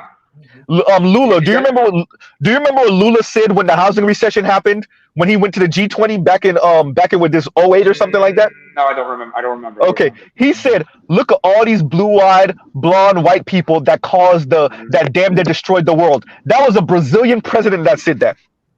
And he's so, N.M. Hawkins, when you say, and by the way, Brazil has the second largest Black population by nation, on the planet. So that means that white men are killing Black women. And the funny thing is, that's all. Lula da Silva. And the funny thing is, in Brazil, Lula da Silva. Better you, please. Better you. Hold the fuck up, please. Wait. Name it. No, wait. Name it. What we're gonna do is let Lion finish. Gil, Gabby, then you, and then you get to you're gonna close this out. That's what we're gonna do. Yeah. All right. Go ahead. Nah, but here's the thing. At the end of the day, you can talk all this shit, Black women to the day, to whatever. But at the end of the day, we're gonna need to see some sort of results, as in some sort of marriages. And honestly, we looking around. I was just in New York a few days ago, and I'm walking around, and I've been up and down this city. Now I've seen some Black women I've saw way more black men with non-Black women than I did the other. Hey, Mr. Z, not to interrupt the brother. She asking for the link, and M. Hopkins is asking for the link if you wanted to drop it. Oh crap! Oh, wait a minute! God damn it! Okay, wait. This is what we're gonna do. Okay, jeez. That was had a hard stop. Okay, all right, everybody, y'all know how this go. I'm gonna mute y'all so that we could get the convo with her. With Miss N.M. Hawkins, if N.M. Hawkins is a lady, like I always thought. And I guess I'll say this now. Thank you for the super sticker, Afro National. Y'all like, share, subscribe, hit the super chat. Maybe we're about to have a conversation with N.M. Hawkins. I don't know. Maybe. And we'll see. I just hope she doesn't start singing "Love Me in a Special Way" like Bunny DeBarge. No, she said not using the link today. Okay. All right. All right. Good. A minute. Yeah. I hate the narrative that rich men are evil. It keeps Black women from chasing financially stable Black men. No, Miss N.M. Hawkins, you're not the only one. All women, I haven't just heard Black women say, all women hate the narrative that rich men are evil, because y'all want to think that y'all are with the masters of the universe, and the masters of the universe don't have dead bodies under their goddamn house. Exactly. Y'all don't want to believe that y'all marrying Sam Bankman-Fried, or y'all marrying Bernie Madoff, or y'all marrying Bill Gates, or you marrying Jeff Bezos, or you marrying, name one of these dudes that's not a slime ball. Black women are not the only ones, and you're not the only one. All women hate that, because I heard Latina and I heard my own mom say that. This is no different than the years, but this is no different than before when dominating men in battle is how they got status and everything. It's no women hate to hear that. They hate to hear that they're marrying. I remember when there was a news anchor or news reporter. She was trying to speak. I guess she went to school with what's the Syrian president? Bashar al-Assad. Bashar al-Assad. Bashar al-Assad. I guess this white woman out of Britain went to school with his wife, and she was trying to shame the wife for marrying him. And I was like, lady, I guarantee you, if you're married to a rich white man out of Britain, I guarantee you he a slime ball. Shut the hell up. Which one of you? Name the woman who's married to a rich or powerful man, and he's not a slime ball. He's not evil. Name me one. Go ahead. Y'all didn't hear what they said on Game of Thrones? Which one of the characters on Game of Thrones said, if you kill enough people, that make you a lord. If you kill even more, they make you a king. Make you a king. Come on, man. Y'all better stop. That's no different than today. You don't think none of these rich, powerful masters of the universe don't got no blood on their hands? Exactly. Yeah. And another thing too, they like that narrative that rich, they want to play dumb, but they know. But if they say it out loud, then they know they don't have any cover to have plausible deniability. They can't say, "Oh well, I didn't know he was such a slime." You knew he was a slime ball. That's what attracted you to him. The power and the wealth. Mark Zuckerberg is uglier than hell. Half of these chicks would marry Mark Zuckerberg. Right. Now, and another thing to this is you got to add to that.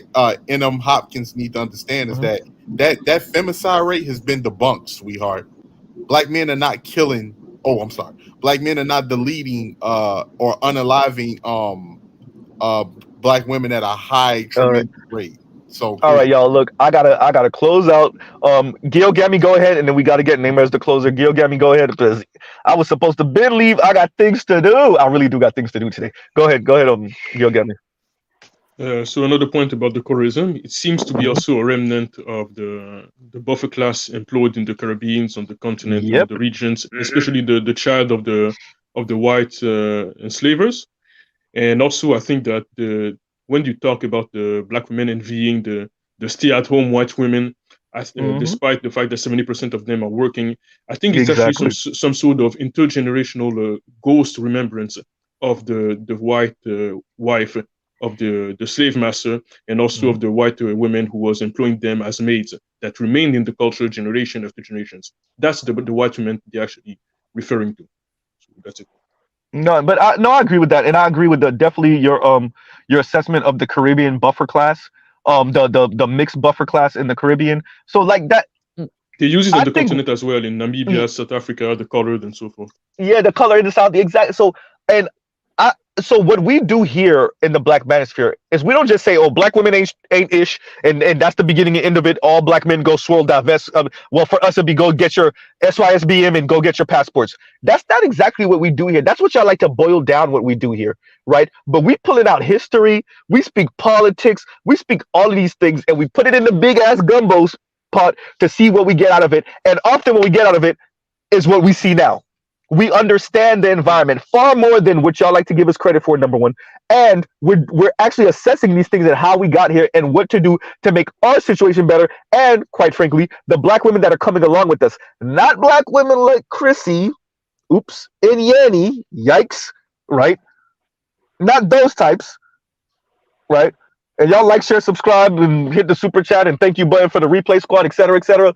But, this is what we do here is important. And quite frankly, the reason why you see this type of energy coming out of the Black Manosphere is for so long we weren't able to do this. Because, dear N.M. Hawkins, black women had the microphone. Black women were given the microphone by a white racist society and by their black apparatchiks. For a reason. Right? Exactly, for a reason, purposely. And once internet and high-speed internet came about and the streaming services came about, guess what? Now black men can speak to each other and speak to others without having to go through the white racist filter. And more importantly, and this is the fun part, black women get to do it too. And now that black women's words aren't being edited and their sentiments aren't being edited, guess what we hear? We hear black women worshiping white men. We hear the dysfunction unfiltered now. Now what? Right?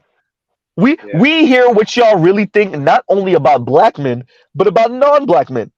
That's the important part. You want to know what we hear when we let your daughter speak without your filter, without white men's filter? Here you go. Black women, if you want to date outside of your race, you need to be disciplined. When they say we're going to the gym at 5:30 in the morning, you better be up at 5 o'clock getting ready. They are not going to deal with the lack of discipline. And what we make black men put up with, they are not going to go for that. And what we make black men put up with, they are not going to go for that. What we make black men put up with, they are not going to go for that. That's what we hear. Right? That's what we hear when we let your daughters speak for themselves. When we let your daughters speak for themselves, you want to know what we hear? This is what we hear.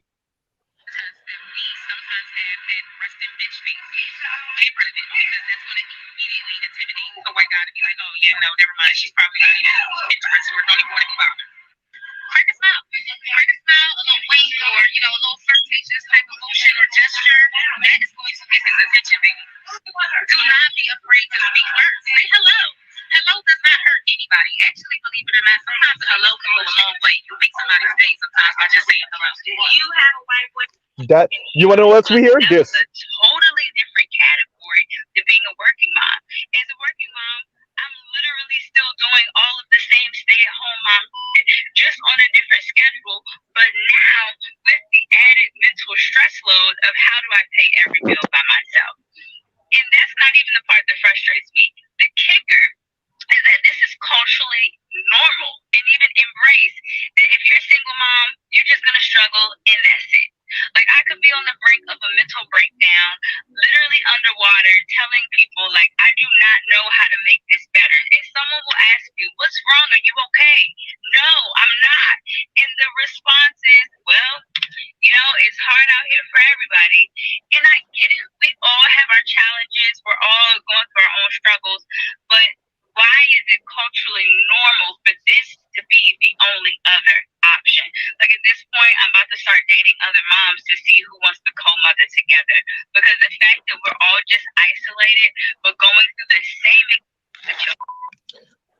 That's what it sounds like when we don't no longer have to go through the white filter, and black women, especially younger black women who didn't get the memo that they're supposed to pretend, when they start speaking, that's what they sound like. But just with that, just and like that one, with all that, what you just played is exactly why black women don't know how to compete. That's why I say what I say. All that you just said. That's why they don't know how. Right. So with that, we'll let Namer do his closing, and then y'all like, share, subscribe. Thank you, Button, for the replay squad, and we'll do our outros later. But go ahead and go ahead, Namer. Thank you very much. And by the way, to Indigo Flow, who said, I know a lot of shit, like you said, Z. Well, in my case, it's a lot of research, a lot of watching the news, observing things, and of course, instead of sativa, it's more mental health issues. You'd be surprised how much you start thinking outside the box when you have your mind. First of all, understand, like Ice-T once said, when a black woman ain't happy, she'll bring nothing but pain to every fucking body around her. So you understand, and that's something he said on Chris Rock's Good Hair. Y'all need to check out Good Hair because there's a lot of things you can learn from there. Not just about the hair issue, but everything that black women hate about themselves. Which links to this whole thing about marrying white men and having those mixed race children. Because imagine how many of those black women want to live vicariously through their mixed race daughters. Especially, and there's this movie you guys got to find out. It's called Passing. Tessa Thompson's in that movie. And what's his name? It's one of Stellan Skarsgård's son. the one from who's in the Norseman. He's in that one as well. He's in that movie as a white racist. And it's written by a woman who found out that her mother's actually it's written by a British director who's white for the most part, but she finds out her mother is actually mixed race. Because when you look at her picture of her mother, who was American, she passes for one, but she never talked about her father, because if you were found out that you were mixed and you were living among white folks back then, especially in the Jim Crow South, you would have been fucked up. But you have to understand, folks, this is who they are, what they are. Just like that, that Cardinals football coach once said, they were who we thought we were, and we let them off the hook, but we cannot let them off the hook. They were who we thought they were. Love it. It is what the fuck it is. Hell, we got to start listening. You got to sometimes peep some of the songs from back in the day. I mean, Mrs. Z, like I said, Buddy DeBarge from DeBarge, when she had that song called Love Me in a Special Way. Love that song. Who was she talking about? Who was she talking to? And the DeBarge family, and think of the DeBarge family. Yeah. Their father was white, but he was racist as fuck, abused the oldest brother. Yep. The oldest son, sorry. That's or a fact. another group, or another song. It was by a group called the Jets, who were like Polynesians. But by the way, pause for the cause, neighbor. Remember, Love Me in a Special Way. That instrumental, by the way, that instrumental is like all over hip hop.